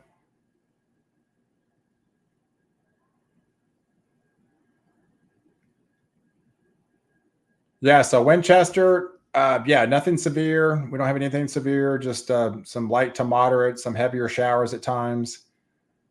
But yeah, this is just your kind of garden variety showers and thunderstorms. You're probably going to get some more activity coming out from Newcastle. So it could be raining for the next 30 to 45 minutes. Not out of the question. You could still get this activity that's coming out of Charleston there. That might be head over Indianapolis as well as into Newcastle, eventually in your area.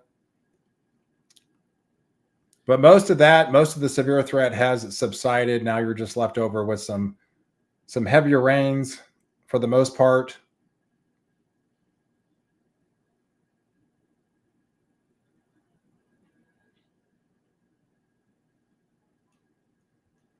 But it's pouring pretty good down there towards Hubbard and Dawson. This is outside of Hillsboro.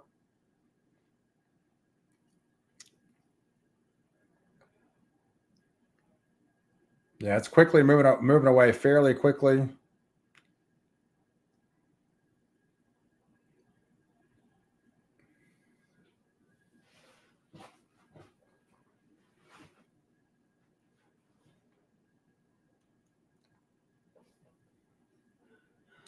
So really, there's just a couple cells left. There's just that one towards the Red River near Ravenna.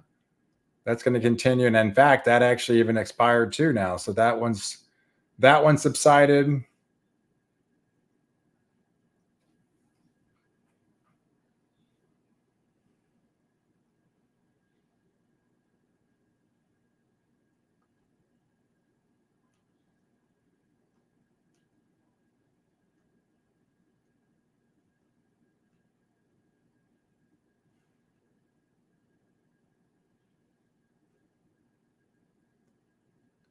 Let's see if we can get any higher winds here. I see 60.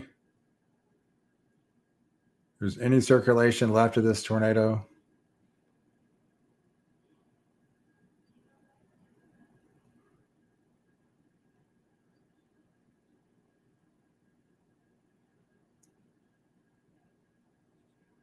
It's still showing subtle signs of rotation, but it is definitely lifted now.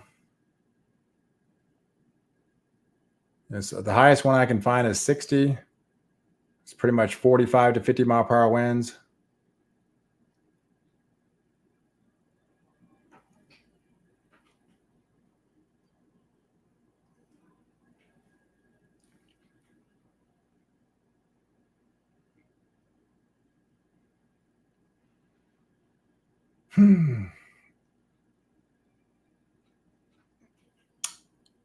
All right, guys. Yeah. So I mean, that's obviously there's going to be that severe thunderstorm warning or watch that still goes on for 10 o'clock. Yeah. So most of these severe thunderstorm watches still go on till about 10 o'clock this evening. Most everything has pushed out of the DFW Metroplex. Most of Oklahoma, really. We still have that instability out towards the northeast areas into Texarkana, but I think even that activity is starting to wind down.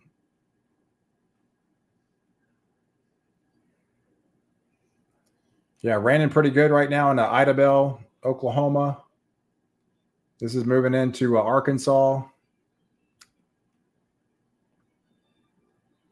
Yeah, further south, pretty clear across Dallas. Everything's further south now, south of Italy. Just to the east of Hillsboro, Texas, heading towards Gun Barrel City. And these will continue to move east.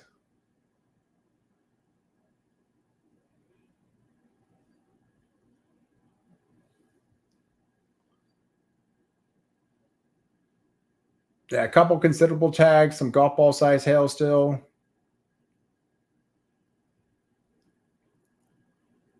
We have that one tornado warning still over the Bowie, Texas region, and as well as Mississippi, that east-southeast mover that came over Water Valley. It's been a very small and mighty storm, produced some baseball size hail. Yeah, all by its lonesome there.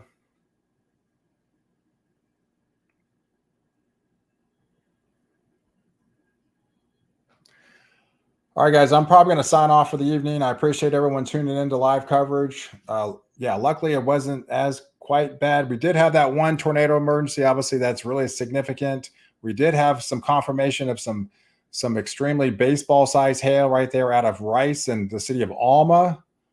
But it wasn't as widespread as we originally thought. At least for that, it wasn't as bad as widespread that it could have been. Essentially, what I'm trying to say. So I appreciate everybody, all the new subscribers out there, all the donations from the super stickers and the stars. Greatly appreciate all your support. I'll definitely have an update tomorrow morning on the new activity that's happening. It's going to unfold across Oklahoma and Kansas. And then we are expecting, a tornado outbreak unfolding across that region tomorrow night.